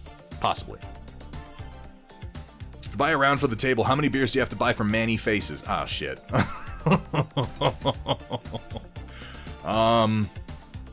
How many do you have to buy for Too Bad? If you buy 2 beers for Too Bad, you're inevitably gonna draw, like if you buy 1, you're gonna draw the ire of the other face. If you buy 2, you're probably gonna piss off both faces. I don't know. This is a complex question. Nice, smooth-looking green, greatly improved photos. I am absolutely loving your work with this photo box at this point, Roland. There are some adjustments you can make to your camera to improve the quality, but like that's just like saying, hey, there are many more steps on this very, very long road to perfection. Compared to our early shots, which generally featured or had like a guest star spot for a can of Mountain Dew Baja Blast, I greatly approve of these photos. I greatly approve of them. Though crop these ones. This is what I want you to do for the next time you do one of these, Roland. Crop this shit. Crop us right in close so that this mech fills up this entire box. Same thing for this Mad Cat. Crop it up. Crop it up, crop it close. That's what we want to see. Nice smooth green. Good yellow application. Doesn't look streaky. I'm digging it. Look at all those bad boys. Look at that grasshopper. I need to get my hands on a new grasshopper. I like it. I like the grasshopper. Ooh, my. We're going to see some more out of Roland, as my understanding, and I'm excited for it. Here we have from Kaylee. The boys from last week are all done and based. Damn it, Kaylee. I still haven't gotten back to you. I'm sorry about that. I'll take care of it. Oh, just need to have the rims blacked out. Printed up the last batch of guys to finish up the 4x4. Should have a work in progress on them on Thursday. You're doing sort of light. I was kind of waiting for when we were going to get to the Hatamotochi. This is... It's... You know, the Hatamotochi is... It's basically a thug, isn't it? It's almost the exact same loadout, I think. Yeah. It just, yeah, ham, tomato, cheese. That's exactly what I said.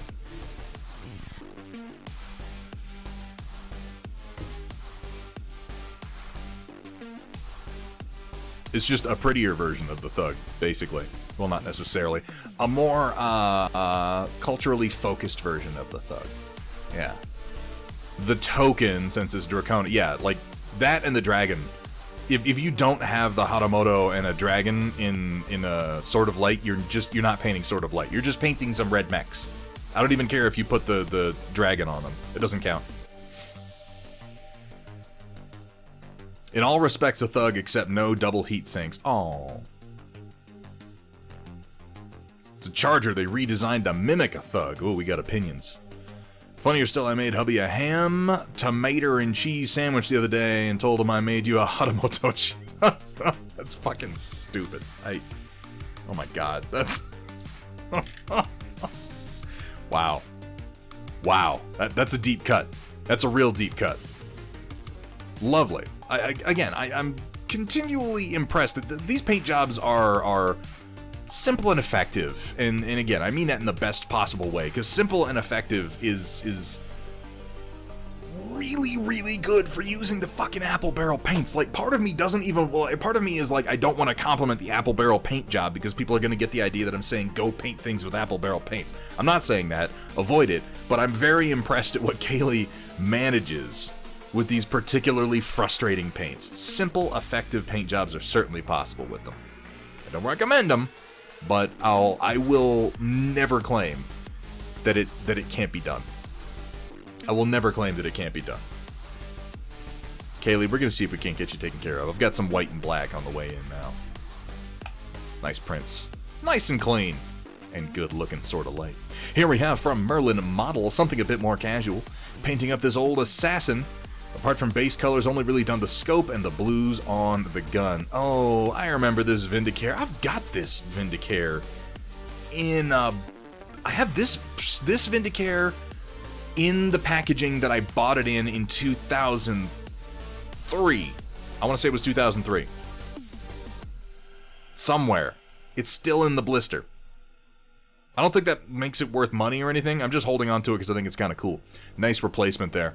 Looks like a little piece of toothpick to replace the suppressor. Nicely done. Man, that blue on the rifle is gorgeous. Well, as you were saying, this is like the only part you've really done, but I love this edge highlight. This is lovely. Is there a little bit of warmth in that black, or is that just maybe reflected from the environment? I think it might just be reflected from the environment. But how will you drill out the barrel? Oh god, just paint a black dot, move on.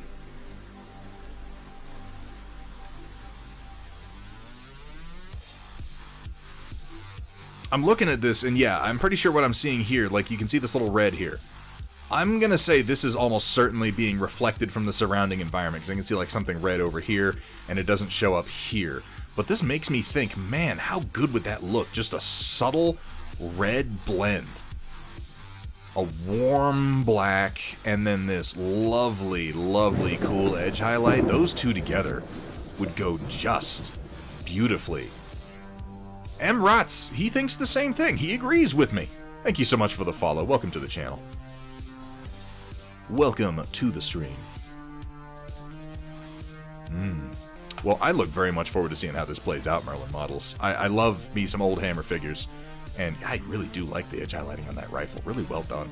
Here we have from Ion Raptor. I said I would never take commissions, but I was talked into this one. A new unit for Revelation Skirmish called the Arbalest. Jungle Plague did a great job on the concept art, and we are hammering this one out part by part. This is exciting. This is like... I can in no way, shape, or form take credit for any of this.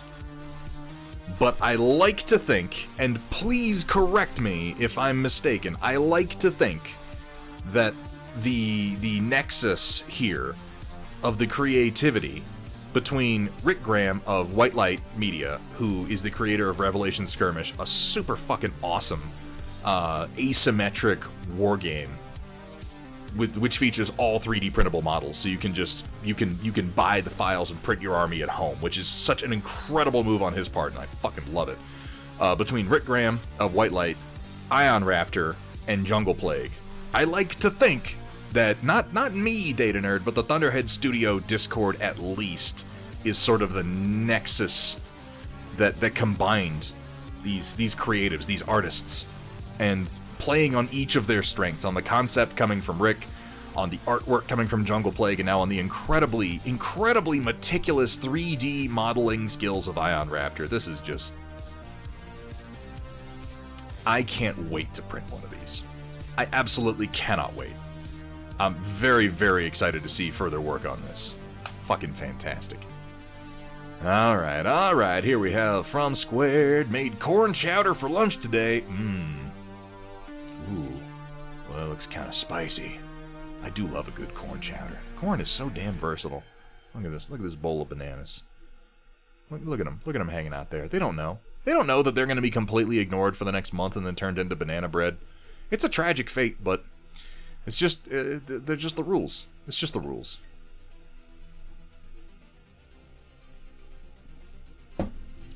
I create so little, Data Nerd. I create so very little. I'm good for the moment. Well, thank you. What? Get the fuck out, you little son of a bitch. Sorry. He'll be okay. If he breaks anything, I'll blame you. Cat just ran into my office. Alright. Yeah, was it delicious? I guess this is the important question, Squared. Was it delicious? Big old chunks of taters. No cat stream. We're not doing it. No, Tucker is not photogenic at all. Tucker is a snaky little shadow, and he's an asshole. His name is Charles Tucker the First. And someday we'll have a Charles Tucker the Second, and then we'll have a Charles Tucker the Third, and he will be known as Trip.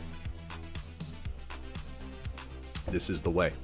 Here we have from Roland a couple closer shots, and really what I was more excited about. Ooh, damn that blue.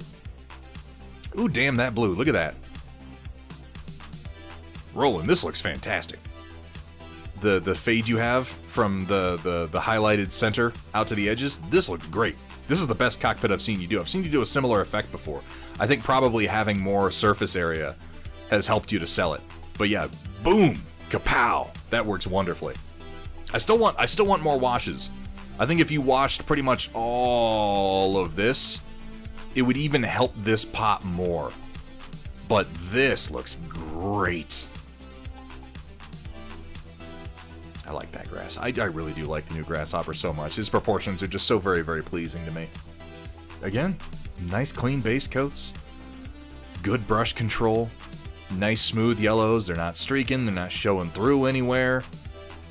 The fundamentals, Roland, I dare say you've got the fundamentals pretty well down. I would imagine the next year, Roland, as you continue to paint, I'm going to be able to push you into more and more complex techniques, man. And I'm looking forward to it. We're going to start basing those yellows in pink, baby. You better get ready for that, because you're going to love it. You're going to love it. Command Lance, well, that makes a lot of sense as to why there's a Cyclops in it, then.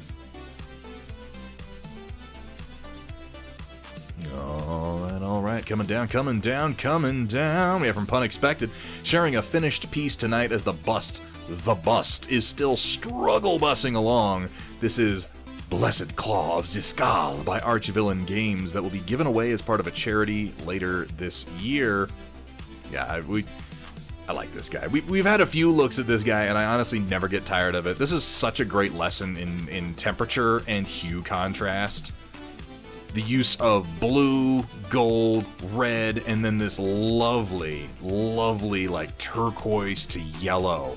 There's some phthalo blue, phthalo green action happening up here. And this is gorgeous. This is fucking gorgeous. Getting based with fall foliage. Oh, that's going to be really good, Roland. That bit of warmth is going to push their paint jobs and really kind of echo the yellow a little bit. Look at this gold, though. This is... I aspire to get contrast this good. This is... That's a lovely, rich red, too. Looks like it belongs in an HD remake of Star Fox Adventures. Do a barrel roll.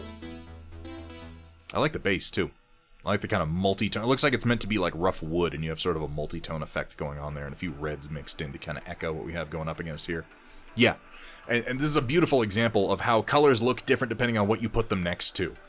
The green against the yellow makes both of these colors pop just like kapow. It brings your eye right here. And this is really the focal point of the model. It's less so the face. The face looks good, but your eye is drawn right here. And this blue, so vibrant. So vibrant. Whew, gorgeous. Gorgeous work, pun expected, and always a pleasure to see. And yeah, go follow that channel, because apparently you might be able to win that bus later. Pop that bad boy on your shelf, and then pretend you painted it. Here we have from Project Dark Fox. This one, I'm going to want some feedback. First to note, I do not have any filler primer, so layer lines are going to be super obvious. Anyway, aside from the primer and base coat, this is almost entirely dry brushed. Remember when I drew something like this a while ago? Anyway, what I was going for was fairly right, but the layer lines are a killer and the color range isn't quite correct. Then again, it's hard to paint something to look kind of spectral while the model is very much solid. It is. It is very tricky, Project Dark Fox. Don't have any filler primer. Okay. I don't think the layer lines are as obvious as you claim. This actually looks really good. The transitions from the blue into the yellow and then into the sort of cream color actually work surprisingly well. If I would do anything, I love how you've got the stark white here, and I don't think I'd go quite this bright anywhere else. But I think that if you build up a little bit more of the white in, like texture it, do actual little, like, hash mark strokes. I think right here, kind of in the cheek, a little bit here towards the nose, on the tips of the ears, and then tips of the tail, and a little bit in the chest. Just a few little bright spots, I think would help that. As far as spectral goes, it is tricky. It's not an effect that I have a lot of experience with. But it definitely calls for more bright white highlights if you want it to look kind of misty and ghost-like. I think this paint job actually reads excellently. And the layer lines really don't show up as much as I think you fear they do. See, this is another case where it's like, you know they're there because you were working on it and you've looked really close at it, so it's like all you can see when you look at the work. And while if I look for them, I can pick them out, if I'm not actively trying to, they don't really show up that much. Of course, I see the Project Dark Fox, you always see the good side. If you're taking pictures of models, you should always be looking for the golden angle. There are very, very few models out there that don't have a bad side. My Vaders look really good from the right angle. Luke, I think you'll find that many things in life depend on having a certain point of view. Color shifting white on top, that's an interesting idea. Again, I haven't really used color shift, so it's difficult for me to say. But if I were giving advice on this, I would brighten the highlights on the tips of the ears, the edge of the cheek, maybe the tip of the nose and the chin, and then the chest and some of the tips of our spectral tail here. That would be my first step. I would do that and then see how it looks, because I actually really like the blue, and I really like the transition and the yellow. I think the eyes look good too. You might be able to do something with like a color wash in the eye, but I would do those things first, Project Dark Fox, and then come back to it, take a look, and sort of decide what step is next. So bring that white up, take a look at it, see what you think, and consider doing a sort of hand texturing deal. Like, don't just blend it in and don't just dry brush it, but come in and kind of give it a little fur texture.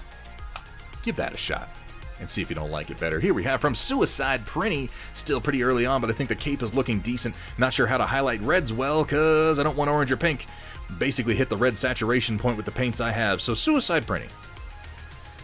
First of all, I like that cloak. That looks fucking great.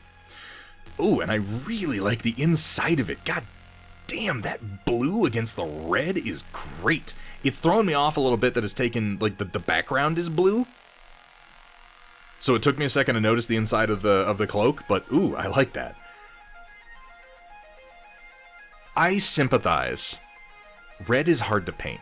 So I want to suggest to you something that was suggested to me and that I have found very, very helpful. Don't go brighter on the highlights in the red. Go darker in the shadows of the red. Stop going up. Leave your red like this is going to be the highest point that your red reaches, and start deepening the shadows. Just do the opposite of highlighting. Do low lighting. And furthermore, if you want to try something real fun, this color that you have here, try mixing some of this blue-green into your shadows. Try, first of all, darkening, and putting just a touch of, like, jade in with your black. Cool the shadows off, because the cooler your shadow is, and don't make it just, like, blue, be subtle and build more up. Like, try the effect on a small area, see how you like it, and then build it up. And the cool tones in the shadows are gonna push the warmth of your highlights, and it'll really make that red pop even more than it already is. It is in fact Wombat Combat, but we're a bunch of self-taught jackasses out here making it up as we go. So we gotta come back to these concepts once in a while. I think that would push things quite a lot. It would definitely help your reds out, and I completely understand. You reach a point of highlighting red where you're like, I'm either gonna go orange or pink, and you don't want to do that. You want red. So give that a shot and see if you don't like it. Oh, I see. Oh, he killed, like, a bronze dragon? A copper dragon? Yeah, that's nice. Now that I see the source inspiration, that's definitely there. That actually reads really well. I love the cloak. I wouldn't do anything to the cloak, I don't think. Like, I mean, could you? Probably. Should you? I don't think so. I think that looks wonderful. Really nicely done. Here we have from Mech Priest Chris, the results from Monday's stream. Left is the demo model I've been doing to show my newly defined studio paint levels. At the time, it was up to my middle standard. Ooh. And right is Cade 6, who I'm doing for a client in America. It's surprising me how good Big Bus look with basically just clean base coats. Yeah, part of the reason for that, like, if you think about what a person looks like at full size, if you take, this gentleman is from Destiny, I assume, with his unicorn horn, based on the design. I think I've seen him someplace else. But if you think about, like, what a person looks like at full scale, they'll be wearing, you know, like a shirt that's in one color, and their skin doesn't really have that much color variation to it. Some, because it's largely transparent and it's, you know, showing what's underneath our skin. Their hair won't have that much color variation to it. Most of what you're getting that we're trying to replicate in minis is the way the light plays off of those surfaces. And we're also trying to exaggerate that because we have a tiny amount of surface area to work with. So it only makes sense to me that the larger you make something, the more actual light playing off of it makes it look real. Because again, you know, people don't have highlights and blends. We're a color and light plays off of us and makes us look different. makes us have depth and richness. I know this chapter. I know this chapter with the purple arm. That's shit. Not Retributors. No.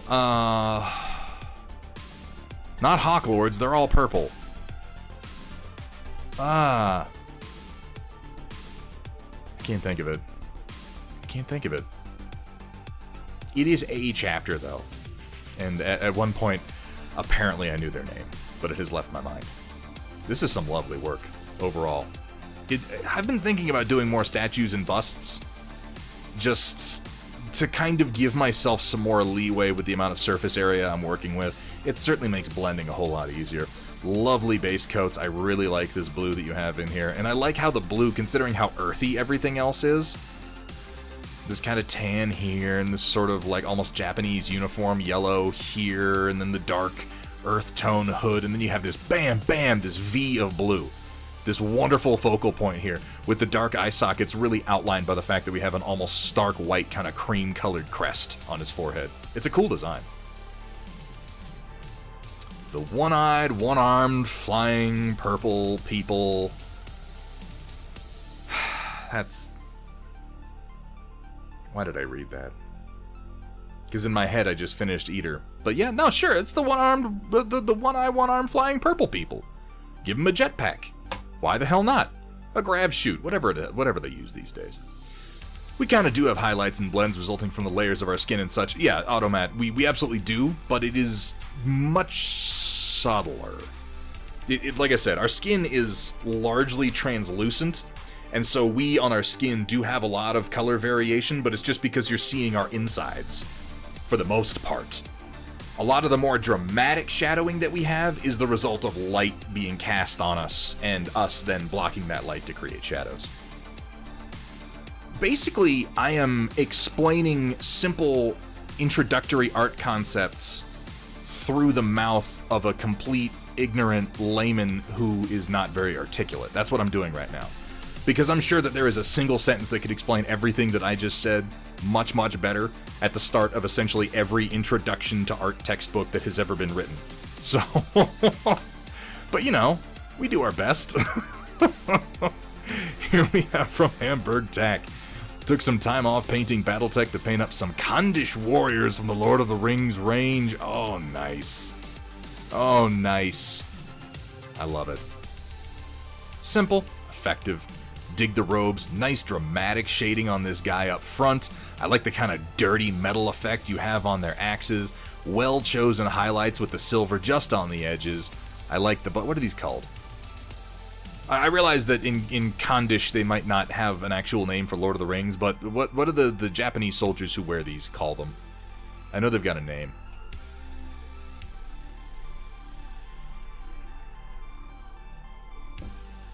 I can't think of it right now, though. All in all, really nice work. The one, Sashimono, is that true, or are you just fucking with me? I don't know what to trust from Walter's Workshop. Hamburg, I'm gonna say the one thing that I might change on this, and this is just because it's jumping out at me, and this might not even be a good change, because Lord of the Rings, it's kind of like painting historicals, where how visually appealing it is might not matter as much as just having it look like it fits in the universe. At the same time, though, consider doing something a bit more contrasting with the bases. And it's just because the tan yellow of the robes and the tan of the bases, like, they're two big blocks of a very similar color, and it's a little, it's not distracting, but I think it might diminish the look of the model overall. Consider doing like a sort of a slate gray with cool tones to it, like a cool black with slightly bluish highlights. And if you need a justification, say, oh, they're in Mordor, where, you know, everything is covered in shale and scree fields and shit like that. Just something that contrasts with their robes. Even if you go into like the red, you know, like an orange, red, almost Martian, just something. Because the paint jobs look fantastic, I just think the bases are distracting from this just a teeny bit. They're great looking, though. Really well done, Hamburg. And shit, it's nice to take a break every now and then, isn't it? And do something as a little palate cleanser? Yeah. Hey, what's up, Plank Walker? Welcome in. Lovely work, though, Hamburg, and thank you. I always love seeing Lord of the Rings minis getting done. Here we have from Gus Schultz. The dock is pretty well done, just a few overspray spots to clean up. The hard part is finished, the lantern. Now on to the harder part, the miniature. Oh, man.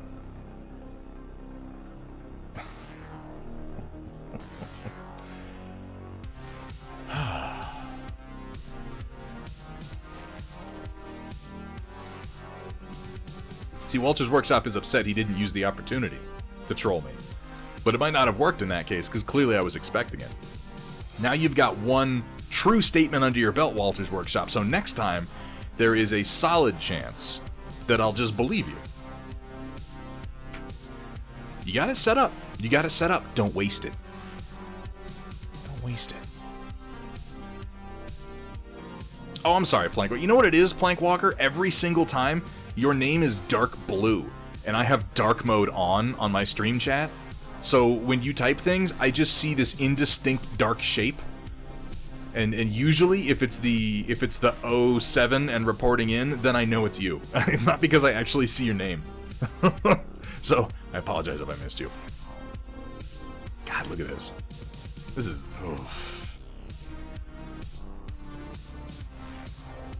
such a wonderful understanding of light and shadow. I love how the light really just cuts off sharply and harshly right here at the edge of the dock. And obviously our established shadow here. Symbolism. So you've got this part done. You're feeling good about this, and I see why. It's a very, very pleasing bit of OSL. Comes from this very, very bright sort of ivory, quickly out to a yellow, and then out to the orange of like an oil flame. And then we have Homeboy sitting over here, the light just barely touching him. Just barely touching him. So you say the hardest part, the harder part rather, is going to be doing the mini itself. I cannot wait to see. Because there's going to be light playing off of him on one side in particular, and I am absolutely dying to see it. You can tell, particularly with the way that the light plays off of these, oh god, piles? There's a word for these too, and I don't know it. Well, you got me. You got me good, Plank Walker. Gus Schultz, this is such a cool diorama. It has been continuously a pleasure to watch it come together, and the fact that it is so close to being done, knowing all the steps that went into making it, I am absolutely beside myself with excitement to see you putting the work in on what is going to be the real focal piece of the whole diorama. Piles is what I've heard. Yeah, piles sounded right, but I wasn't really entirely sure, Drakari. Lovely. Lovely work. Here we have from Ultimate Americana. Cloud 10 is hopefully finished. I ordered a large flight stand meant for extremely large 40k flying units. I'm no fan of Games Workshop, but they're the only company out there that really does flying models this massive. That's fine. Don't... I know I talk shit about Games Workshop, but honestly, folks, don't ever feel the need to be like...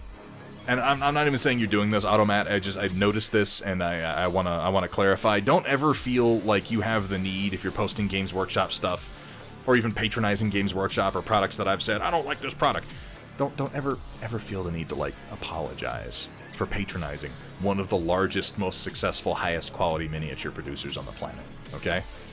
If I ever make you feel like you should, fucking ignore me. I'm being an idiot. That's nonsense.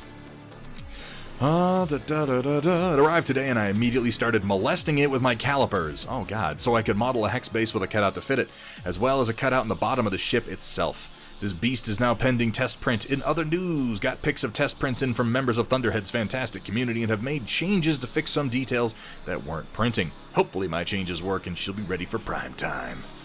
Are you ready for prime time? What's prime time? That's when I show you my stiffy. God, nobody gets that joke. Nobody's gonna get that joke. I just did that joke and like nobody has seen what I'm referring to, and now everyone thinks I'm a big fucking creep, which might be true, but that's not why. It's a reference, people.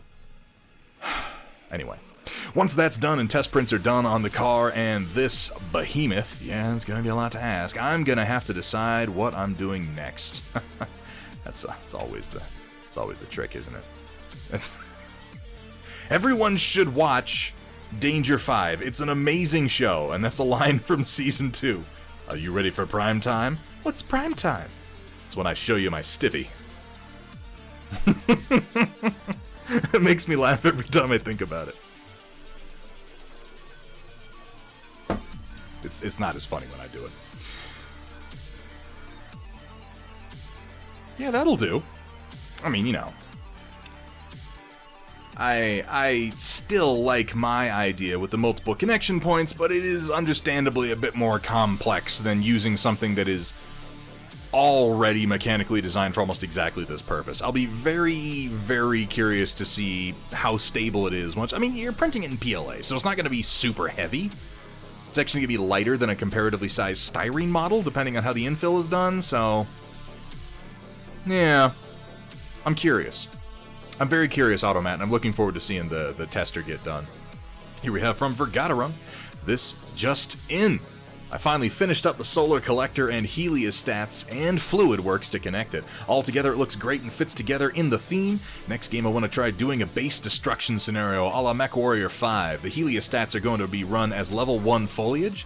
Seems like that's the best fit for rules. They can be attacked and destroyed, cost extra movement, and give cover to infantry while preventing some vehicles from entering. Yes. Thank you, Datron Voltari. And of course, as always, kill Hitler. Oh man, this board. I've got some catching up to do. I mean, that's true in so many ways. It's just like, I design so much terrain, and then other people do it so much better than me. Other people paint it and display it so much better. And Vergaderung's own rivers and forests, alien foliage and crystals just look so damn cool on this map. The heliostat fields really create these big, broad zones, kind of help you define the map. I love seeing the fluid works linked into it. Gives you the impression that something's going on here. These aren't just random pieces plopped in the middle of nowhere. These are, in theory, all doing something within the context of the base that they're a part of. This is a gorgeous setup. I love the internal lighting on the solar collector, too. Ooh, the solar concentrator. That's so damn neat. Some going down the pipes and some on the big thermal panels. And then he's done the alcohol chrome pen on all the heliostats so that they really reflect light. That's so awesome.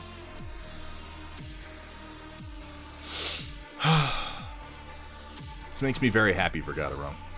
This makes me very, very happy to see all of this amazing work come together like this. All of the work that you have done. Do you like sexy battle mechs, sexy streamers, and sexy Solaris cheerleaders?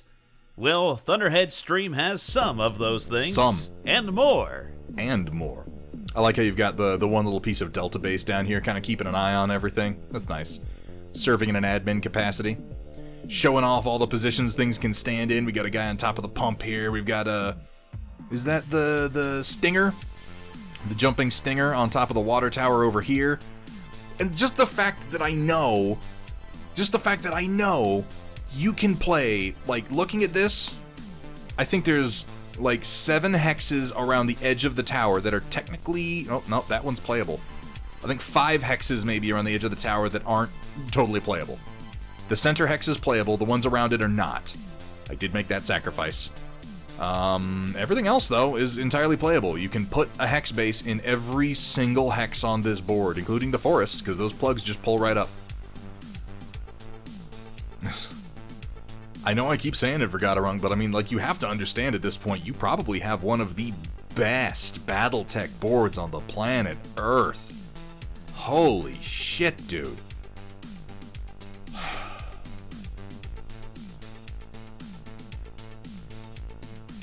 I need to go visit Vergaderung. I need to come, like, crash on his couch and play some games of Battletech. Just so I can play on my own terrain. Here we have from Wombat Combat. Did some work with chromatic black to start outlining the broad's accents on the color the hands/feet.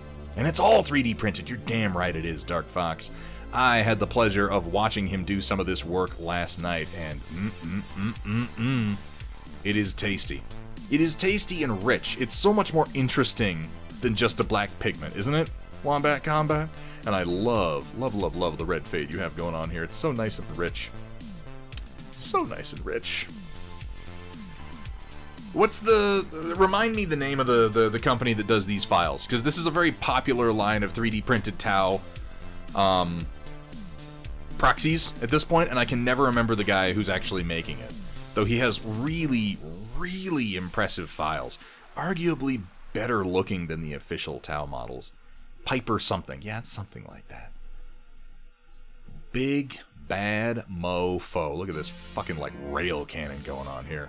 Piper makes? That sounds right. The newest ones he has, the replacements for the Fire Warriors, are honestly some of my favorites. Honestly, some of my favorites. Gorgeous. Gorgeous work, Wombat Combat. Yeah, this is coming together really, really great. I look forward to seeing what else you have in store for this particular model. Starting to enjoy the work with Chromatic Black. The Piper Makes designs. Okay, yeah. Fantastic. Have this one waiting to paint. Again, it's becoming almost more popular than the official line of Tau models. Oh, the Walters Workshop exclusive Storm Reports sneak peek of the finished Conquest clones. Oh, these are so hot. This is one of my favorite examples of a truly great concept being carried forward into just wonderful execution. And, like, one of the coolest things about this is, I think you started with these, didn't you? Walter's Workshop, you've done a number of figures in this style now, specifically for the Spire Elf clones and the Abomination, obviously. I think you've done the Mimetic Assassin. The Brutes were first. Thank you, Riot Sister. That's right. The Brutes were first. But you've done the Mimetic Assassin, I know. You're doing the Abomination now. It's such a neat idea. It just makes me think of, like, abalone shell. You know, you say pearlescent, but it makes me think of abalone shell, which is itself somewhat pearlescent. It's incredibly effective. The warm to cool transitions, all built around that sort of warm, creamy white. You really pull out the details in the models, which again, the Force-grown drones are among the first sculpts that Parabellum did, and as a result, the details on these models are a little bit softer than they are on the later releases. The newer models, like or like the Strix, even for the Spires, or for the Mounted Squires for 100 Kingdoms, they'll have deeper, crisper details because they improve every single kit that they make. But I only mention this because the paint job that Walter's Workshop has done here does such a good job of pulling out the intricate detail. The intricate detail that they put into these sculpts. I don't know when/if they ever might do like a second round of sprues for things like the Force-grown clones, but you know, if they do and they deepen the details, oh, it's gonna be so gorgeous. And these models, they lend themselves so well to these organic shifting paint jobs. I like how you've kept the wraps fairly simple, because they wind up the base color for the abalone shell is. It's so bright, and it's so vibrant, and it's so interesting. It needs to be the focus of what you're seeing. And you could have taken a lot of time and come in here and done little highlights and details on the wrappings and everything, but I don't really want to see this as much. These serve as a good sort of warm breakup point to separate the big areas of interest, like here up to the little loop on their head. By the way, folks, if you ever see these models, and you wonder, what the fuck is going on their heads? This is because they store them by these hooks. The Force-grown clones, they store them in racks, and they put a big hook through this little loop on top of their head, and then they just, like, hang there. It's fucked up. It's the same thing on the Brutes. They have, like, the little top knot and the little loop, and they put a hook through it, and they hang them up there and store them until they're ready to deploy them into battle. I really like them. How you doing, Crypt Shadow? It's good to see you, man. Working on refining my process and brushstrokes to work on mitigating the slowness that I paint with. That's just called practice. Well, you can just say you're practicing Wombat Combat.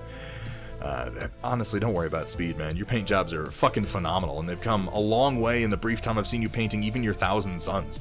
In a year, you're going to be making us all look pretty dumb. Isn't that how they dip them into the vats, too? Probably. Anything that the Spires do is fundamentally gross. Yeah. Oh, I see. Just the one Brute. Well, I look forward to seeing the rest then.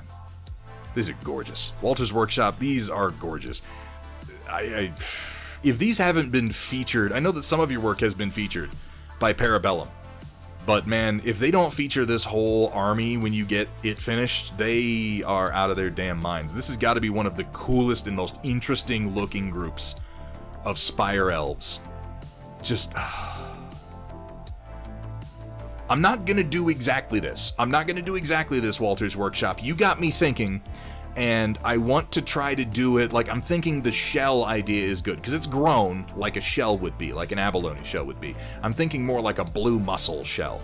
So I'm thinking darker, and with lots and lots of blue tones and contrasting highlights. I think that's going to be interesting. In 10 years when it's done, maybe. Well, you know, you do some good work on your Cult of Speed nights, too. Dung Beetle Chitin. That's wonderful. That's wonderful. The Dung Beetle army will reign supreme. Oh man, oh man. Seriously, Walter's Workshop, thank you for sharing those with us, dude. I am inspired, and I hope that my own force-grown drones will look even half this good. More than anything, what I'm excited for Walter's Workshop is some point here in the future, I'm gonna take these here shiny household knights. You see this guy? See this fella right here? And your little force-grown drone is gonna go right under here. And these hooves, you see these hooves that I haven't painted yet? They're gonna stomp them into fucking dust, baby. That's what's gonna happen. And it's gonna feel good. Not for you, but, you know, for me. Anyway, here we have from Negative Charisma, aka Pixel Gent. Went a little epic scale crazy. Oh my god, you kind of did. Wow. Yeah. So this stuff is Lazy Forger, isn't it? This is all Lazy Forger stuff. This is a great use for his work, doing some terrain up for epic. We got some termagants over here, complete with some little tyrannid, whatever the fuck these things are called, growing out of the ground.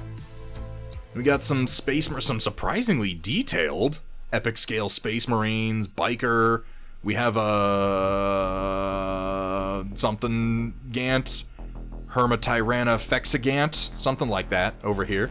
It's big, it's mean, it's ugly. That's what matters. It's very cool. Not enough people play epic. Not enough people play epic. It really is. I have fond memories. I have very fond memories.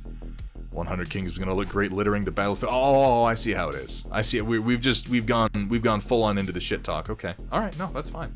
That's fine. We can do that. Lovely prints. These are damn crisp. Negative Charisma, what are you printing on? I'm curious what printer you're using, because those are so crisp, so fine, and so damn small. Here we have from Kursala, got the printers moved to the basement today. Take that, physics, I win again. Haha, take that, gravity. And got a test run of Thomas and the Rhino.